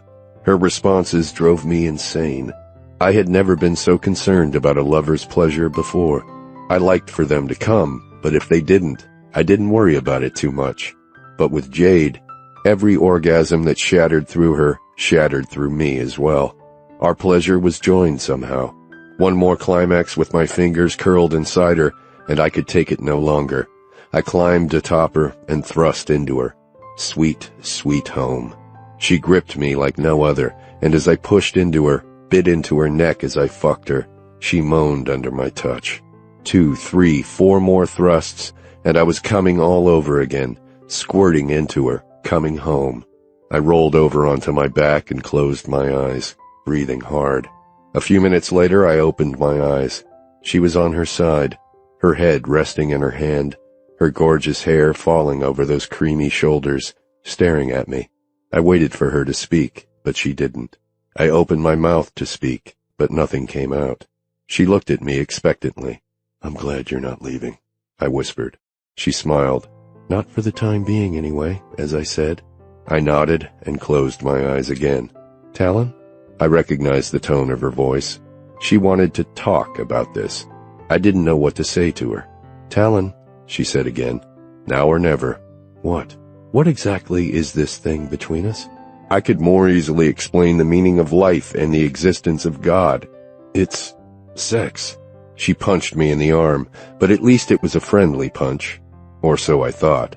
Clearly, it's sex. But the first time you took me to your bed, you said it would be the only time. That hasn't ended up being the case. So what is going on with us? What do you want to be going on with us? All the potential answers to that question scared the hell out of me, but it was easier to ask it than actually answer hers. Well, I haven't felt like I could tell Marge what's going on between us. Do you think it would be okay if I told her? Not exactly what I had been expecting. Most women would want to talk about commitments, emotion, and all that other garbage. All Jade wanted to know was if she could tell her best friend. Something in me saddened a bit. Do you want to tell her? Score 2 for me. Another question instead of answering hers. Honestly, I don't know. Normally I would. She and I don't have secrets. But something about this situation seems very private to me. Why do you think that is? Why do you think that is? Oh, no, you don't. Don't think I haven't caught on. You're answering everything I ask with another question. I've been to law school. I know that tactic. I want an answer. What is this? And why do I feel like I can't talk about it? Her cheeks were red. Her body still flushed from her orgasms. Private. I didn't know why it seemed private.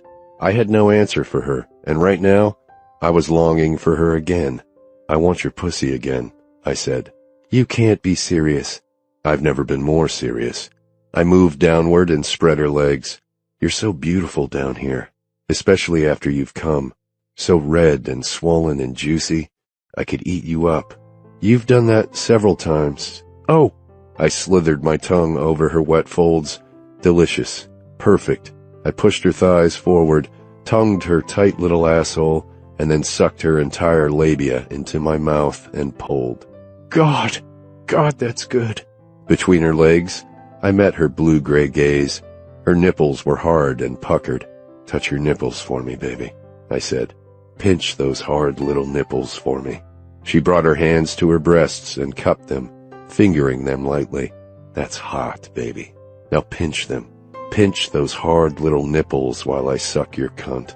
She pinched them, and my cock hardened into granite. Damn, she was so hot. I lapped at her pussy, sucking, tugging, and then looked up again. How does that feel, baby?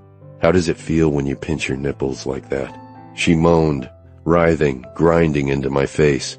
Talon, I'm going to come again. A thrill bubbled into me. Yeah, baby, come for me. Come all over my face. Let me suck all that sweet cream out of your pussy. She shattered, bathing me with her sweet essence. My cock throbbed, yearning for her hot sheath. While she was still coming, I inched forward and thrust into her. I fucked her harder. I got on my knees, lifted her hips, and plowed into her. Thrust, thrust, thrust, thrust. My balls tight. Thrust, thrust, thrust. Tiny convulsions started at the base. Thrust, thrust, thrust. My brain exploded. My skin tingled all over. My cock throbbed as I released into her juicy heat. The most explosive climax I could remember. And still I came and came and came, until finally I pulled out and collapsed in a heap next to her. Calm peacefulness surrounded me as the afterglow whisked me to a different plane. I lay there, sated. Her presence next to me filled me with a tranquil headiness that was foreign to me. I floated downward, melting into the soft comforter. God, dare I think it? I felt good. But a few minutes later, what exactly is this thing between us? Chapter 19. Jade. He didn't answer me. Not that I expected he would. I got up to take my shower. I figured he'd let me this time. He'd had 3 or 4 orgasms already today. He wouldn't be after me for another. I turned to look at him, his eyes still closed, his arm over his forehead as usual. One of his knees was bent and strewn over his other leg. Naked glory. He was indeed the epitome of masculine beauty. I walked to the door to make sure it was locked, and I went to take a shower. 20 minutes later, when I walked out of the bathroom to dress, Talon was gone. I can't believe this! Marge brought in the steaks from the grill and set the platter down harshly on the patio dining table. I told him 6 sharp. Jonah and Ryan were relaxing in the hot tub with a beer. I was sipping a glass of Ryan's Rhone blend in a redwood Adirondack chair. My heart lurched. Worry for Talon consumed me. Had he fainted somewhere? "Don't get your panties in a bunch, sis," Ryan said jovially. Always jovial, that one. Ryan always had a smile. I'd miss working with him when my bar results came in. "Is it a crime to want to have dinner with my family?" Marge shook her head. "My whole family? I've been cooking for 2 hours." Jonah got out of the hot tub, his trunks dripping, and wrapped a towel around his waist. "It smells great. Don't feel bad, Marge. You know how Talon is." He sighed. "I just wish he were here. He was just in the ER yesterday, for God's sake." So, Jonah was worried too. "He ruined my special dinner," Marge said, her dark eyes somber. I gulped down the last of my wine. I hated to see my best friend upset. Yes, I was concerned, but I wouldn't let Marge down. I rose. "Come on." I put my arm around Marge's shoulder. "Joe and Ryan are here. I'm here, and everything smells great. Plus, I worked really hard sprinkling salt and pepper on that asparagus." That got a slight smile out of Marge. "Listen to Jade, sis," Ryan said. "I could eat a horse. Let's pour some more of that Rhone and have some chow." Dinner was delicious. At least, I assumed it was. It all tasted like cardboard to me. Worry for Talon pounded in my gut. Alongside the worry churned anger. How could he do this to Marge? She had lightened up a bit after a couple glasses of wine, but she was clearly hurt that he had stood her up. I put on my happy face and talked with Marge and her brothers, but an underlying current of malaise was thick around us. Where was he? I helped Marge clear the table and then offered to serve the dessert. I went into the kitchen to fetch the French silk pie from the refrigerator when the doorbell rang. Marge and the guys were outside and hadn't heard it. I walked out of the kitchen through the hall to the doorway. Who would be calling on a Sunday evening? I opened the door. A cop stood on the front porch. "Yes?" I said.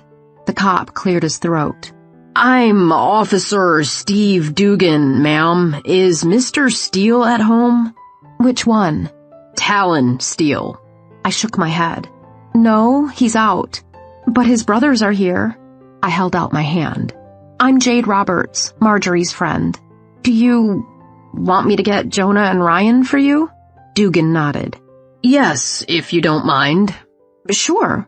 I held the door open. "Come on in." He stepped in and removed his hat. Polite. "I'll just be a minute." I walked quickly through the kitchen to the patio. They were laughing. At what, I had no idea. It was the first gale of laughter I'd heard tonight, and with the news I had, it would no doubt be the last. I cleared my throat.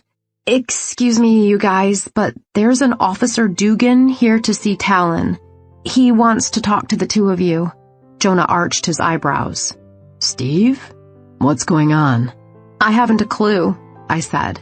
"But he's waiting in the foyer." Jonah rose and walked past me, Ryan and Marge following. I strode quickly on their heels. I might not be family, but I needed to know what was going on. My nerves were a wreck. "Steve." Jonah held out his hand. "What's going on, buddy?" "Hey, Joe." Dugan shook Jonah's hand and then Ryan's and Marjorie's. "I'm sorry to barge in like this. I guess you've already met Marge's friend Jade?" Ryan said. Dugan smiled. Sort of. "Nice to meet you." He shook my hand. His hand was big and meaty, and clammy with perspiration. This cop was nervous. Or hesitant. "Come on into the living room," Jonah said. "You want a drink?" Dugan shook his head. "I'm here to see your brother. You putting together another poker game?" Ryan smiled. "Why don't you ever ask me to play?" "Because you suck, right?" Dugan said. "But that's not why I'm here." He cleared his throat. "I'm afraid this isn't a social call." Apprehension clogged the air. Something was wrong. Very wrong. "I need to take Talon in. I have a warrant for his arrest." I was helping Marion in the winery office the next morning, trying desperately to get Talon out of my mind. He hadn't come home last night. I'd made several pilgrimages to the kitchen, hoping to find him staring at that damned glass of water, but to no avail. I hadn't slept, and from the looks of Ryan when I came in this morning, neither had he. I nearly dropped the file I was working on when Marjorie burst in like a tornado, her cheeks flushed pink and her eyes rimmed with darkness, carrying a legal-size envelope. Clearly, she hadn't slept either. "Jade," she forced a smile. "your bar results came." My stomach rose in my throat. The last thing I wanted to do was open that envelope in front of Marge and Marion. "Morning, ladies." Ryan strode in, his signature smile missing from his face. "How's everything going this morning?" And now in front of Ryan. Why couldn't he have stayed over at the warehouse with the barrels? Goosebumps froze on my arms. "Marge." "Oh, what are you afraid of? You know you passed with flying colors. My brilliant BFF could do no less." She sighed. "Besides, we could all use some good news this morning." I couldn't argue there. Marjorie, who usually slept like a baby, had clearly tossed and turned last night. Her eyes told the tale. Ever since college, Marge had labored under the delusion that I was brilliant. The truth was, I was no more brilliant than anyone else. I studied. I had to get scholarships. Marge, coming from the Steel Empire, hadn't needed to worry about money. I had worked hard in school my whole life, my father driving into my head that I needed to go to college, and I needed to get scholarships to be able to do it. I'd always had scholarships, and I'd taken loans to cover the rest that my dad couldn't, and then worked to cover my living expenses. And here Marge was building me up in front of Marion and Ryan and waving my bar results in my face. What was I supposed to do? I had to open them. And if I didn't pass? Nothing much. I'd be mortified, that was all. But as I had done for all tests in my entire testing career, I had studied for the bar exam. And when I studied for tests, I usually got A's. So I had to go with the odds here. Why worry yet? "I'm on pins and needles here, Jade." Marge thrust the envelope at me. I reluctantly took it. Telling her I didn't want to open it in front of everyone would do no good. They already knew it was here anyway, and whatever the result was, they would know that eventually as well. "Yes, please don't keep us in suspense." Marjorie smiled. I took a deep breath and ripped open the envelope. Inside were 2 pieces of paper. My vision blurred as I tried to read the first piece. Name, address, scan, scan, scan, scan, scan, scan. Status. I drew in a deep breath. Pass. I widened my eyes to make sure I hadn't read it wrong. Pass? I passed! I squealed. Marge launched herself at me, giving me a hug. She nearly stumbled, but Ryan steadied both of us. "Easy there, Squirt," he said. "Her first lawsuit will be against you." Marge let me go, and I was shaking as I looked at the second sheet of paper. "What's that?" Marge asked. I scanned it quickly. "It's about the swearing-in ceremony next month in Denver." "That's great!" Marge clapped her hands. "We'll all go to support you." "That's not necessary. I may not even go myself. It's not like it's a requirement." "Nonsense," Ryan said. "You should definitely be there. We'll make sure we all get it on our calendars." I took a deep breath. Thank God. If only Talon were here. Marjorie interrupted my worries. "You need to go look for an attorney job," she said. "I'm kind of working here today, Marge. Actually, I was just coming in to tell you guys that there's not much to do around here today," Ryan said. "Marion can handle everything. Why don't you take the day off? Go get your dress blues on and go into town. There's only one firm in town, plus the city attorney's office.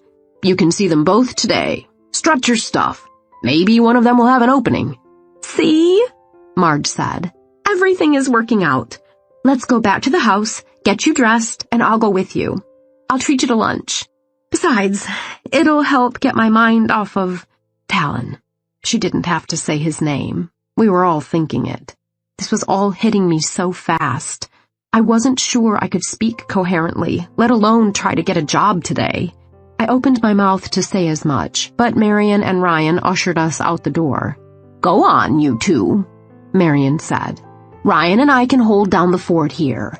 You get yourself a job, missy." No sooner had we lunched at Enzio's Italian eatery. The eggplant parm, usually my favorite, had been flavorless due to my worry. Then Marge was marching me toward the city attorney's office. The city attorney's name is Larry Wade. I don't know him very well, but I believe he and my father did business together. "Do you want me to go in and introduce you?" I shook my head. Marge had already done so much for me. Besides, I wanted to do this myself. "No, thanks. I'll go alone. I don't want it to get around town that I'm going around asking for favors because I know the Steeles." "I understand," Marge said. "Now run in there and show them what you've got."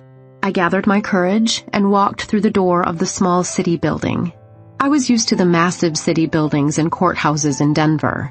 This was a tiny brick building that apparently housed the mayor, the city attorney, and their staffs, which didn't appear to be very abundant.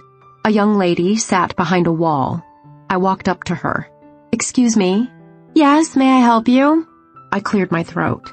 "I'd like to see the city attorney, please, if he's available." I let out a breath. I had done it again, inflecting my voice at the end of a statement and making it sound like a question, as if I were asking for a favor, as if I weren't worthy of seeing the city attorney.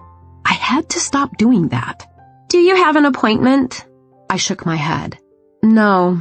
"May I tell him what this is regarding?" I drew in a breath and let it out slowly. "I'm an attorney. I'm looking for a job here in Snow Creek." "Oh, then you came about the ad." "The ad?"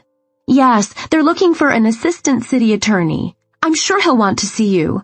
We haven't gotten many applicants. There aren't too many attorneys who choose to live in Snow Creek." She let out a quick laugh. "Let me tell him you're here." My heart soared. They were actually looking for someone. Could my timing have been any better?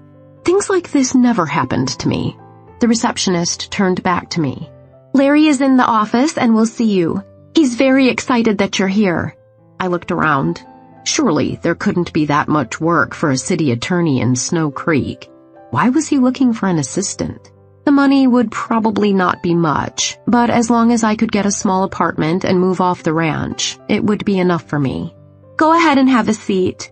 The receptionist gestured to the sofa and a few chairs in a sitting area. "He'll be down in a minute." A few seconds later, a balding blonde man of medium height, wearing khakis and a button-down shirt, walked toward me, his hand outstretched. "I'm Larry Wade. Are you the attorney?" I stood and nodded. "I'm Jade Roberts." I took his hand. "It's great to meet you. I really appreciate you seeing me." "Not at all. I'm thrilled you're here, to be honest. My workload is getting heavy, but as Carol likely told you, we don't get a lot of attorneys settling here in Snow Creek." He led me back to a small conference room and gestured for me to have a seat. He sat down across from me. "So, what brings you to Snow Creek, Ms. Roberts?" "Please, Jade. Actually, friends. Marjorie Steele is my best friend." His eyebrows shot up. "The Steeles?" "Yes." "Was that a problem?" "Good people, the Steeles." "Okay, maybe not a problem." "Yes, they are." "So, how long have you been practicing law?" Warmth spread over my cheeks. "I haven't, actually. I just got my bar results this morning." I tugged the paper out of the small briefcase I was carrying and slid it across the table to Mr. Wade. "Well, congratulations then." He smiled. "And welcome to the club." He took a look at my resume, scanning it. "So, you clerked for Davis and Stubbs. Good. Very good. You have any experience doing city work?" I shook my head. "I'm afraid I don't, but I do know my way around a courtroom. I sat with Sherry Malone on several of her medical malpractice cases, did most of her legwork." "As you can imagine, we don't have a lot of high-profile cases here in Snow Creek." He chuckled. "Anything big gets sent up to the county DA in Grand Junction. But we do have a lot of traffic tickets, curfew violations, drunk driving, assault and batteries, a little domestic violence sometimes. Nothing too exciting, but we make do." With all due respect, Mr. Wait, please, Larry. I cleared my throat. Larry, I guess I'm not sure why you need an assistant. I don't have an investigator on staff, Larry said. At the city council meeting last month, I mentioned that I needed one, but the council suggested, and I agreed, that I hire an assistant city attorney instead. Someone who could do investigation work, but could also take over for me if necessary. I see. So, I was to be a glorified law clerk. Great. Don't get me wrong. This will be a great starting job for you. You'll learn the inside out of municipal law and working for the city. And yes, you'll have to do some investigating, but most attorneys do that anyway. I nodded, biting my lip. I wanted to ask how much the job paid, but I wasn't sure how to broach the subject. If you're interested, Jade, I'd love to have you start tomorrow. I'm definitely interested, and starting tomorrow probably wouldn't be any problem. But could I ask about benefits? Damn it, why had I asked like that? I had every right to know what kind of benefits and compensation I'd be receiving. Of course. The city has an HMO for healthcare, paid in full for the employee. If you have a spouse or dependents, the excess will be taken out of your check. Well, that's not a problem. I'm not married. Good. We also cover dental and vision.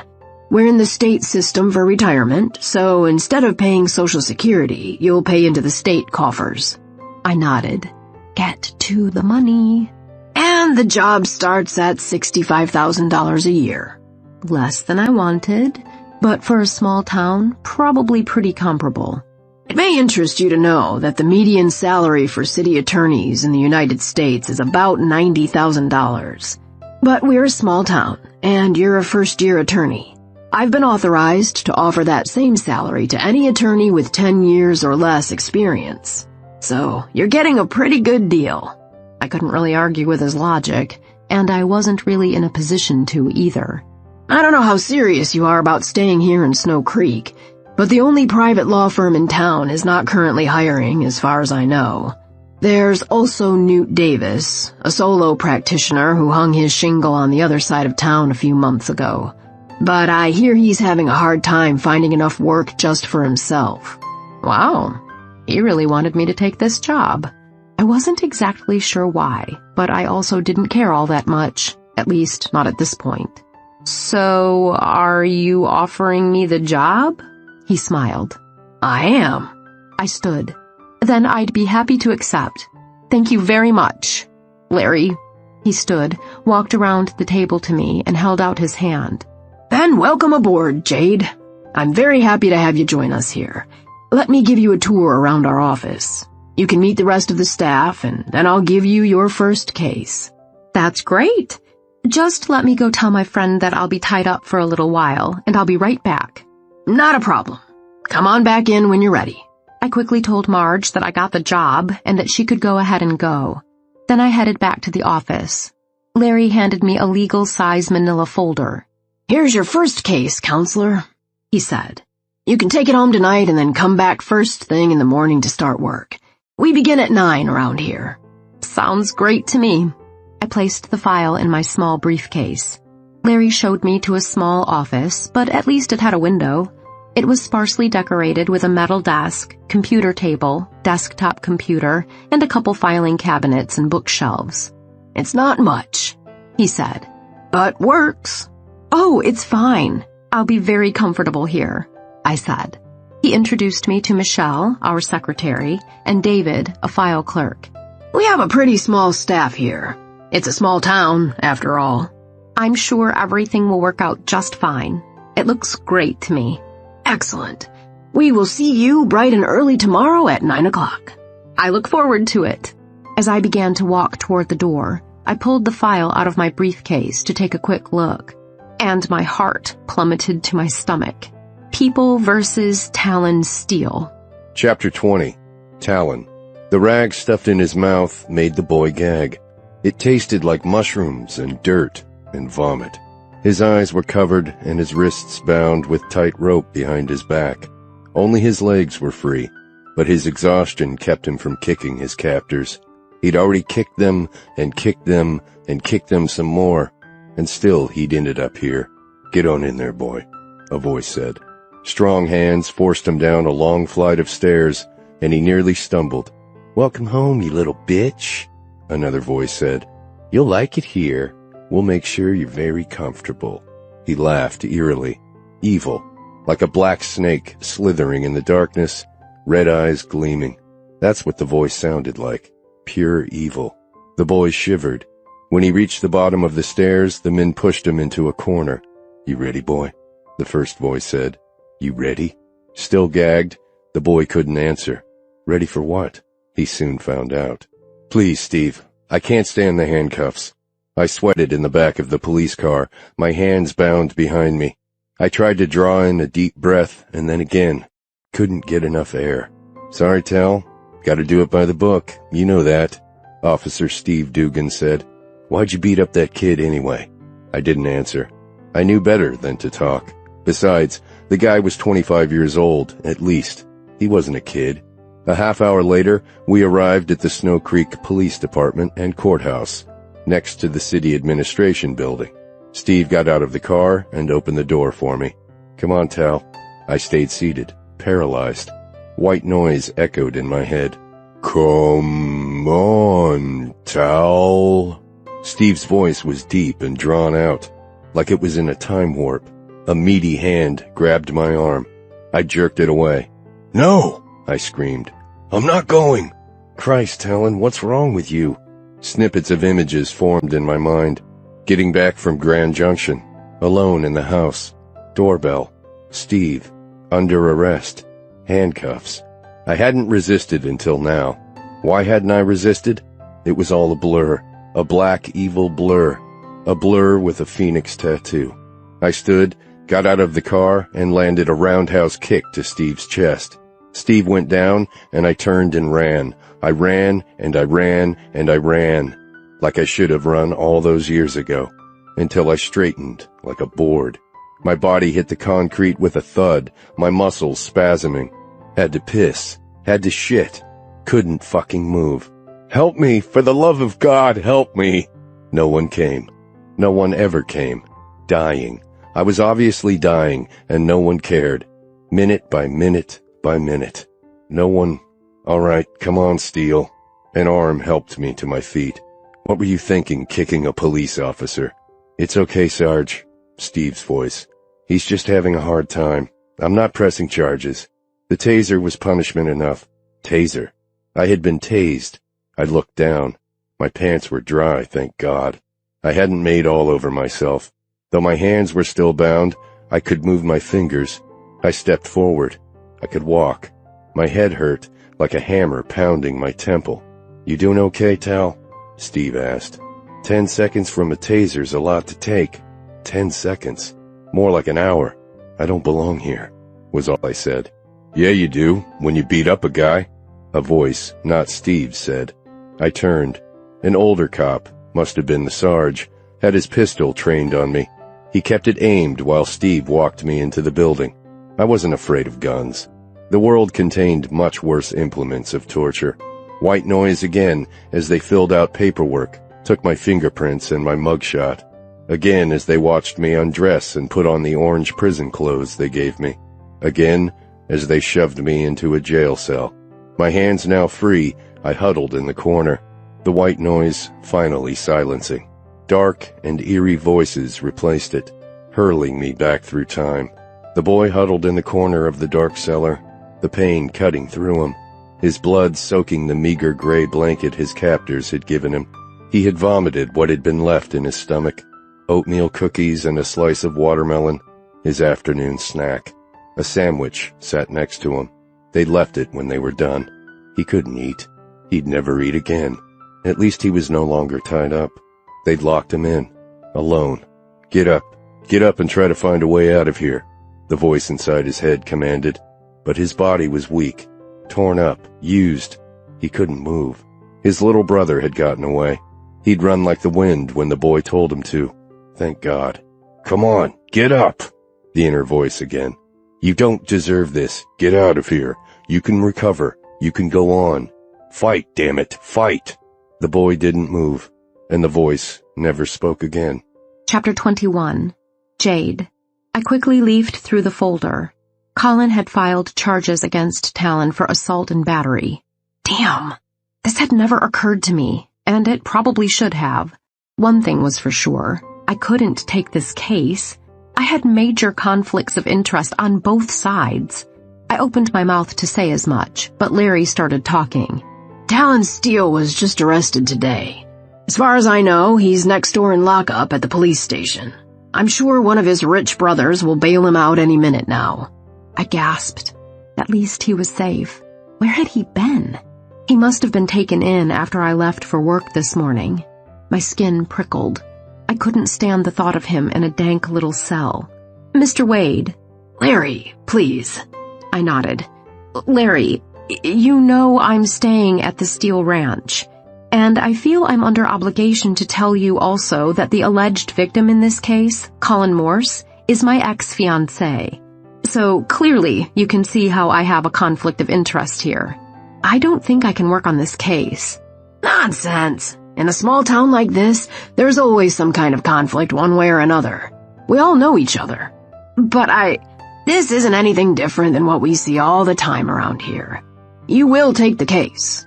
Mr. Morse is staying in a hotel in Grand Junction.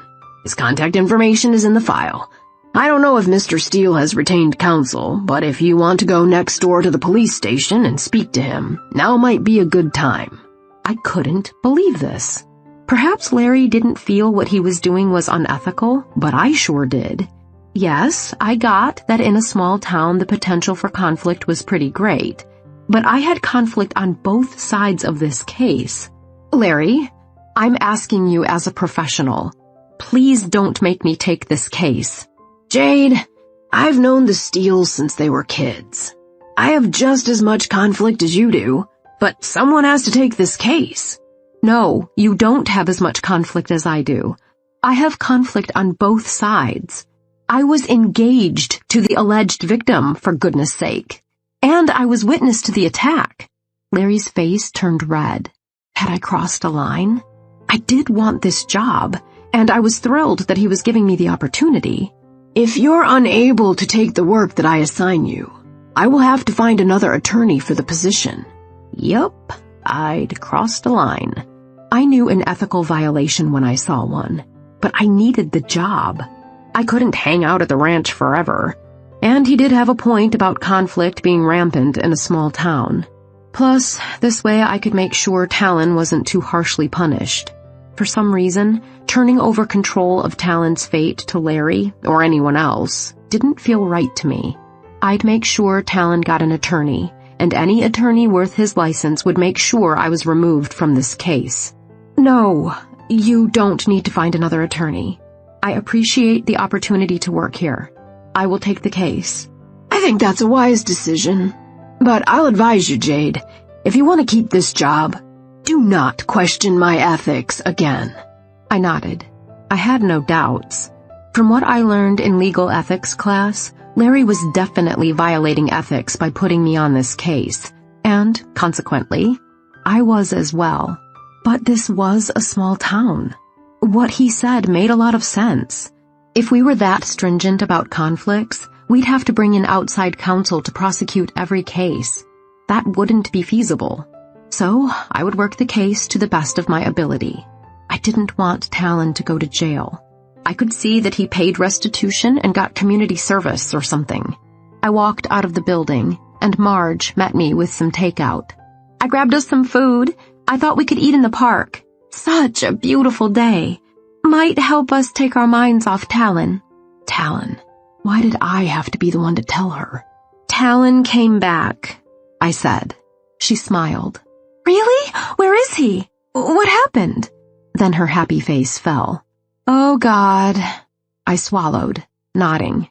Marge, I can't have dinner with you right now. I have to go next door. I have a case to work on. Talon has been arrested. Colin filed charges against him for assault and battery. That's why the cops were looking for him last night. Marge clamped her hand to her mouth. What are we going to do? I'll go with you. I shook my head. I need to go alone. This is business. But he's my brother. That's exactly why I need to go. You're too emotionally involved. What a crock. I was just as emotionally involved, if not more so. Besides, it's my job. But you're working for the city attorney. That means... I nodded. Yes, that means I'm working against Talon. But don't worry, I'm going to take care of this so that he's in as little trouble as possible. I promise you. I need to walk over to the firm and get an attorney for him, Marge said. I nodded again. That's a good idea. Hurry, it's almost 5. They might be closing soon. I'll let him know another attorney is on the way. Marge ran off, still carrying our food, while I plodded over to the police station. 15 minutes later, I was sitting in a witness room across the table from Talon. Even in orange, the man was a god. He made prison garb look like Armani. He didn't speak, clearly on edge, tense. It was written all over his face, from his pursed lips and clenched jaw to his wrinkled forehead. I cleared my throat softly. Talon, I want you to know that you can have an attorney present during this meeting. You mean you're not my attorney? I shook my head. How I wished I were. No, I'm the assistant city attorney. Larry Wade just hired me and gave me this case. Talon rolled his eyes. Oh, for the love of God. He glared at me, his eyes black and angry. You're not thinking anything I haven't already thought myself. But this will be all right. I can make sure everything turns out okay. The first thing we need to do is get you an attorney. Jade, you have to get me out of here. I don't want an attorney. If you want to get out of here, you need one. Marge is heading over to the firm right now to find one for you. Those jokers? I wouldn't pay one of them to represent me. Talon, I plead guilty, damn it. I fucking plead guilty. Send me off to prison. My brain was rattled for a moment. Had I heard him right? Talon, I'm going to consider this all off the record. You don't know what you're saying. You are a representative of the city of Snow Creek, and consequently the state of Colorado. I am pleading guilty to you, an officer of the court.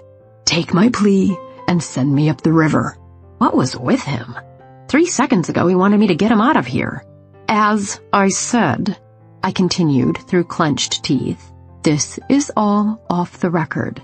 This conversation is not taking place. Any guilty plea you want to enter with me is not going to get entered. I will not be taking any pleas from you, only from your attorney. He leaned back in his chair and sighed. Suit yourself. Now, I can help you.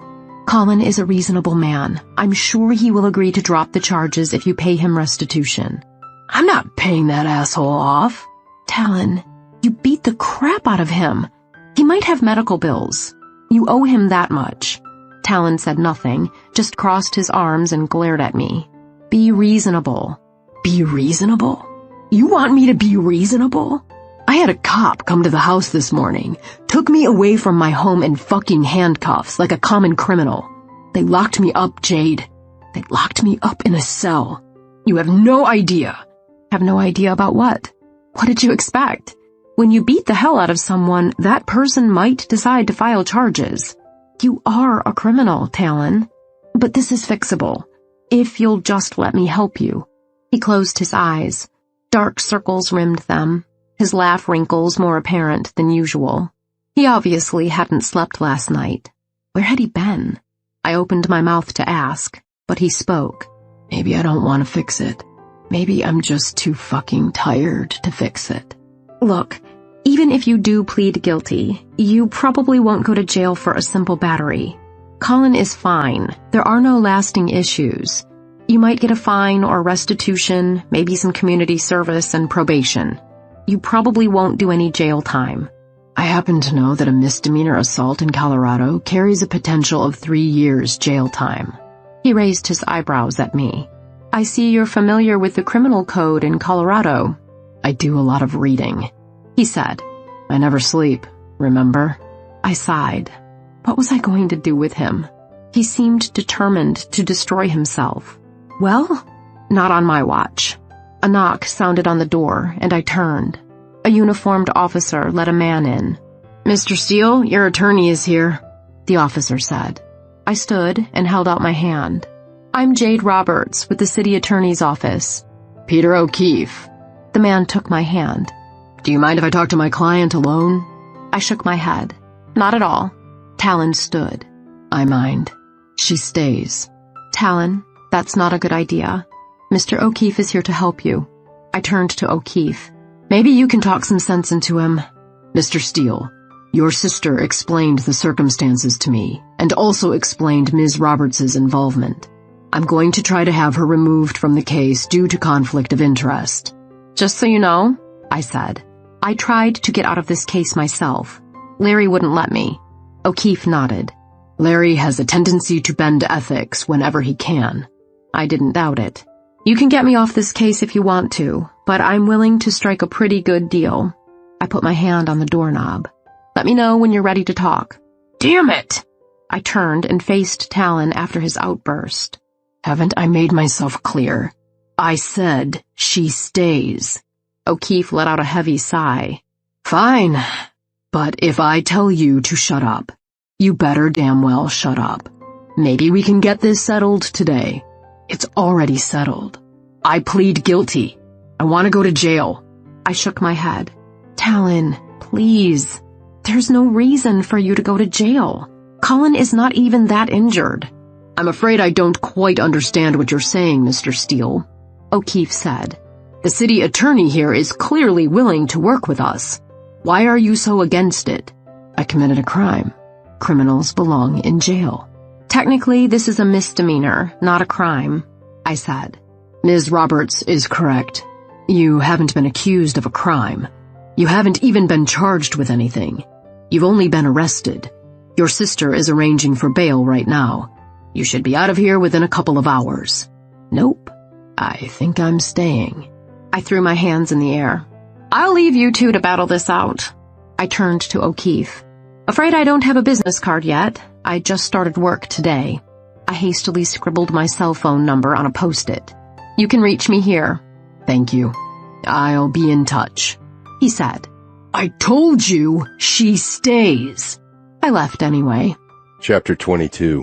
Talon. Peter O'Keefe was an idiot. What had Marge been thinking sending him? He sat across from me, drenching me with saliva every time he spoke. He asked me a bunch of questions about that asshole Colin, and I answered them truthfully. So I'm pretty sure we can get this down to reckless endangerment, maybe get some community service. Shouldn't be a big deal. Jade says she thought she could get the guy to drop the charges. We can't count on that. But it would be great if she could. Whatever. I don't care if I stay here. I really don't. Fucking lie, that was. I couldn't bear the thought of being locked up. My nerves were a jumble of jelly. But I would take care of it, and I would do it if it meant no one else would be destroyed because of me. I belonged somewhere where I couldn't hurt anyone. Even if the walls caved in on me, I could do it. I'd lived through it before. Mr. Steele, you're talking nonsense. Once you get out of here, you'll see that. O'Keefe took a card out of his wallet and slid it across the table to me. I'm going to ignore your guilty plea because you aren't in a position to make a plea at this time. The charges haven't even officially been filed. I don't care. Well, start caring. I'll be in touch. O'Keefe stood, but before he could open the door, it opened from the other side, and a uniformed officer entered. Steele, he said. Your bail's been posted. You're free to go. Great. Free to go. Free as the birds in the sky. Free to enjoy life. What a fucking crock. I would never be free. I followed the officer to a locker room. He handed me a paper bag. Here are your personals. Go ahead and get changed. I'll meet you up front and we'll process you on out of here. I took the bag without saying a word. What was there to say? Thank you? He didn't stay to watch me dress this time. I threw the bag down on the bench and sat, the white concrete walls beating in time with my heart. The walls advanced again. Won't go there. Can't go there. But the monstrous walls lurched forward. The floor tilted, and I slid off the bench, my skin clammy, my heart thundering. I stared at the stark ceiling, the fluorescent lights blinding me. My bowels churned, and bile inched up my throat. Needed to breathe. Couldn't fucking breathe. Help! The words stuck in my throat. I climbed back to the bench, back to safety. Breathe, Talon. Breathe. If you lose consciousness again, they'll never leave you alone." The boy's voice had grown hoarse from screaming. His fingernails were filed down, and his fingertips scabbed over from clawing at the concrete walls. After a while, he no longer screamed, and eventually his voice repaired itself and his fingers healed. He sat, his arms around his legs, his chin resting in the indent formed by his two knees. He had gotten used to his circumstances. A bucket sat in the corner of the room where he took care of his needs. His captors only changed it when they came for him. The days grew together. Had they been there yesterday? Or had it been longer? Sometimes he got 3 meals a day. Sometimes he got nothing. His stomach had long ago stopped growling for food. Sometimes they brought him water. More often, they taunted him with the full icy glass. The nights were the worst. The concrete floor was often chilly, even though it was summer. Was it still summer? The days had rolled together. How long had he been here? At first, he'd kept track of each time they came to him, but he stopped doing that. He didn't want to think about those times. The door to the small room opened, and one of them came down the stairs, wearing a mask, of course. They always wore masks. He didn't speak to the boy, just set out a tray of food. The boy didn't dare move until the man had descended and closed and locked the door. Then he scrambled to the tray and gobbled up every bit of tasteless food. Maybe it was poisoned. I stood abruptly when the officer walked back in. The walls flew back to their normal places. "Ready, Mr. Steele?" I nodded. I was okay. Everything was okay. Needed to get home. Needed to see Jade. She'd make it all right. Marjorie and Jade sat in the waiting area. Marge ran up to me and flew into my arms. "Talon, I was so worried. Are you okay?" I couldn't tell her I'd just had a panic attack. "I'm fine." Jade said nothing, but she stood, her blue-gray eyes piercing into me like 2 spears. "Let's get you home," Marge said. Home. Where was home, anyway? I hadn't felt like I'd been home for 25 years. We walked out together. Marge's car was parked nearby on the street. Jade still hadn't said anything. "Are you hungry?" Marge asked. "We can stop and get something. Jade and I already ate." I shook my head. No, I wasn't hungry. I was rarely hungry. I ate for sustenance. Fuck. I'd missed Marge's steak dinner last night. I'd have to apologize. God. I hated hurting my sister. Hated hurting my brothers. "I'm so sorry all this happened, Talon." Marge's eyes misted up. I could stand anything but her tears. So many tears had been shed over me during my life. I was damned sick of it. After that, Marge stopped talking, and we were all silent during the half-hour ride out to the ranch. I sat in the front seat next to Marge, and Jade sat in the back. I couldn't see her, but her presence surrounded me, enveloped me, permeated me. She was inside me, and I was being pulled in different directions. One part of me wanted her more than anything, but the other part pushed her away. I couldn't bear the thought of hurting her, and if she stayed near me, she would get hurt. I was a mess she or anyone else shouldn't have to deal with. We pulled into the ranch, and Jade went into her room without another word. I watched her walk down the hallway. Only she could make a navy blue conservative suit look hotter than hell. I wanted to rip that tweed off of her and fuck her good right there. But that would have to wait. Marge was coddling me, fawning all over me. Guilt raced through me. I'd missed her dinner, but she didn't mention it. Instead, she made me a pot of tea and told me to go to my room and rest. Rest was the last thing I needed. Yes, I was perpetually tired, but right now my body was agitated. I needed to keep moving, needed to work off some steam, needed to release, and I knew just where I could find one. How to get past Marge was the problem. After I had waited a while, I sneaked out of my bedroom and down the hallway toward Jade's room. I knocked lightly on the door. "Come in." She had changed out of her stuffy suit, and she sat on her bed in a pair of denim cutoffs and a hot pink tank top. My cock reacted at the sight.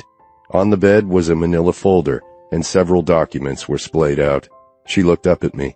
"Hey, I was just looking over your case file." "So you're really going to prosecute me, huh?" She shook her head. "Not if I can help it, but I need you to cooperate." "You think you can get Pretty Boy to drop the charges?" "I will try. Even if he doesn't, you have a great chance to get a good plea bargain. But honestly, We're putting the cart before the horse. Formal charges haven't even come in yet. Well, you're the city attorney. You file the charges, right? She shook her head. Larry does that, I'm afraid. But I will certainly recommend to him that we go lenient on this. Don't hold your breath, I said. The good folks of Snow Creek like to stick it to the Steeles. She arched her eyebrows. Why would you say that? I wasn't sure why I had said that, to be truthful. As far as I knew, no one had anything against us in town. I don't know. Because we're the rich ranchers. We own half the damn town. She nodded. I see. She paused a moment. So where were you last night anyway? Marge worked her butt off cooking that great dinner for all of us. She was really hurt when you didn't show up. I gulped. What could I say? Turned out I didn't need to say anything because Jade kept talking. And then that cop comes around looking for you, saying he has an arrest warrant. Do you have any idea what you put all of us through? I was worried sick.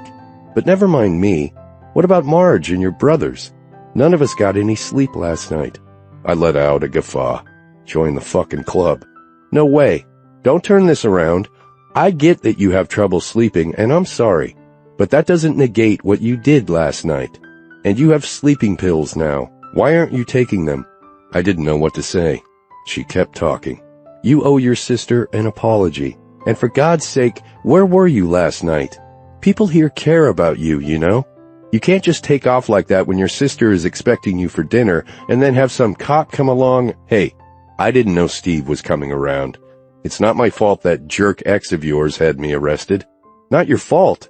Do you listen to the words that come out of your mouth, Talon? She shook her head. I looked down. I don't know why I'd said it wasn't my fault, but he'd been kissing her, touching her. I told you I'd plead guilty. And back to that again, Jade sighed. You really are determined to fuck up your life, aren't you? I didn't have to fuck up my life. It was already fucked up beyond recognition. Fine. What should I do? Will he drop the charges? She looked back down at the files on her bed, shaking her head again. All right. We'll talk about your case, since whenever something personal comes up, you clam up. She cleared her throat. Honestly, I don't think you have a lot to worry about. I tried calling Colin and left a voicemail. When he calls back, I'll get this taken care of. After all, he owes me a lot more than this. Why does he owe you anything? The thought of him owing her made my teeth rattle. Hello? He left me at the altar and humiliated me beyond repair. He did come back here to apologize and try to make things right, though. I'll just tell him that he can make things right by dropping the charges. You don't have to use your favors on me. Jade gathered the papers together and stuck them back in the file, slid the file into a slim briefcase, and set it by the side of her bed. Then she looked up at me, her eyes slightly misty. Why are you resisting my help? I'm here and willing to help. I care about you. Pinpricks covered my body. No, I don't want you to care about me. She scooted to the edge of her bed and stood facing me. I don't understand you, Talon. We've had some amazing times together, and don't tell me you haven't felt the connection. I know you have. I said nothing. I couldn't deny it. I felt the connection, and it scared the hell out of me. As much as I wanted to disconnect from it, I couldn't stay away from her. Look, you made it perfectly clear where you stood when this first started. You're not going to fall in love with me. Fine, I can deal with that. But for God's sake, I can help you here. Please, let me. Her red lips trembled. All thought fled from my head. I grabbed her, pulled her to me, and kissed her. As usual, she responded right away, opening, sliding her silky tongue against mine. She tasted of strawberries and sweetness, and I was hungry for the flavor that was her. She wrapped her arms around my neck and pressed her breasts into me. When I needed to take a breath, I broke the kiss. My God, what have you done to me? I said into her neck. She didn't reply. She just pressed tiny kisses to the top of my chest that was exposed. Her touch, I hungered for it. Something about her. Being with her. I almost felt whole. I pushed her slightly away. Take off your clothes, I commanded. I turned and walked back to her door, locking it. When I returned, she stood before me, naked and inviting. So beautiful. I trailed a finger down her cheek to her chin, down her neck, over the plump swell of her breasts, and flicked a nipple. She moaned and jerked. Now undress me, I said. She pushed me down until I was sitting on the bed, and then she knelt before me, pulling off my boots and socks. She slid up, unbuckled my belt, and unzipped my jeans. My cock was straining. I wanted her so much. I ached to have her beneath me, obeying me. She stood and pulled me into a standing position. She brushed my boxers and jeans over my legs, and I stepped out of them. Then she worked at my shirt, unbuttoning it and pushing it off my shoulders until I was as naked as she was. "Lie down on the bed," I said, face down. She gazed at me with those steely blue eyes and then did as I bid. I could take her now, have her any way I wanted her. She would let me. She gave me that power. She trusted me. Unworthy as I was, she trusted me. I grabbed my jeans off the floor and pulled the blue bandana out of my pocket. Quickly, I bound her hands together behind her back. She tensed, but said nothing. "Okay?" I asked. She moved her head in what I thought was a nod, but because her head was on the bed, I wasn't quite sure. "You have to answer me, verbally." "Okay," she said. I trailed my finger over the globes of her beautiful ass and then between the crease. She shuddered. "Close your eyes," I said. She complied. "I'm going to do what I want to do to you, Blue Eyes," I said. "If you want me to stop, you tell me to stop, okay?" Again, she attempted a nod. "Verbally," I said. "Okay," she said, her voice shaking a bit. Was she truly ready for this? I didn't know, but she would stop me if she needed to. Starting at her toes, I grazed my fingers all the way up her smooth legs to her ass, up her back to her shoulders. No millimeter of skin went untouched by me. When I trailed back down and touched her between her legs, she was dripping wet. Oh, God. No woman had ever responded to me quite like Jade did. "You're wet, baby. You're so wet for me." She attempted her nod again. "I'm going to slide my cock into you, baby," I said. "Keep your legs together like that, and I'm going to slide right into that sweet cunt. It's going to be so tight, and it's going to feel so good." I gave her a gentle slap on the ass. She jerked, but didn't say anything. I had told her to tell me to stop if she needed me to, so I continued. I slapped her ass again, a little harder this time. It turned a luscious shade of pink. Then I leaned down and spread kisses over her pink cheeks to soothe the sting. "You like that, baby? You like it when I slap your little ass?" Yes, she stammered. I would go easy this time. As much as I wanted to smack her cute little butt until it was bright red, I couldn't. She would need to understand me better before we could go there, and she would never understand me fully. I couldn't let that happen. I climbed on top of her and rubbed my cock between her ass cheeks. I dipped the head into her slit and then slid it between her ass cheeks again, lubricating with her wetness. "Keep your legs together, baby," I said again. "I'm going to slide into that tight heat just like this." I knelt, my knees on either side of her thighs. I notched my cock at the entrance to her pussy, and slowly, achingly slowly, I slid into that wet paradise. She let out the softest, sweetest sigh as I entered her. That sound was better than the sweetest music I'd ever heard, better than the soft patter of rain on the roof, better than a baby's laugh. And with that sigh, something opened inside me. A tiny bit of my heart, that had been hard as stone for so long, broke free. A tear slid out of the corner of my eye. I didn't know why. I had no idea where it came from. But something inside me broke, if only for that single moment. I pulled out slowly and slid back in, letting her warm suction surround me, take me, make everything okay. Was this the person I had been looking for? Was this the person who could take all the bad away? Did such a person even exist? She lay still, not resisting, letting me take what I needed from her. And even though she knew nothing about my past, what I had been through, something inside me, something on a deep carnal level, knew that she understood. I slid back into her one more time and let my orgasm take me. More tears fell down my cheeks as I moaned and released.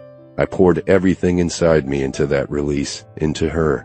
She lay beneath me, moaning into the comforter, her hips bucking, her hands tied behind her back, taking me, trusting me, and giving me so much in return. If only I were worthy. Chapter 23. Jade. He convulsed into me, and although I hadn't had an orgasm, something about this joining of our bodies was more special and sweet than any before. When his cock stopped pulsing, he withdrew. He released my hands, and I turned to face him. His dark eyes were sunken and wet, and moist trails lined his face where tears had fallen. I cupped his cheek, thumbing the remainder of a tear away. I longed to ask him what was wrong, why he was crying, but I knew he would not respond. So I said nothing, and after cupping his cheeks for a few more seconds, I crawled into his arms. He held on to me, and I burrowed my face into his chest. I inhaled the salty cinnamon masculine aroma. I loved his scent. I loved how I smelled like him for hours after we'd been together. I sometimes hesitated to shower so I could keep the scent on me longer. He didn't say anything, didn't offer any explanation as to why he had been crying. I didn't ask for one. I just held him, and I let him hold me. And we came a little bit closer that night. If you just drop the charges, I can get him to pay restitution. I'm almost sure of it. Why should I? The jerk beat the shit out of me. If you're the new city attorney, aren't you supposed to be on my side? I pushed my chair back and sighed into the cell phone. I'm on the side of the city, Colin. Taking this to trial would be a waste of the city's resources. You told me yourself that you're okay, that you didn't have any lasting effects from the incident. He damn near broke my nose. But he didn't. I was surprised he hadn't. Colin's nose had been bleeding pretty badly. He could have broken my ribs the way he was kicking me. And, again, he didn't. Only because I knew how to protect myself by getting in the right position. We can all be thankful that you knew how to protect yourself. I let out another sigh. Don't you need to get back to Denver? You really want to hang around here to testify? I can fly out here any time to testify. Has your office filed charges yet? Yes, my boss did this morning. But, Colin, this is a misdemeanor assault. He didn't use a weapon, and you didn't sustain any lasting injuries. I'm not dropping the charges. Colin clicked the phone off. Now what? I'd have to talk to Talon's attorney and come up with a plea bargain. Would Larry object? I smiled to myself. He couldn't possibly. He had given me this case. If he objected, I could easily go to the judge and tell him that Larry had given me this case in spite of all the conflicts. It was my case. I would handle it as I saw fit. I perused the Colorado criminal statutes. Reckless endangerment carried a maximum sentence of 6 months in prison and a maximum fine of $500. I could probably get Talon to plead down to that and get him a fine instead of prison time. God knew he had the money. I laughed out loud. I was the prosecution, for God's sake. The defense should be pleading down the case. Where was O'Keefe? He should be taking care of this. I pulled his business card out of my briefcase and punched in his number. Peter O'Keefe, please. May I ask who is calling? Jade Roberts from the city attorney's office. A few minutes later, Peter O'Keefe here. Mr. O'Keefe, hi. This is Jade Roberts at the city attorney's office. I'm calling about Talon Steele. Yes, what can I help you with? I've been going over the file, and I don't think there's any reason to take this to trial. The people are willing to plead down to reckless endangerment and a $500 fine plus restitution to the alleged victim. That's a generous offer, Ms. Roberts. I think I can probably sell that to my client. Great. Let me know. And please do sell it. I added to myself. Now, to convince Talon. I checked my watch. It was almost 5. Larry had left an hour ago to take his grandkids for dinner and ice cream. I'd put in a full day, so I gathered my things. I said a quick goodbye to Michelle and left. When I walked out of the building, there stood Talon. My breath caught. I would never grow tired of looking at him. He wore a black cotton shirt, short-sleeved, his forearms tanned and sinewy. His denim jeans hugged his hips and thighs. He was rugged through and through, all the way down to his black cowboy boots. A black felt Stetson sat on his head, and I thought I might swoon. He looked every bit the cowboy today, and I wanted to launch myself into his arms. "What are you doing here?" I asked. "I came to plead guilty." I let out a sigh. "Haven't we been through this?" "I changed my mind. I want to plead guilty to a lesser offense. I don't want to be locked up." "Well then, you're in luck. I just talked to your attorney on the phone. I'm offering a plea of guilty to reckless endangerment and a $500 fine plus any restitution Colin demands." "Your boss will go for that?" "My boss has no choice. He gave this case to me even when I told him I shouldn't take it." "Why shouldn't you have taken it?" "I have a major conflict of interest. The alleged victim is my ex-fiancé, and the defendant, that's you, well, you're my best friend's brother, and you and I are—" His lips trembled a bit. Only a bit, but I noticed. He looked down and mumbled something I didn't understand. "What? I can't hear you." He looked up, his dark eyes burning into me. "Thank you," he said softly. Those 2 words permeated my soul and lifted me high. Instinctively, I knew saying them had been difficult for him. "You don't have to thank me, Talon. I'm doing my job." "Blue eyes, your job is to prosecute me, not get me off." "Actually, you're wrong. Colin is not my client. The city is. My job is to do what's in the best interest of the city of Snow Creek. And, quite frankly, it's my professional opinion the interests of the city are best served if we don't spend the taxpayers' money to prosecute this case." "What if you're wrong? What if I should be prosecuted? What if I beat the shit out of someone else?" "You won't." "How do you know that?" "Because, Talon, I won't let you." To my surprise, he nodded. "What do I do now?" "Your attorney will call you and give you the details. There will be a hearing sometime soon, and we will present the plea to the judge." "All right." He dug his hands into his pockets and looked down again. "For what it's worth, Jade, I'm sorry." I smiled. More difficult words from him. "Sorry for what? For beating Colin?" He let out a chuckle. "Only for taking it as far as I did. The jerk deserved a good-ass whooping for what he did to you." "I can't say I disagree with you there. And Talon, I'm sorry too. I'm sorry that Colin put you in a position to do what you did. He should never have come here. I didn't want him to. It's over between us. I hope you understand that." He didn't respond. Not that I thought he would. "Well," I said, "I guess I'll get back to the ranch." "I thought maybe—" "What?" "You might like to have dinner or something." "Are you asking me out?" "Well, you're here and I'm here and it's almost dinner time." I couldn't help a laugh. He was something else. "Talon, I would love to have dinner with you. Where do you want to go?" "Follow me." And then he smiled. My heart nearly burst right there. The man had a beautiful smile. I just wished I could see it more often. We walked a couple of blocks to the Greenbelt area. A path of bricks led about a quarter-mile into the park under a big shaded oak tree. A red and white checkered cloth had been set out, along with a picnic basket and a bottle of wine. My breath caught, and I silently thanked God that I had worn pants instead of a skirt to work this morning. "Did you do all this?" I asked. "Well, no, Felicia made the food. I just brought it here and set it out." Tears emerged from my eyes. Talon Steele was a man of many facets, and I liked almost every single one of them. To keep him from further embarrassment, I walked forward. "What's for dinner?" "Good old country food. Felicia's famous fried chicken, potato salad, and fresh fruit salad." I laughed. "No steel beef?" "Steaks don't make for an easy picnic, unless we grill them here, but grills aren't allowed in the city park." Talon opened the basket and pulled out a corkscrew. He deftly opened the bottle of red wine and poured 2 glasses, handing one to me.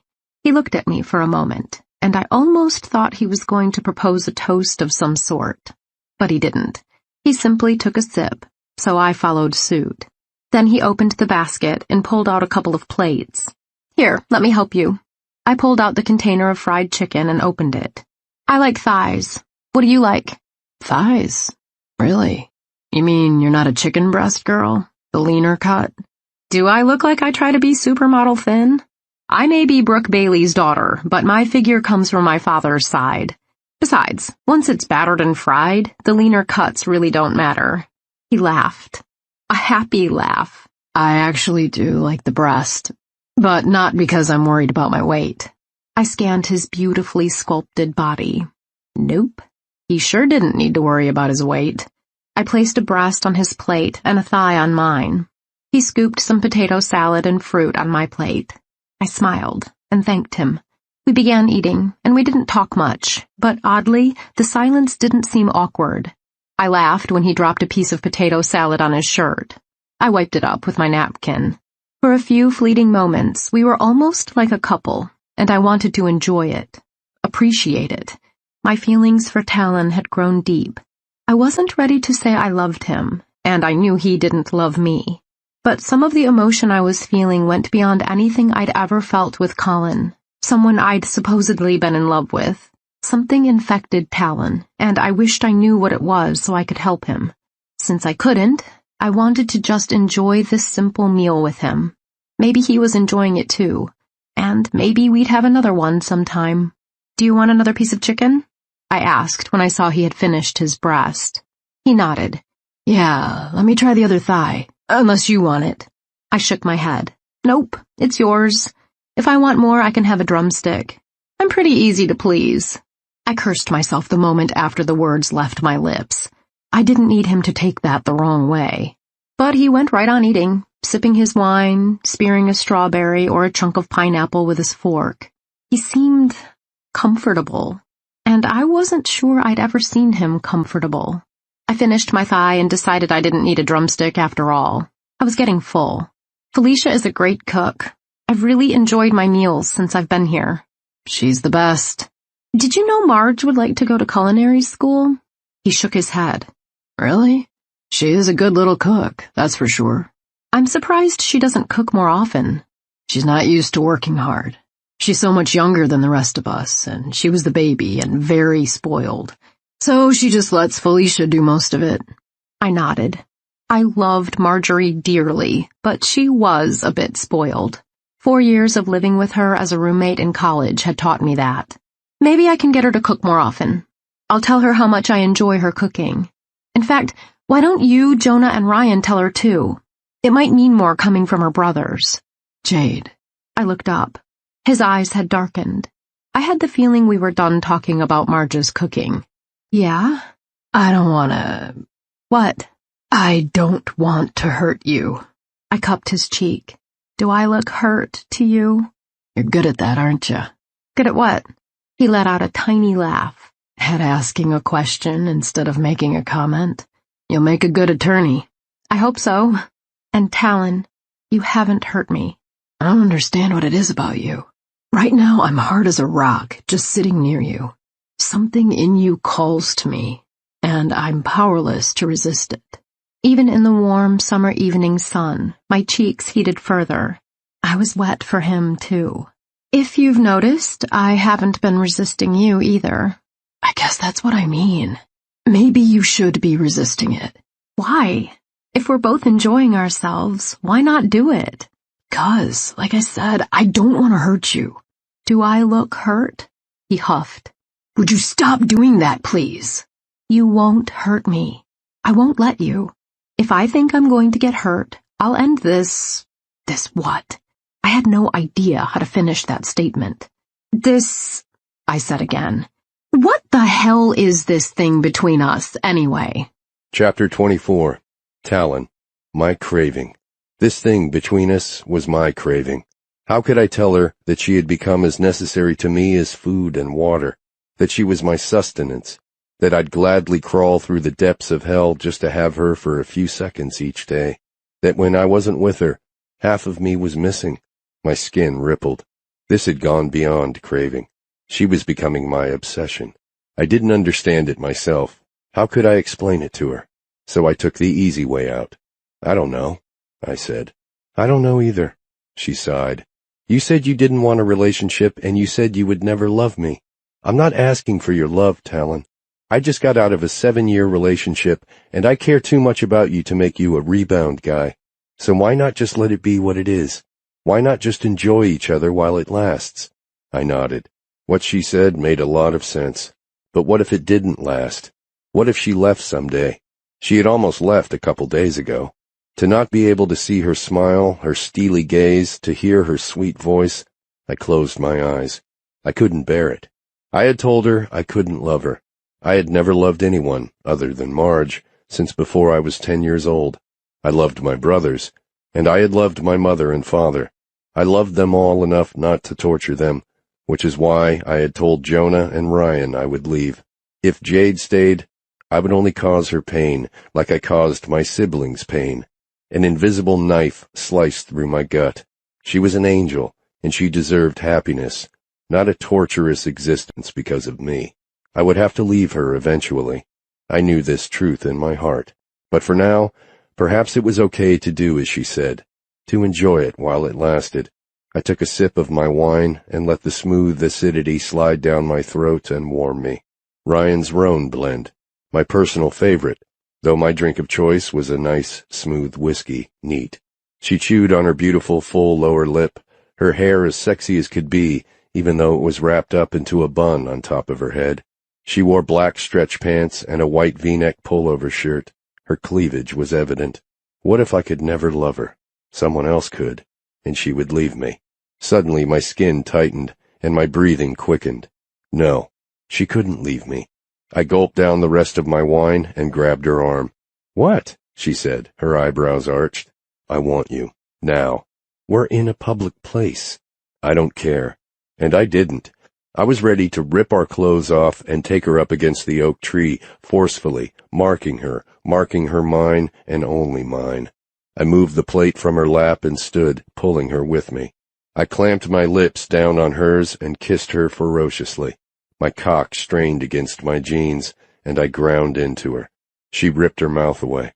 Talon, stop. But I couldn't stop. I was going to have her, and have her now. I cupped her breast and squeezed it, finding her nipple through the flimsy fabric of her bra and pinching it. She gasped, Talon, please. I didn't care who saw us. I didn't care who was witness to my taking. I was going to have her. My body cried out for hers. Get hold of yourself, she insisted. I pinched her nipple again, and again she gasped, and she pulled away from me. What the hell do you think you're doing? She said through clenched teeth. You need to stop this, now. What we do in the privacy of the bedroom is one thing, but you absolutely cannot do this to me in public in broad daylight. I don't care what has gone on between us before. I won't stand for this. Her skin was bright pink with her anger. Her nostrils flared, and her silvery eyes bored into mine. Her lips red and puffy from our raging kisses. I only wanted her more. I grabbed her to me again and took her lips, gliding my tongue into her mouth. Instead of squeezing her nipple, I slid my hand down and cupped her mound through her stretch pants. She pushed me away again. God damn it! Didn't you hear me? She raised her hand and slapped me across the cheek. I didn't even feel the sting. She fidgeted with her pants and shirt. I reached for her again, but she stumbled backward, nearly losing her footing. I'm going home, she said.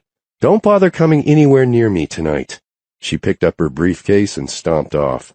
My whole body was on fire. Her ass swayed slightly as she walked. I itched to run after her, but damn, I was nursing a raging hard-on. I'd barely be able to walk, let alone run. I could drive into Grand Junction and call any of about a dozen women who would be happy to have me warming their bed. But that wouldn't work. I had tried it before. My body cried out for Jade, and only Jade. I needed a fucking drink. When I had cooled down a bit, I walked away, leaving the picnic basket and cloth sitting on the lawn. After a couple of blocks, I entered Murphy's bar. Hey, Steele, Sean Murphy, the owner said. Long time no see. What can I get you? I took a seat at the bar. Peach Street, neat. You boys do have taste, Sean said. He poured my drink and set it in front of me. Then he went about his business. I liked Sean. He wasn't the kind of bartender who tried to get a guy talking. He poured a drink and then made himself scarce. I wanted to be alone. I took a sip of the smooth whiskey, letting it float over my tongue for a moment before I swallowed, its spicy warmth coating my throat. What the hell? I finished the rest like a shot and set my glass back on the bar. Another, Sean. You got it. Sean took my glass and filled it again. How's everything at the ranch? The same. Jonah was in here the other night. We chatted a little bit.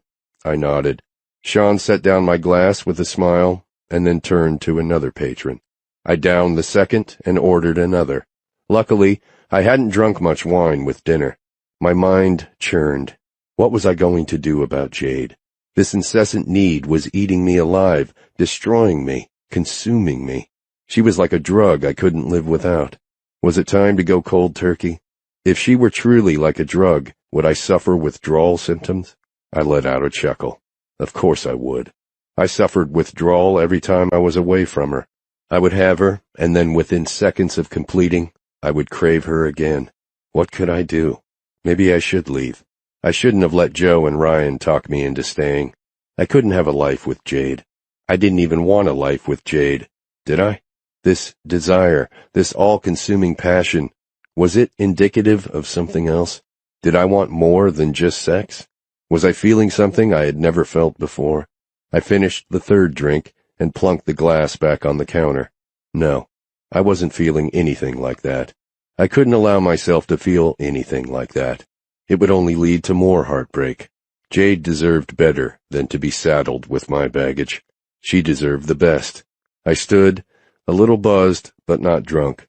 Good thing, because I had to drive home. I would go home, I would find Jade, and I would apologize. And then I would tell her that whatever this thing between us was, it was over. I just hoped the withdrawal wouldn't be too painful. Chapter 25. Jade. I was in the shower when he came barreling in without even knocking. I screeched, grabbing the shower door and nearly falling. He caught me, his hands steady, though the aroma of alcohol hung on his breath. He handed me a towel. Dry off. We need to talk. He left the bathroom, shutting the door behind him. Damn right we needed to talk. He owed me a big apology. And if he thought I was going to fall right into bed with him, fuck. Who the hell was I trying to kid? Of course I would fall right into bed with him. I had been wet since we sat down at that sweet little picnic. I dried off quickly, squeezed the moisture out of my hair, slipped into a short satin robe, and left the bathroom. He was sitting on my bed, looking sexy as hell. His hair was a mess, but then it was always a little tousled. His dark eyes were burning, singeing me. They could melt right through my robe. What do you want, Talon? He stood, his eyes full of passion. We need to stop this. I raised my eyebrows. Not exactly what I had expected, and a jolt of sadness coursed through me. Even though part of me, a big part of me, agreed with him, I didn't want to stop this. We do? Why? The why doesn't really matter, he said. Just trust me. We need to stop this. The why matters to me, Talon. I walked toward him and stopped when our bodies were no more than 2 inches apart. The air was thick with lust. Passion swirled around us, almost as if it were visible. My heart beat quickly and my skin tightened. If you truly wanted to stop this, you wouldn't have walked in on me in the shower. You would have waited until I was fully clothed. He moved backward, away from me, hitting the bed and sitting down. Just trust me. It needs to end. I don't accept that. Slowly, I untied my robe and let it fall over my shoulders onto the floor. I stood naked in front of him, like an offering. I licked my lips and cupped my breasts, holding them out. I pinched one nipple and then the other, and a jolt of desire arrowed straight into my pussy. Are you ready to accept that? He pulled me down into his lap. Please, don't make this any harder than it is. I wrapped my arms around his neck and nudged one breast up to his lips. Kiss my nipple, Talon.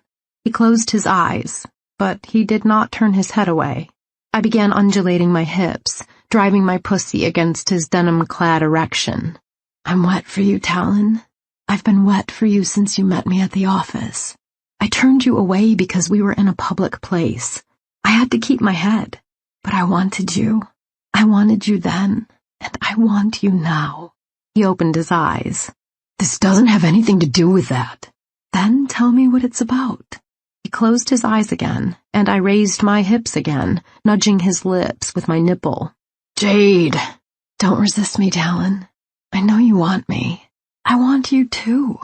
He closed his lips around my nipple and sucked. Sweet surrender. And it came to me, as if I'd known it all along. I would always surrender to this man. We might not have a future together, but as long as we were anywhere near each other, I would surrender to him, no matter what. He did something to me, something I didn't understand. Perhaps I'd never understand it. Craving was the word he had used. Maybe that was all it was. A craving that might never be satisfied. He sucked harder on my nipple, and my skin tingled. My pussy ached for his cock. That feels so good, Talon. No one sucks my nipples like you do. He bit down, and I let out a squeal. I almost came right then and there. My pussy was swelling. I could feel it against the denim of his jeans. I would ask for what I wanted. Pretend we're still in the park, Talon. Pretend people are watching, and take me right here. He groaned and stood, lifting me and then laying me down on the bed.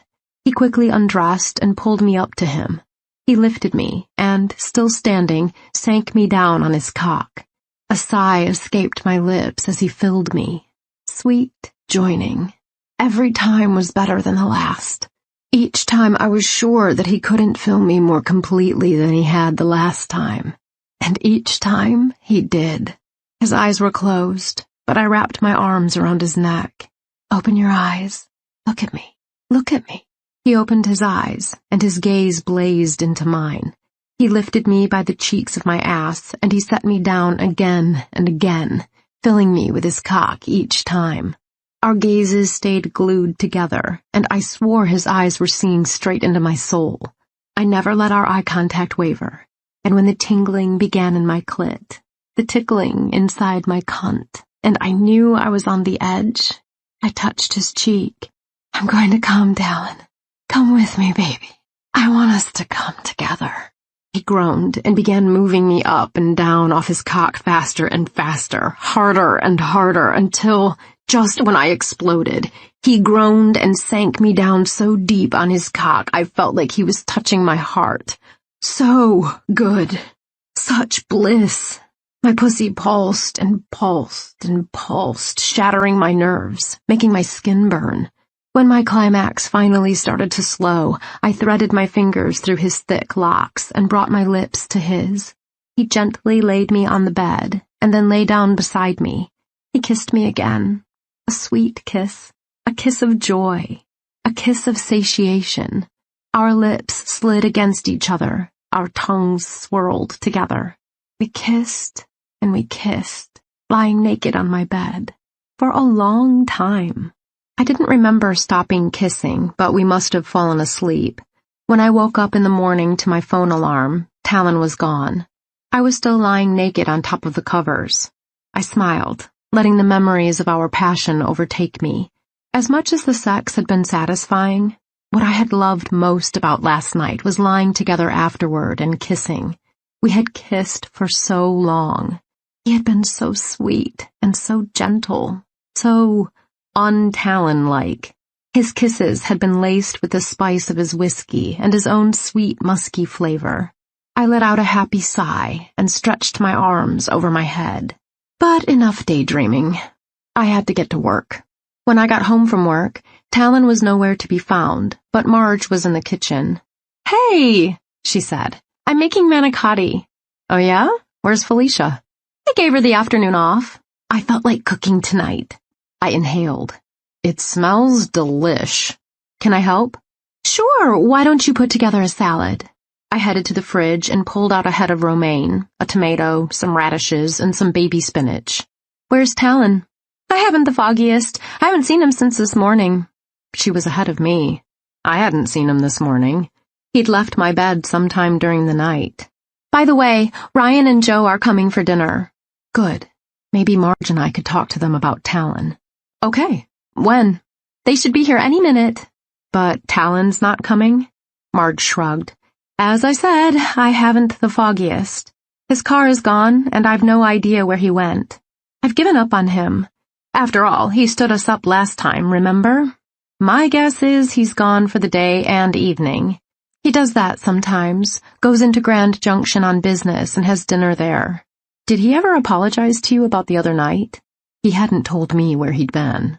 Maybe he'd told Marge. She nodded. Yeah, sort of. Talon has issues with apologies, but he felt bad, I could tell. Where did he go? Same thing, to Grand Junction. He didn't say why. I let it go. The guys arrived shortly thereafter, and Marge poured us all a glass of Ryan's Italian blend. The robust aroma of the zesty tomato sauce wafted out from the oven as we sat at the kitchen table to drink wine and munch on skewers of honeydew melon and prosciutto drizzled with olive oil. We engaged in small talk until finally the perfect moment arrived for me to bring up Talon. I haven't had a chance to thank you, Jade, Jonah said, for getting that good deal for Talon with the city. You don't have to thank me. I was glad to do it. You guys have all done so much for me. Letting me stay here, and you, Ryan, letting me work at the winery the first few weeks I was here. We miss you over there, Ryan said. Anytime you want to come back, there's an open invitation. She has a license to practice law now, Rye, Jonah said. I doubt she wants to make wine for a living. Actually, that doesn't sound too bad. Honestly, I'm not sure law was ever my true calling. I knew I wanted to do something where I could draw good pay. My dad and I pretty much lived paycheck to paycheck, and I didn't want to do that for the rest of my life. Plus, I'm not really happy with my boss right now. It was a clear breach of ethics for me to even work on Talon's case. But I'm glad I could help. I'm not sure what Larry would have done with it. Jonah scoffed. Larry Wade is a moron. Of course he didn't see any ethical problem with you working on Talon's case. He wouldn't know ethics if they hit him in the head. Honestly, I'm glad you're working on it, breach of ethics or not. I don't trust Larry as far as I can throw him. I nodded. I didn't really trust the guy either, and I'd only known him for a couple of days. Talon originally wanted to plead guilty and get jail time. Did you guys know that? I said. Jonah raised his eyebrows. That doesn't sound like Talon. Ryan shook his head. It sure doesn't. Talon hates being locked up. Well, I'm sure no one likes being locked up, I said. Is he claustrophobic or something? Well, not exactly. Jonah looked down at his glass of wine. Marge piped up. Then what exactly do you mean? Nothing, Ryan said. He means nothing. It's like Jade said. No one likes being locked up. I don't buy it, Marge said. I didn't either, but as a visitor, I wasn't really at liberty to say so. I was glad Marge had. What exactly is there to buy, Marjorie? Jonah asked. Marge let out a chuckle. Using my full name. I've hit a nerve somewhere. She turned to me. Why don't you guys tell us exactly what's going on here? Jade's been asking me for weeks what the story is with Talon, and I've been telling her the same thing you guys have always told me. It's just his way. He's always been that way. But it occurs to me that you guys have known him a lot longer than I have. He's my brother, and I love him as much as I love the two of you. What is going on? Ryan and Jonah exchanged a fleeting glance. Very fleeting, actually, but I noticed it. I was on high alert when it came to Talon. I would have noticed anything. Let it go, Marge, Jonah said softly. I can't let it go any longer, Marge said. He's my brother too, damn it. What are you hiding? We're not hiding anything, Ryan said. Talon probably has post-traumatic stress disorder from his time in the military. We've talked to him about getting help for it, but he's not open to that. There's nothing more we can do. He went to see a doctor, though. That Dr. Carmichael, who was at the ER. So maybe he is open to it.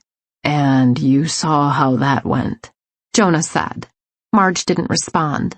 I had lots more questions, but I let them go. It was one thing for Marge to demand answers, quite another for me to. When the timer rang on the oven, Marge got up and pulled the manicotti out. She set it on the table and brought over my salad. She passed the salad bowl around, and we each took some. This is great dressing, Marge. New recipe? Ryan asked. Marge shook her head. Jade made the salad. It's just a simple French vinaigrette, I said, and took a bite. Back to small talk for the remainder of the dinner. And I was still filled with questions about Talon. I was lying on my bed reading when a knock sounded on my door. My heart skipped a beat. Perhaps Talon had come back. "Come in," I said. Marge walked through my door. Though I was a little let down not to see Talon, I was glad to see her. Jonah and Ryan had volunteered to clean the kitchen after dinner, so Marge and I had gone our separate ways, but we still had that college roommate bond. We could each tell that we wanted to talk, but we couldn't with the brothers there. "Did they leave?" I asked. She nodded. "And I got a text from Talon. He's staying in the city tonight." My heart lurched a bit. Why was he staying in the city? Why had he the other night? Did he have a woman there? Probably many women. The thought broke my heart a little. On the other hand, if Jonah and Ryan had left and Talon was gone for the night, Marge and I could talk. "So, what do you think?" "They're lying," Marge said. "I've been wondering about Talon for a long time, and he may very well have post-traumatic stress disorder. I was a teenager when he left for Iraq, but even still, I remember him being pretty much the same way before he left. So I'm not sure it can all be blamed on his service." "I guess there's not much we can do about it," I said. Marge gave me a devious grin. "Wanna bet?" "I think we need to do some investigating. We can start with my father's old files. I've always thought about going through them, but then figured it was none of my business. But you know what? I own a quarter of this ranch, and Talon is my brother. I love him. So it is my business." She grabbed my arm and yanked me off the bed. "Come on." Marge led me not to the office, where I thought we would be going, but down the stairway to the basement. The basement was finished into a gorgeous rec room and 3 extra bedrooms, but she took me to none of those places. In the back was some crawl space. She slid the door open and crawled inside, beckoning for me to follow. I did, hurting my knees in the gravelly dirt. It smelled musty and moldy. "Marge, do I really need to be in here? Can't you just find what we need and pull it out?" "It's just that I'm not quite sure what we need, Jade. There are a bunch of boxes in here marked private. They're taped up pretty good." "What are they?" "Old stuff of my father's. I was always told it was junk, but I'm not so sure anymore." My eyes adjusted to the dark. Lots of brown cardboard boxes, well over 20, sat in the space, taped up just as Marge had said. "Let's get them all over here, close to the doorway," she said. "Then we can pull them out one by one and go through them." I nodded. "Okay." The 2 of us yanked all the boxes near the entrance. By the time we were done, my knees were crusted with dirt and hurt like hell. I crawled out of the crawl space, and Marge followed, lugging the first box. She pulled it down into the extra bedroom and then repositioned the door to the crawl space. "We're going to need something to cut through this tape," I said. Marge smiled. "Not a problem." She pulled a Leatherman out of her pocket. "I always come prepared." She quickly cut through the tape and opened the first box. "Just as I suspected. Bunch of old files and records." She sighed. "Well, let's go through them." She handed me a pile. I opened the first file and went through it. "This looks like mostly old quitclaim deeds. I mean, these go way back, over a century ago." I leafed through the delicate papers. "There are even some old chattel mortgages in here. You don't see those anymore." "What's a chattel mortgage?" she asked. "A mortgage on a thing, rather than on a piece of property. These are old ones, from England. The Steeles are originally from England," she said. "You don't see them in the U.S., I said. "What we have here are secured transactions." "You mean like collateral?" I nodded. "A chattel mortgage is basically the same thing. For example, it looks like this one is on a threshing machine." I handed it to her. She shook her head and gestured for me to put the document back. "I probably wouldn't understand it anyway." "What exactly are we looking for?" "To be honest, I have no idea. But I bet we'll know when we find it." I let out a giggle. This was kind of fun, like a game, looking for clues. I finished going through my stack of documents and reached for another. "What do you have in your stack?" I asked. Some old census documents, it looks like, from when the Steeles first came over here from England several generations ago. A couple of birth certificates for relatives I've never heard of. She kept going. Are these more of those chattel mortgages you were talking about? She handed me some papers. Yep, I said. We've got to be getting to the bottom of this box soon. Marge let out a sigh. Is it worth going through these boxes? This is all ancient history. Yeah, you could be right. But something in me wanted to continue. Maybe we should look at one more box. Okay. Marge put the lid on the first box. I'll retape this later. She opened the door to the crawl space, pulled out the second box, and opened it. She handed me a stack of files and took a stack for herself. I opened my first file, and lo and behold, I think this is your dad's birth certificate, I said, handing her a document. Yeah, Bradford Raymond Steele. I wonder why his birth certificate has been boxed up with all this other historical stuff. I think what that means is that this is all historical stuff, I said. We may have to go through all these boxes after all. You're probably right. I kept shuffling through the folder. Hey, I have your parents' marriage certificate. Bradford Raymond Steele to Devney K. Wade. Wade? Marge bit her lip. Are you sure? I handed it to her. Pretty sure. She perused the document. I'm not sure what this means, but I was always told that my mother's maiden name was Warren. In fact, Ryan's middle name is Warren, after my mom's maiden name. I didn't see how this could have any relation to Talon, but it was definitely suspicious. We should probably ask Jonah about it. Marge nodded. Absolutely. If they lied to me about this, they could easily be lying about other things. Hey, look, I said, leafing through the rest of the papers. Here's Jonah's birth certificate, and Talon's and Ryan's. And look, here's yours, Marge. I glanced at the document. How come you never told me your first name is Angela? What? She grabbed the document from me. Be careful, these are old documents. I looked through the others. Jonah Bradford Steele, Ryan Warren Steele, Talon John Steele. All born to Bradford Raymond Steele and Devney K. Steele, née Wade. Talon John. Such a strong, rugged name for a strong, rugged man. This is totally bizarre, Jade. My name is not Angela. They always told me my name was Marjorie Steele, no middle name. Who always told you that? My dad, when he was alive? And I never asked my brothers, but I assumed they would tell me the same thing. That was odd. Maybe they just decided to call you Marjorie. Well, sure, I could understand that, but why wouldn't they tell me that I went by my middle name? My signature should be A. Marjorie Steele, not just Marjorie Steele. And come to think of it, all three of my brothers have middle names. Why would they decide not to give me one? It doesn't make sense. She stood. Come on. What? Talon's birth certificate fascinated me, and I wasn't quite ready to stop looking at it. We're going to see Joe. I want some answers, and I want them now. I glanced at my wristwatch. It's after 9 o'clock. I don't care. I just found out my name is Angela. I suppose it's not that big of a deal, but why didn't anyone tell me? Okay, you go ahead, and I'll keep looking through these documents. No, I want you to go with me. Please? He'll be less likely to get all big brother on me if you're there. I let out a laugh. Okay, good point. I closed my folder, placed it back in the box, and stood, brushing off my knees again. You're driving. Chapter 26. Talon. The boy didn't wear pants.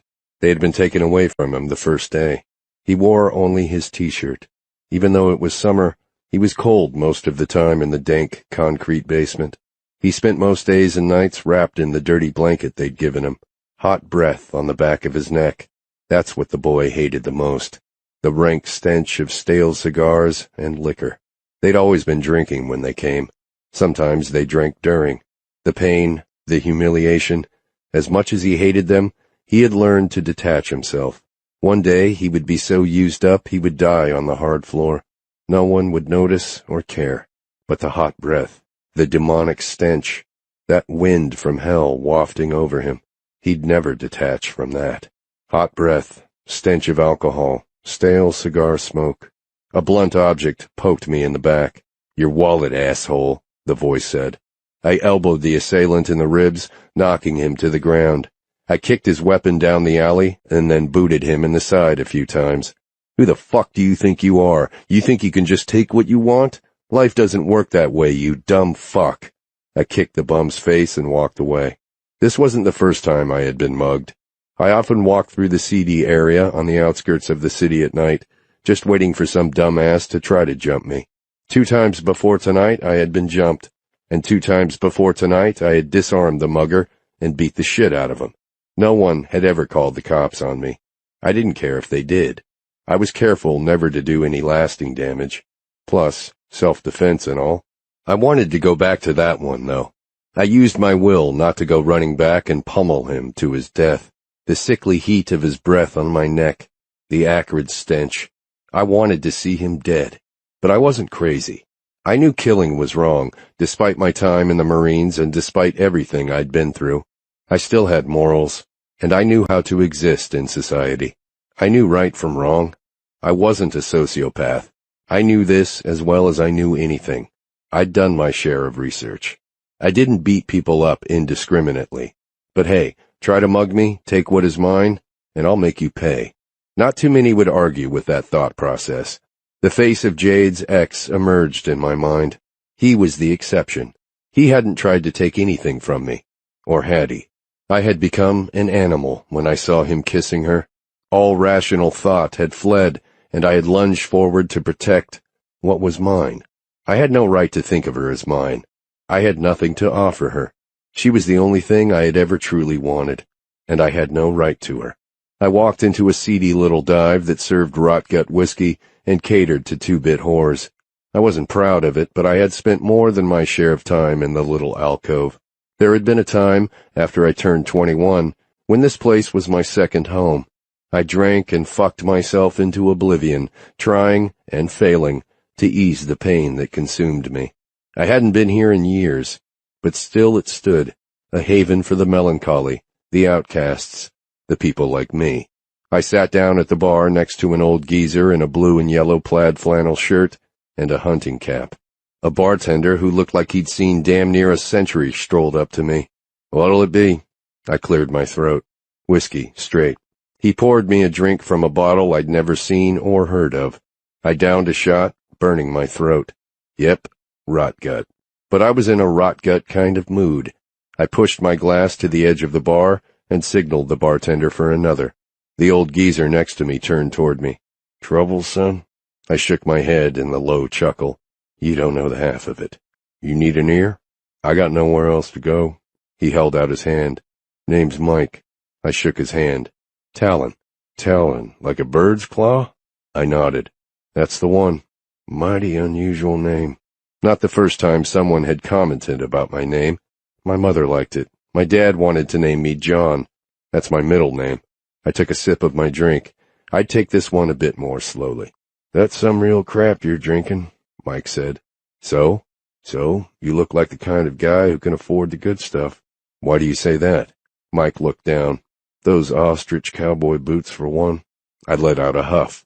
"Maybe I like the crap, if you say so. Me, I love to taste that good stuff once in a while." I took another sip. Mike looked tired. Old and tired. "What you do, Mike?" "Worked construction all my life. I'm retired now. My wife passed away a year ago, so it's just me and my dog." "What about you?" "I'm a rancher." "That can be a hard life," he said. I laughed. Yeah, for most, ranching was hard. For the Steeles, not so much. We were lucky. Great-Grandpa Steele had started out with nothing, and between him and Grandpa, they built an empire, adding the peach and apple orchard to the already thriving beef ranch. Dad had built the winery, and he and Ryan had created another empire. Not that we didn't work hard. We did. Jonah and Ryan especially. They were known to put in 12-hour days. But money was never a worry. No, my ranch wasn't the source of my problem. "We do okay," I said. "Then what's eating at you, boy?" I glared daggers at him. "Don't call me boy." "Sorry. Meant no disrespect. But something's bothering you. I can tell." I sighed. "I just got mugged." "Don't surprise me none. Walking around this area dressed like that? Mike coughed. Last time I checked, it was a free country, Mike. I should have the right to walk where the hell I want without someone trying to take something that's mine. I can't argue with you, son. But you gotta use your smarts, too. You don't look stupid to me, but it seems stupid for someone like you to be walking around here after dark and not expect to get mugged. I took care of it. You don't look any worse for the wear? I don't, but the dumbass mugger sure does. Mike raised his eyebrows and took a long draught of his beer. Then he let out a laugh. So you didn't give in, I take it? Hell no. And you kicked his ass? Into next week? I took another sip of the rot gut. Mike chuckled. Can't say he didn't have it coming. He finished his beer. So tell me, what's eating you? And don't tell me you're upset over the mugging. If you didn't want to be mugged, you wouldn't have come down here. You don't know what the fuck you're talking about. Mike let out a little chortle. I'm thinking I'm hitting a little too close to home for you, son. So you're a shrink now? Not by a long shot. Just an old guy who's been around the block a few times. I've been told I'm good at reading people, and I think I just read you better than you wanted me to. You don't know a damned thing about me. No, that's not true. I know you're a rancher. You said so yourself. I know you were walking outside in the dark in this area with those boots on, and that made you prime meat for the muggers. I also know that you knew damned well you were likely to get mugged, and you did. You didn't let the mugger have anything, and you walked away unscathed. I downed my drink and motioned for another. You don't know shit, old man. Mike gestured the bartender for another beer. You get to be my age, and you know a lot. I know right now that you're hiding something. Now, I don't know what it is, but you're going to have to deal with it sooner or later if you want to live a happy life. I'm perfectly happy. What a crock. Son, perfectly happy people don't walk around asking to get mugged. I downed my third rot-gut whiskey and threw some bills on the counter. I'm out of here. I stood and turned around, ready to walk. Running away is never the answer, son. I didn't know why I turned back.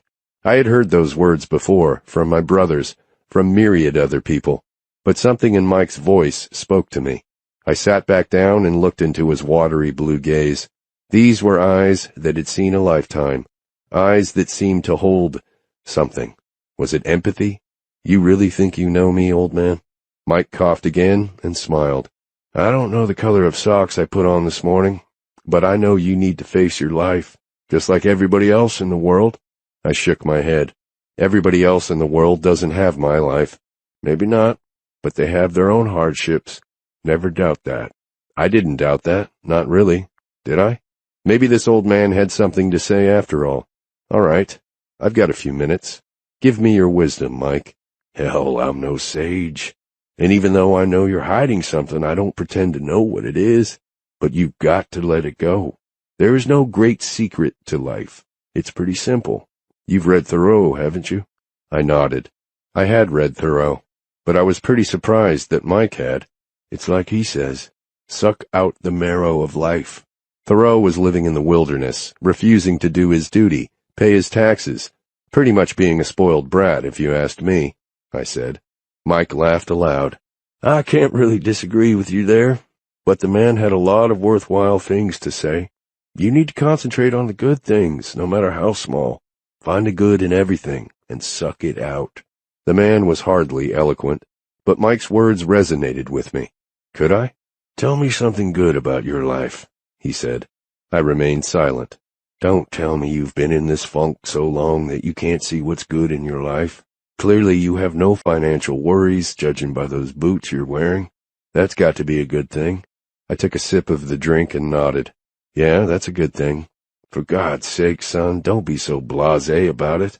I scrimped my whole life, and now I'm existing on what little I get from Social Security. Financial worries are a big part of most people's lives. Be thankful you don't have them. I raked my fingers through my hair. Suddenly I felt like a very small person. You're right. Now, what else? I have 2 brothers and a sister. They're all really great. Good. Good. Family is everything. And what else? Jade. She was actually the first thing that had popped into my mind when he asked about something good in my life. For some reason, I couldn't bring her name to my lips. She wasn't mine as much as I wanted her to be, because with the same amount of desire, I didn't want her to be. I didn't want to bring her into my tortured existence. I didn't want to ruin her. She deserved so much better. You got yourself a girl? I looked away. Or a guy? I don't judge. My nerves prickled. There's a girl, but she's not mine. She doesn't feel the same way about you? I didn't know. She was clearly not repulsed by me. She seems to like me okay. Then what are you waiting for? Tell her how you feel. I don't really know how I feel. It was the God's honest truth. I don't buy that. I'm no good for her. She deserves better. You need to stop that self-defeating attitude, son, if you're going to be happy in life. Happy? I had given up the notion of happiness 25 years ago. I'm not being self-defeating. This is just a fact. She deserves better. Hell, she deserved the best. Unfortunately, that wasn't me. What could be better for a woman than a man who loves her? You do love her, don't you? Did I? I didn't know what that kind of love was. I had no frame of reference. I was used to taking what women offered. I had never given them anything in return. And then it hit me like a house falling on my head. That was the problem with Jade. I didn't want to just take from her. I wanted to give everything back to her as well, and I didn't think I was capable of it. I hungered for her, longed for her. Was that love? I don't know, I said honestly. Don't you think you owe it to yourself to figure out what your feelings are for this woman? I stayed silent. Don't you think about her at all? Again, I stayed silent. Look, son, take a look at your life. Maybe it hasn't been a joyful one, and I'm sure sorry about that. But there have to be moments of contentedness. Sift through the crap. Find those moments. When have you felt the most content? I smiled. I actually smiled at this old man who was the wisest person I'd met in a long time. I've been the most content when I've been with her. I stood. Now where are you off to? I'm going home. But before I do, give me your address, Mike. Whatever for? You've helped me a lot. I'd like to send you something in gratitude. He scribbled something on a napkin and laughed. Well, I won't turn that down. It's been great talking to you, Talon. I honestly do wish you happiness in the rest of your life. The road would be rough and icy, but maybe I could trudge along and find happiness. One thing I knew. By tomorrow evening, Mike would have a case of the good stuff delivered to his door. Chapter 27. Jade. Where the hell did you find this? Jonah held the birth certificate, his eyes blazing. Jade and I did some investigating. What the fuck? I warmed all over. This was clearly a family moment. I felt totally out of place. If a hole had swallowed me up, I would have been glad. Yeah. Damn it, Marge. This isn't funny. Tell me where you found this. In the crawl space in the basement. Those old boxes of Dad's that you always told me were nothing of importance. They're not. Apparently they are. I don't even know what my legal name is. He handed the birth certificate back to her. I don't know anything about this. Jonah's words hung in the air. Marjorie whipped her hands to her hips. I don't buy it, Joe. You know something. Clearly, my real name is Angela Marjorie Steele. I want to know why no one told me. I don't know. Maybe Mom and Dad had your name changed. Why would they do that? Jonah shrugged. Beats the hell out of me. You're lying, Marge said, her dark eyes laced with anger. Why didn't Dad tell me what my real name was? Why didn't you tell me? It's a non-issue, Marjorie. Leave it. What exactly is the big deal here? It's my name. It's not some criminal record or anything horrible. I just want to know why no one told me what my name is. Is that so wrong? Marge? And while you're at it, you can tell me why you always told me that Mom's maiden name was Warren, but her marriage certificate to Dad says it's Wade. Jonah widened his eyes. Only slightly, but I noticed. Had Marge noticed as well? Leave these things be, Jonah said, his tone serious. And don't go snooping around anymore in that stuff. I will snoop around as much as I want. This property is 1/4 mine, in case you've forgotten. No one has forgotten that. But I'm warning you, don't go snooping. It's none of your business anyway, and you might not like what you find. I lay in bed, unable to sleep. The clock ticked by. Midnight, 1 a.m., 1:30. I could get up, get a cup of tea from the kitchen, but Talon wasn't home. He wouldn't be sitting at the table with his glass of water. Finally, as I was drifting off to sleep, my door creaked open. I sat up quickly. Don't be afraid. It's just me, Blue Eyes. My eyes adjusted to the dark, and I looked up. Talon stood a few feet away from my bed, looking mussed and fatigued. "Where have you been?" I asked. Grand Junction. "Why did you come back? Marjorie said you usually spend the night when you go to the city." I wanted to see you. My heart jumped. "It's the middle of the night, Talon." He raked his fingers through his gorgeous head of hair. I know. I just couldn't wait. "I have work in the morning." I know. He looked so sad and forlorn that my heart went out to him. I patted my bed. "All right. Come and sit down." He sat down and took my hand. He had never done that before. He stayed silent for several moments. "So, what is it?" I nudged him. Again, he stayed silent. I squeezed his hand. "I can't do this," he said. As much as I needed to know what was on his mind, I knew better than to push Talon. We hadn't known each other that long, but he would not respond well to pushing. "All right," I said. "Why don't you lie down? You can stay here with me or go to your own room.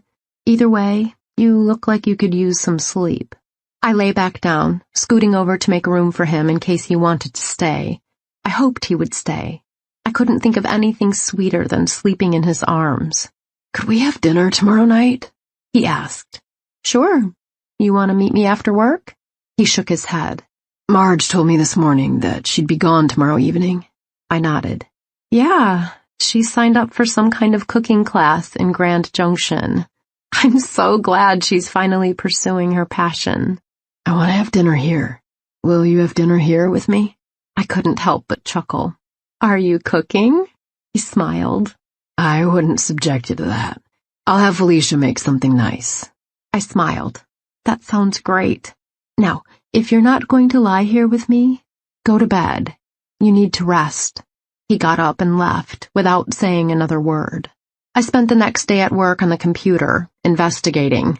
It wasn't practicing law, but I was beginning to like the investigation portion of this job. I was learning a lot, and with the internet and social media, I could track down almost anything.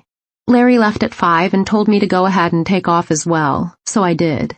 I wanted to go home and shower and change before my dinner with Talon. An hour later, I was combing out my wet hair and putting on a slinky sundress when a knock sounded on my door. Talon was the only one home. "Yeah?" I said. He opened the door. "Dinner is ready." Roger panted happily at his feet. "Okay, can you wait a few minutes? I just need to dry my hair." "Your hair looks great."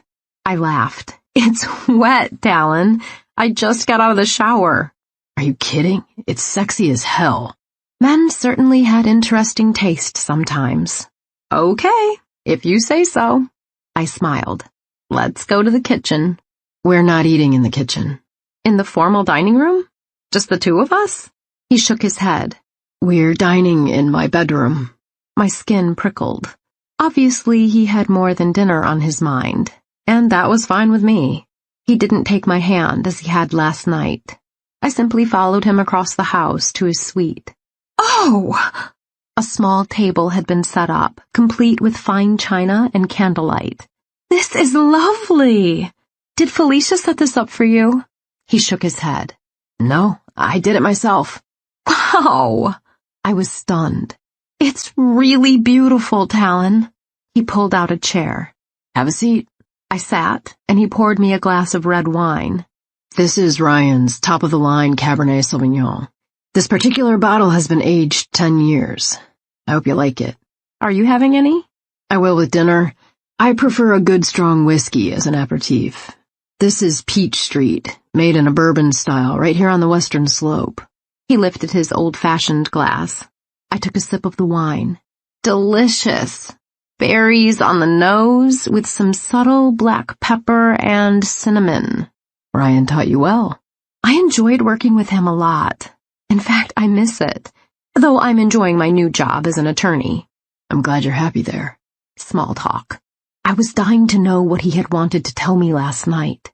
"So, what did you want to talk to me about?" I asked.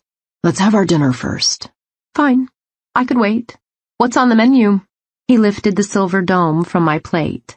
Tenderloin with green peppercorn sauce, broccoli rabe, rosemary polenta, and a sunflower seed baguette.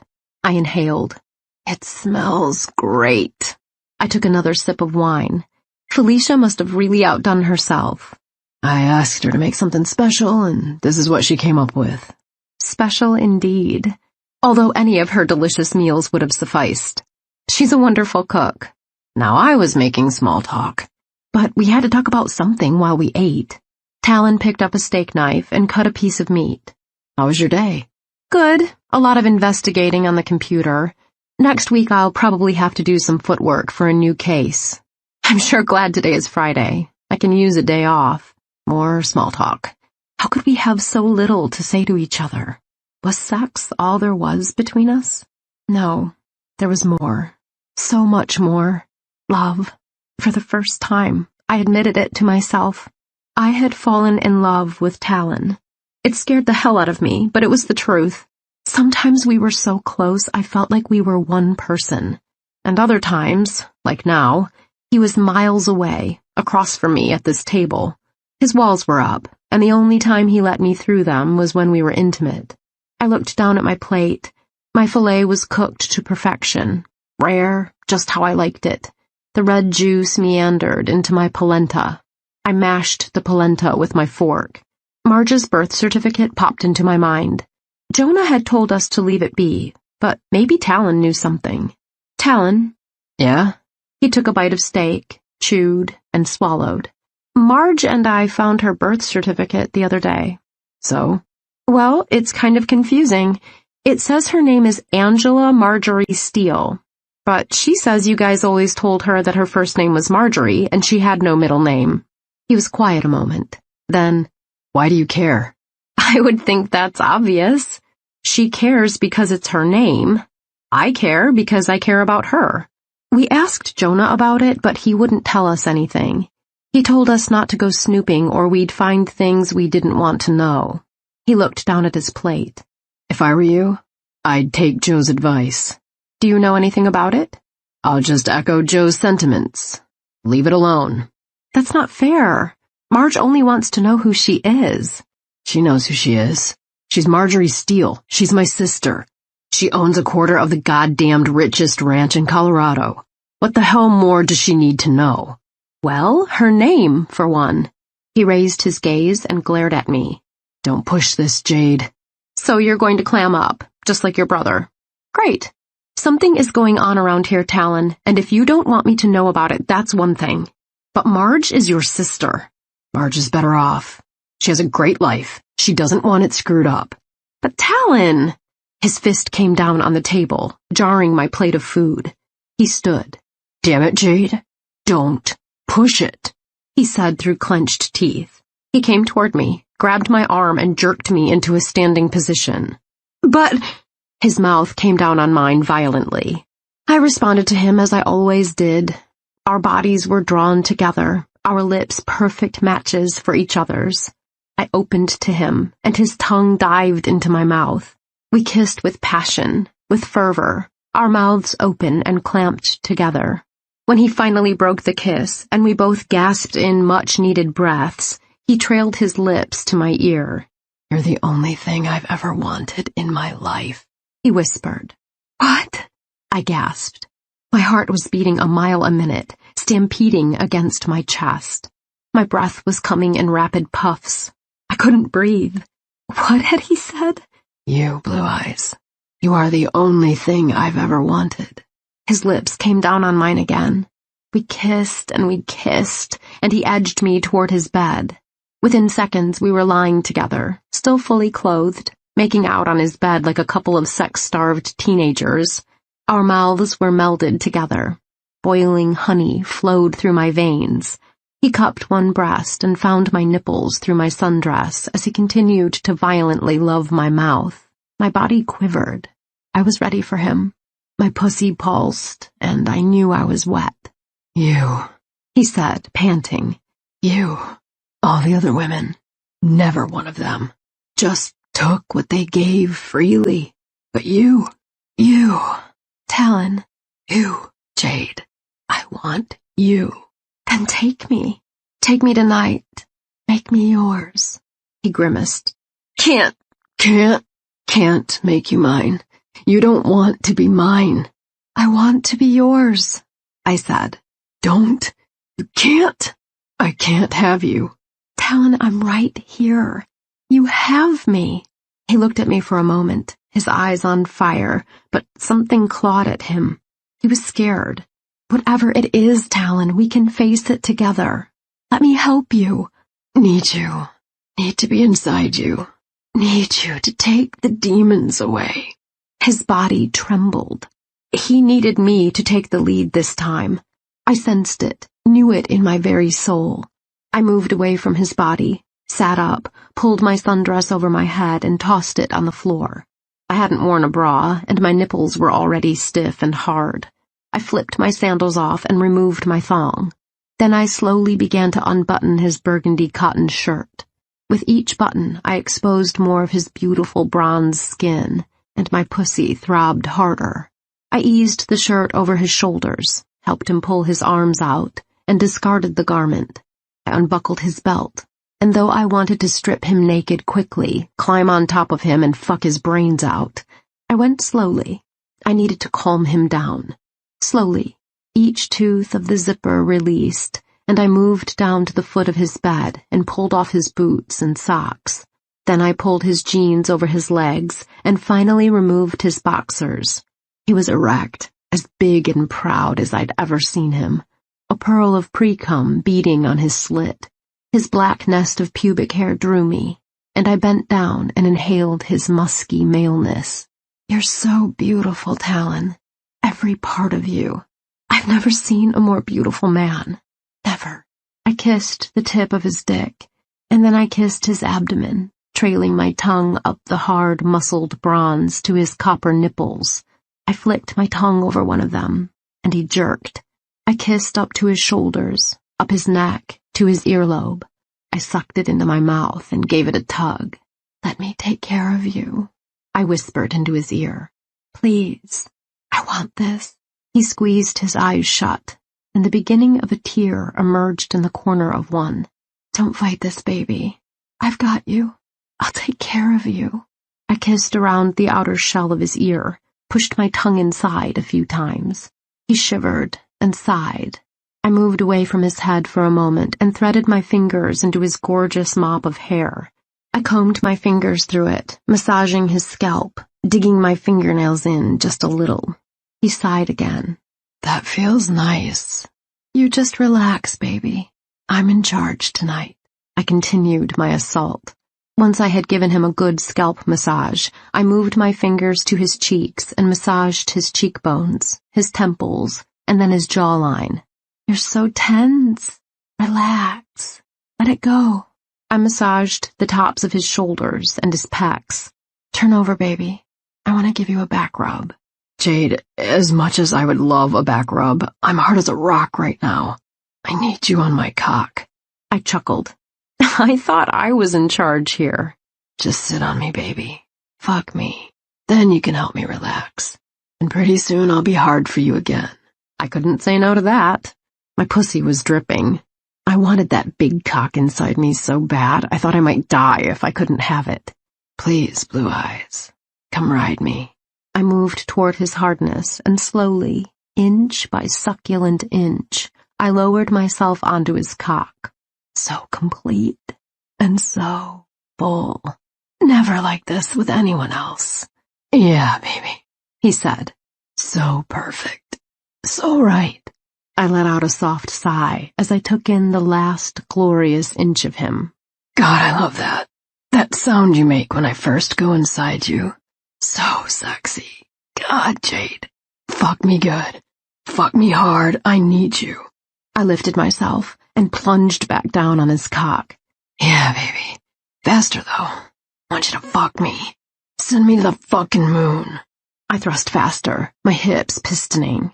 So fast, so good, and within moments I was edging toward climax. Touch your clit, baby. Make yourself come. Let me watch you pleasure yourself. That's so hot. I trailed my hand over my breasts and down my tummy onto my very bare vulva to my clit. It was sopping wet with my juices. I trailed my finger around it, and that was all it took. I exploded. Stars whirled above me. My whole body shattered around me, and kaleidoscopes and rainbows appeared in my mind's eye. I continued riding Talon as hard as I could. Yeah, baby, yeah. You're so beautiful. Come for me. Come for me, baby.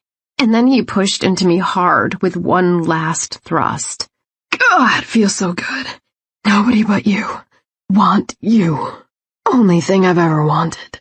When we both finally calmed down and our breathing had returned to normal, I let his cock slide out of me and I crawled into his arms. Rest for a few minutes, I said, but then I owe you a back rub. Chapter 28. Talon. Reluctantly, I moved face down when she asked me to. This was a submissive position for me, and I was not comfortable. My nerves were jumping, but then again, my nerves were always jumping. It was part of being Talon Steele. Let me take care of you, baby, she said, her voice sexy, comforting. I tried to relax, tried to find peace, but I wasn't sure how to do that. Baby, relax. It's not so hard. She started at the back of my neck, rubbing with her thumb. It felt good. It felt right. So tense. How do you exist this way? I had no answer for her. This was my existence. I was always in a constant state of alertness, always tense. I could never explain to her why. Just relax. I'm going to work all this tension out of you, Talon. All of it. If it takes me all damn night. I closed my eyes, trying to find serenity. Her soft lips whispered against my skin. She kissed me between my shoulder blades. And then her talented fingers went to work. She kneaded my shoulders and my upper arms, and she pushed through my shoulder blades. The lactic acid crinkled through my muscles. So tense, she said again. Story of my life, I said softly. This doesn't have to be your story, baby. Let me help you create a new ending. If only it were that simple. No new ending existed for me. It wasn't possible. Still, as her fingers maneuvered my muscles, I started to feel better, cared for. She worked out lots of kinks in my shoulders and then maneuvered down to my middle and lower back. She worked those for a while, her warm hands bringing me comfort, solace. Down farther, she kneaded my glutes. So tight, she said again, as she worked my hamstrings, the backs of my knees, to my calves, and then to my feet. Have you ever had a foot massage before, Talon? She asked. I shook my head against the bed. Don't believe I have. Then you're in for a treat. She started with my left foot, massaging my heel and then my instep. Then the ball of my foot, to each toe. Her touch was perfect, just firm enough to feel good, but not to hurt. She worked on that foot for about 10 minutes before she went to the next one. I wanted so much to relax. I wanted so much to let everything go and lose myself in her. Could she be my salvation?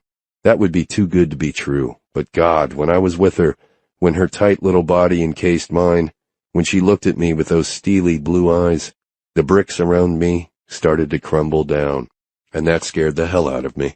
She began kneading my calf again. You're tensing up again, baby. Relax. I tried to sink into the comforter, sink into a sea of jade and perfection and joy and rapture. She worked her way up to my thighs again, massaging my hamstrings, and then up to my ass again, massaging my glutes. You have a gorgeous butt, Talon. I've never seen any man who looks as good in jeans as you do. I smiled against the comforter. Her hands, so good, so right, so The boy screamed. A thick finger breached his behind. He was being torn in half, ripped apart. Thousands of needles forced themselves into him. Nothing could ever hurt so much. He screamed in agony. Stop that! You're hurting me! Mama! Daddy! Help me! Please! This wasn't normal. People didn't do these things. Not to kids. Not to... His blood curdled as a high-pitched screech ripped from his throat. More pain. Shards of jagged glass tore into him, stretching him, breaking him. That's it, boy. Take it all. The boy would never recover. He would die right now. This was the end of his short life. The end. Talon! I was on my knees, my hands clamped over my ears. The noise, so much noise. Make it stop, make it stop, make it stop. A blood-chilling screech, malignant and wretched. "Talon!" Through the noise, a sweet voice called my name. Talon. Far away, someone called. "God, please, the noise. Make it stop, make it stop, make it stop." "Talon?" The noise stopped. I looked at Jade. She was beautiful. So beautiful. But fear, terror, laced her steely eyes. My God, what's wrong? And I knew. The deafening noise had been coming from me. My voice.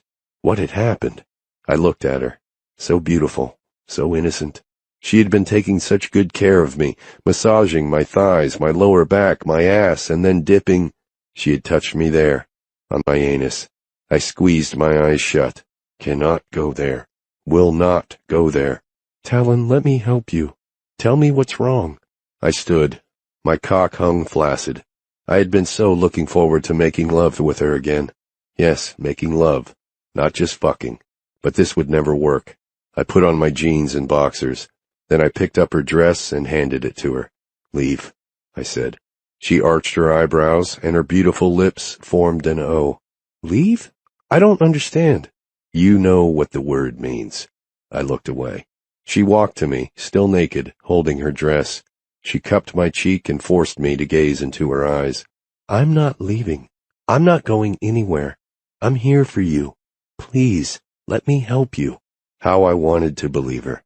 How I wanted to grab her in my arms, hold her against me until the last monster disappeared into the fog of the night. Could I try? Could I risk everything and keep her with me? I shook my head. "You need to leave. Now." "I don't understand. Please. I don't want to leave. I want to stay and help you." I gritted my teeth. "No. Leave." She bit her lip, and 2 tears, one from each eye, rivered down her cheeks. I had never loathed myself more. She put her sundress over her head and covered her shapely body. She sniffed and said, "All right, Talon, I will leave. But tomorrow we're going to talk about this. You can't push me away. I won't let you." I didn't want to push her away. All I wanted was her. She was all I had ever wanted. I had never wanted anything until I met her, but I had to push her away. I had to protect her from the horror that was my life. I grabbed her arm. "You're not understanding me." "Talon, I have never understood you, but right now you clearly need me to leave, so I want to leave. But we will talk tomorrow." Except that we wouldn't talk tomorrow. We wouldn't talk tomorrow or any other day. When I say leave, I'm not talking about leaving for now. I want you out of this house. Sadness shone in her beautiful eyes. "You can't mean that." "I've never meant anything more in my life. When I tried to leave before, you wanted me to stay. Hell, I wanted her to stay now. But what happened tonight had been like a freight train running me over, crushing me into dust, and forcing reality into me. I couldn't give her anything. She needed to get away from me and have a life. She was wonderful, the most wonderful woman I had ever met, and she deserved to find someone who was capable of giving her what she deserved. An anvil of jealousy hit me in the gut. God, another man touching her, fucking her, loving her. I squeezed my eyes shut again, trying to erase the images from my mind. Have to let go. Have to let her go. Things change, Jade. We just made love. I'm so sorry. I don't know what I did. I was massaging you and then— Enough! I raked my fingers through my hair. Leave my room, leave this house. I can't leave tonight. First thing in the goddamned morning, then. I don't want to see your face here again. But what will I tell Marge? Thank God my sister was in the city tonight. I'll deal with Marge. You just get your ass out of this house in the morning. Her beautiful lips trembled, and her hair fell around her shoulders in unruly waves. She turned and walked out of my room, out of my life, taking my only chance of happiness with her. Hot breath singed the back of the boy's neck. He had learned to separate his mind from his body. It was the only way to survive. But still the breath, always the breath, no matter how far away he was into his mind. He had stopped fighting back. He had stopped begging them to leave him alone. It was useless. They seemed to like it when he resisted. He was used to the pain. Tonight was bad, though. The one with the tattoo went first, and he was the biggest. The boy winced and cried out when Tattoo breached him. He hated himself for screaming. Each time he promised himself he wouldn't scream, and then he did. Next time, he said to himself, next time I won't scream. Tattoo grunted as he forced his way into the boy's body. As much as the boy hated being penetrated, it was better than having it stuffed inside his mouth. He threw up either way, but at least with penetration, he could hold off until they left. Then he would heave and empty his stomach. Yeah, give it to him good, low voice said. The three men always wore black ski masks, so the boy had no idea what they looked like. Just as well, he didn't want to see their faces. This way, not knowing what they looked like, he could think of them as inhuman, pure evil. You like that, don't you, boy? Tattoo said, pumping into him. You like being fucked in the ass. The boy said nothing. The first couple of times he had screamed, No, I don't. Stop this. I hate this. And he'd paid for it with a beating as well as a fucking. Come on, boy. Tell me you like it. Still, he remained silent except for a few wails and sniffs until a cool metal blade touched his neck. You say you like it, low voice said. Say you like his big hard cock in your ass or I'll slit your pretty little throat. I like it. I'd said the words. Like a goddamned little pussy, I'd said the words to stay alive. Alive in the hell that had become my life. Why? Why had I bothered to stay alive? Cold desperation paralyzed me. The boy, he was me. He is me. God help me. Chapter 29. Jade. I cried into my pillow until finally, my nose clogged, my face swollen. I fell asleep. I woke the next morning, rose, and walked into my bathroom. A look in the mirror was a terrible reminder. My eyes were swollen from sobbing, my nose red. My hair was matted with tangles. I grabbed my brush and put it through my hair, wincing when I hit a knot. I brushed it through, reveling in the pain of tearing the tangle out of my hair. It hurt, but no tears came. I was all cried out. I turned the shower on, and the whoosh of water was somehow comforting. Once the bathroom was good and steamy, I stepped in, letting the hot water scald my skin. I stood there for a few minutes, not washing my hair, not washing my face, just relishing the hot water on my body. After a few more moments, I shook my head, sniffed, and squirted some shampoo into my palm. Time to move forward. When I finished washing, I stepped out of the shower and dried off, taking a dry cloth and wiping a circle in the steam on the mirror. I still looked like hell, but my face would recover from the crying jag. My face, my body, they would show no sign of my time with Talon Steele. Not so for my heart. I toweled off, dried my hair, and went back into the bedroom. I grabbed some underpants out of my top drawer. My top drawer. It was no longer my top drawer. I was no longer welcome here. I thought about Marge. She would tell me to stay, no matter what Talon had said, which was exactly why I wasn't going to wake her. She had gotten in late last night from her cooking class. I'd heard her after midnight. Today was Saturday, and she would be sleeping in. I could pack up fairly quickly, call a cab, and go to Grand Junction. It would be a hefty fare, but I didn't care. I'd have to call Larry and quit my job. I actually liked the job, but I definitely had issues with Larry's ethics, so I'd find a better job in Grand Junction. I'd find work with lawyers I respected. I would have liked to give Larry 2 weeks' notice, but that wouldn't be possible, and I couldn't very well commute from Grand Junction without a car. The cab fare alone from here was going to take all of my spare cash. I bit back more tears as I pulled all my underwear and socks out of my top drawer and walked over to my bed to set them down. I gasped. On my pillow sat one perfect red rose. I had scarcely gotten settled in my hotel room when my cell phone rang. It was a number I didn't recognize. Hello? Silence for a moment. Then, Jade? The voice was familiar, so like my own. Even though I hadn't heard it in years, I knew exactly who was on the other end of the line. Hello, Mother. Jade, darling, how are you? Seriously? How did she think I was? And if she really cared, she would have asked a long time before now. But I was not in the mood to get into anything with her. After what I had been through with Talon at the ranch, I didn't want any more drama. I'm fine, Mother. How are you? How nice of you to ask. Things are going well for me. I'm dating a wonderful new gentleman, and I'm going to write my memoirs. Can you believe it? Me, a writer. Yep, always about her. Classic Brooke Bailey. I say fine, and she gives me her life story. That sounds nice, I said. I'm in town, darling. Nico, that's my new beau, and I would love to take you to dinner. You're in Grand Junction? Yes, isn't that just a hoot? A hoot indeed. What are you doing here? Nico is originally from Colorado, and he has family here, so we came up for a short visit. You'll have to tell me how to get to your ranch, though, and we'll pick you up. That's not necessary, actually. I'm in Grand Junction now. I moved off the ranch. You did? My goodness. Well, tell me where you are and we'll pick you up. And that was that. No questions about why I had left the ranch. No questions about what I was doing in Grand Junction. No questions about me at all. Did she know that I'd passed the bar exam? Hell, did she even know I'd gone to law school? There's no reason for you to pick me up. I have a car, and I can come to you. A lie, of course, but I didn't want her to see me in the seedy hotel I had rented by the week until I could find an apartment. Not that she would care, but I had a little pride. That would be fabulous, darling. We're at the Carlton, downtown Grand Junction. They have a marvelous restaurant here.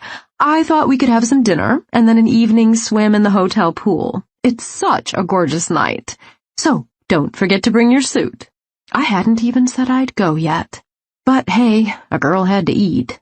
Since I was no longer getting free food at the Steel Ranch, I'd much rather eat at a 5-star restaurant than have a fast food burger, which had been my plan. All right, I'll meet you at your hotel. What time? How about 6 o'clock? That will give us time for some cocktails before dinner. I'm just dying to hear all about what you're up to. She didn't fool me for a minute. If she had any interest in what I'd been up to, she would have asked before now. I wasn't sure what Brooke had up her sleeve, but it wasn't any grand desire to see her long-lost daughter. Sure, Mother, that sounds great. I'll see you at the Carlton at 6. Perfect, darling. She made a kiss noise into the phone, and I nearly threw up. Ta-ta! I'm so excited for you to meet Nico.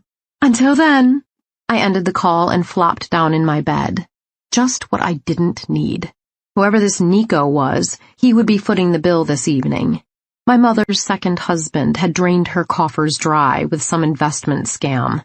In fact, I wouldn't be surprised if she tried to get money out of me. And not that I would give her any, even if I had it. But dinner with Queen Brooke would at least keep my mind off Talon. It was inevitable. Brooke would talk about herself all evening. I wouldn't get a word in edgewise, and I wouldn't have time to think about Talon. Turned out I was wrong. As Brooke droned on and on at dinner about this new opportunity and that new opportunity, I tuned her out quite easily, and Talon crept into my mind. I tried to erase him. Truly, I did. But I could no longer hide from the truth. I loved him. I was in love with Talon Steele. All 6 feet 3 inches of screwed-up man. I didn't delude myself into thinking he could ever love me back. He had too much baggage. I only wished I knew what it was so I could help him. But did he even want my help? He'd made it pretty clear he didn't. Jonah's voice still haunted me. Don't go snooping. It's none of your business anyway, and you might not like what you find.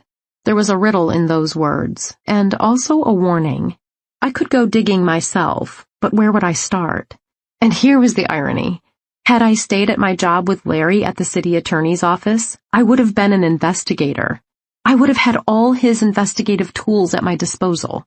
I could have learned a lot in that job, whether or not I respected my boss. But I'd had to leave. I couldn't take any more of Talon and his drama. It had nearly destroyed me. How could I have fallen in love with him? Don't you think so, Jade? I jerked my head up, forced out of my thoughts. My mother had spoken to me, but I had no idea what she'd said. I'm sorry, what? I was just saying that if Nico plays his cards right, within a few years he could be a candidate for president. I looked over at my mother's new love interest. Nico Costas was a good-looking man, a dark Mediterranean type. He had black hair, olive skin, dark brown eyes, rugged features, and a stocky, muscular build. He was graying at his temples and had laugh lines around his eyes. I guessed him to be in his early 50s. He had been perfectly polite to me all evening, and he treated my mother like a queen, but something was off about him. I couldn't quite put my finger on it, but something about him rattled my nerves a little, made my skin crawl. "I don't pretend to know much about politics," I said, "but I wish you the best of luck if those are your aspirations." Nico smiled. "Oh, I think every politician dreams at one time or another of getting to the White House, but right now, I'll settle for just being one of the 2 senators from Iowa." I nodded. Maybe that was the weird vibe that I was getting from him, merely that he was a politician. So many of them were crooked. No, something else wasn't right, and even though there was no love lost between my mother and me, I didn't really want him near her. I let out a sigh. None of this made sense. I took a sip of my Merlot, which Nico had ordered. It was boring and a little sour. I had learned so much from Ryan at the winery. I could have chosen a better wine. My mother picked at her striped bass, leaving most of it on her plate and scraping all the creamy sauce to the side. Still a supermodel, still afraid to eat. I, of course, had cleaned my plate of my chicken piccata. No doubt about it, my mother was a gorgeous woman. She was taller than I easily by 3 inches, and probably weighed about 20 pounds less. Of course, she had no boobs. Mine had come from my father's side. She hung on Nico's every word, never letting an opportunity to touch him pass by. The waiter came and cleared the table, asked if we wanted dessert. "Oh, heavens no," Brooke said. "I absolutely couldn't swallow another bite." She hadn't swallowed too many bites yet anyway. "Just coffee for me," I said. "Excellent idea, Jade," Nico said. "Make that 3 coffees, please, and I'll have a Courvoisier also." "What a wonderful idea, Nico," Brooke bubbled. "Make that 2 on the cognac. Jade?" I shook my head. When the waiter had left, Nico said, "This will give our stomachs a chance to settle before we go on our evening swim." Yes, the evening swim. I'd skip that. But when the time came, Brooke would hear nothing of it. "Of course, darling, you must come along. Nico looks amazing in his Speedo." Oh, God. Just what I didn't need, to get a good look at my mother's boyfriend's package. But what the hell? The flea bag I was staying at didn't have a pool, and even if it did, I wouldn't set foot in it for fear of contracting some kind of disease. I accompanied them to their suite on the top floor. My mother ushered me to a lush bathroom. "You can change in here, darling." I hurriedly changed and took a look at my reflection in the mirror. Not too bad, after that huge meal I had just eaten. I might not be waif thin, but no one could call me fat. I smiled to myself. Talon had certainly liked what he'd seen. I walked out of the bathroom and tried to ignore Nico's lascivious gaze. The man made me squeamish. But then a flash of color caught my eye. A tattoo on his forearm. "Oh, you have a tattoo," I said. Tattoos fascinated me. I hadn't gotten one myself yet because I hadn't found the perfect image. "Oh, yes, isn't it beautiful?" my mother said. I walked closer to get a better look. It was indeed beautiful. A bird, enveloped in colors of fuchsia, purple, orange, and teal. Its wings were flames, and it rose from ashes. It was a phoenix. We hope you have enjoyed our presentation of Craving by Helen Hart, performed by Neva Navarre and Sebastian York. Performance copyright 2016 by Brilliance Audio. All rights reserved.